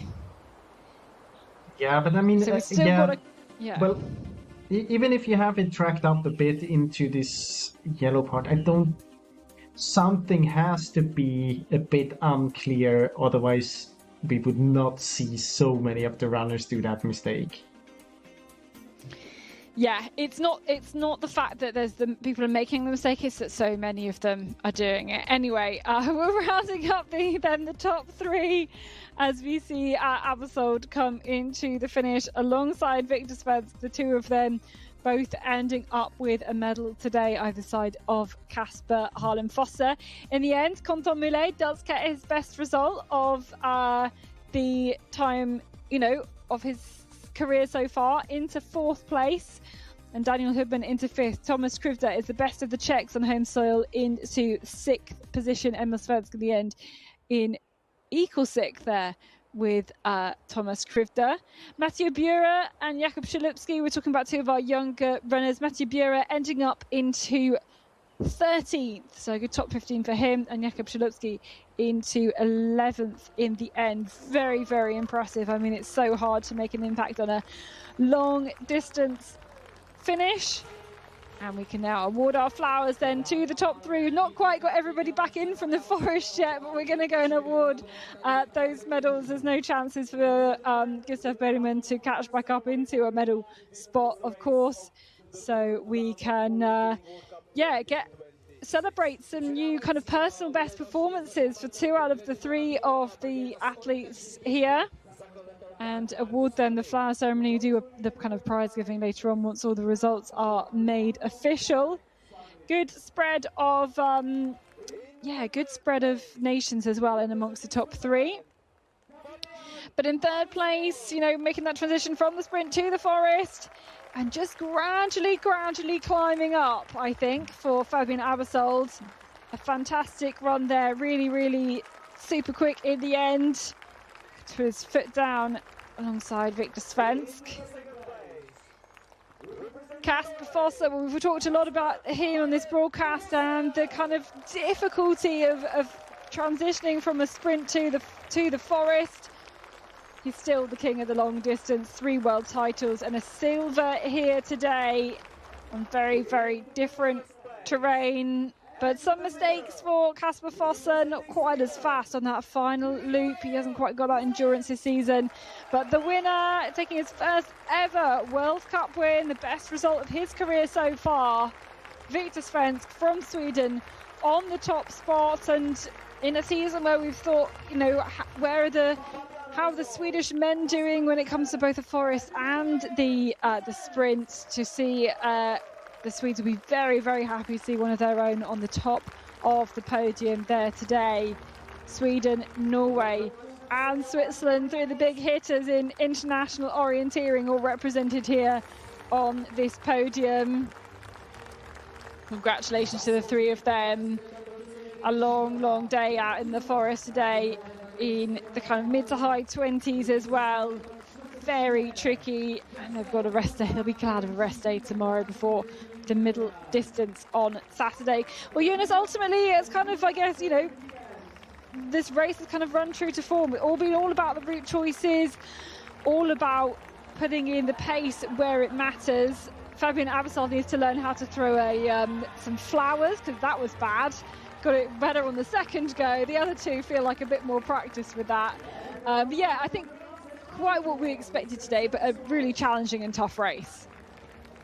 Yeah, and I like the fact that we have, you mentioned that before, it was quite much up and down throughout the course. When you're looking, no one really got through without any struggles, even though Victor Svensk says I think he said about half a minute he could be quicker. I think if he does the analysis, he would find maybe 1 or 2 minutes more, but it's the fact that everyone can find 1 or 2 minutes more that makes it interesting. It's very hard to find all the best route choices in terrain like this, and I think that's how a long distance should be. It's not really about the short controls, about finding this, like within the circle, find the control, the perfect execution when you get close to the control. It's about the tactics, it's about the route choices, and it's about not getting too tired to still be a good orienteer in the very end. And that's everything we could see here. So I think they managed with that task very well. They were not too far off the expected winning time either of 90 minutes if you look at the percentage. So I think that's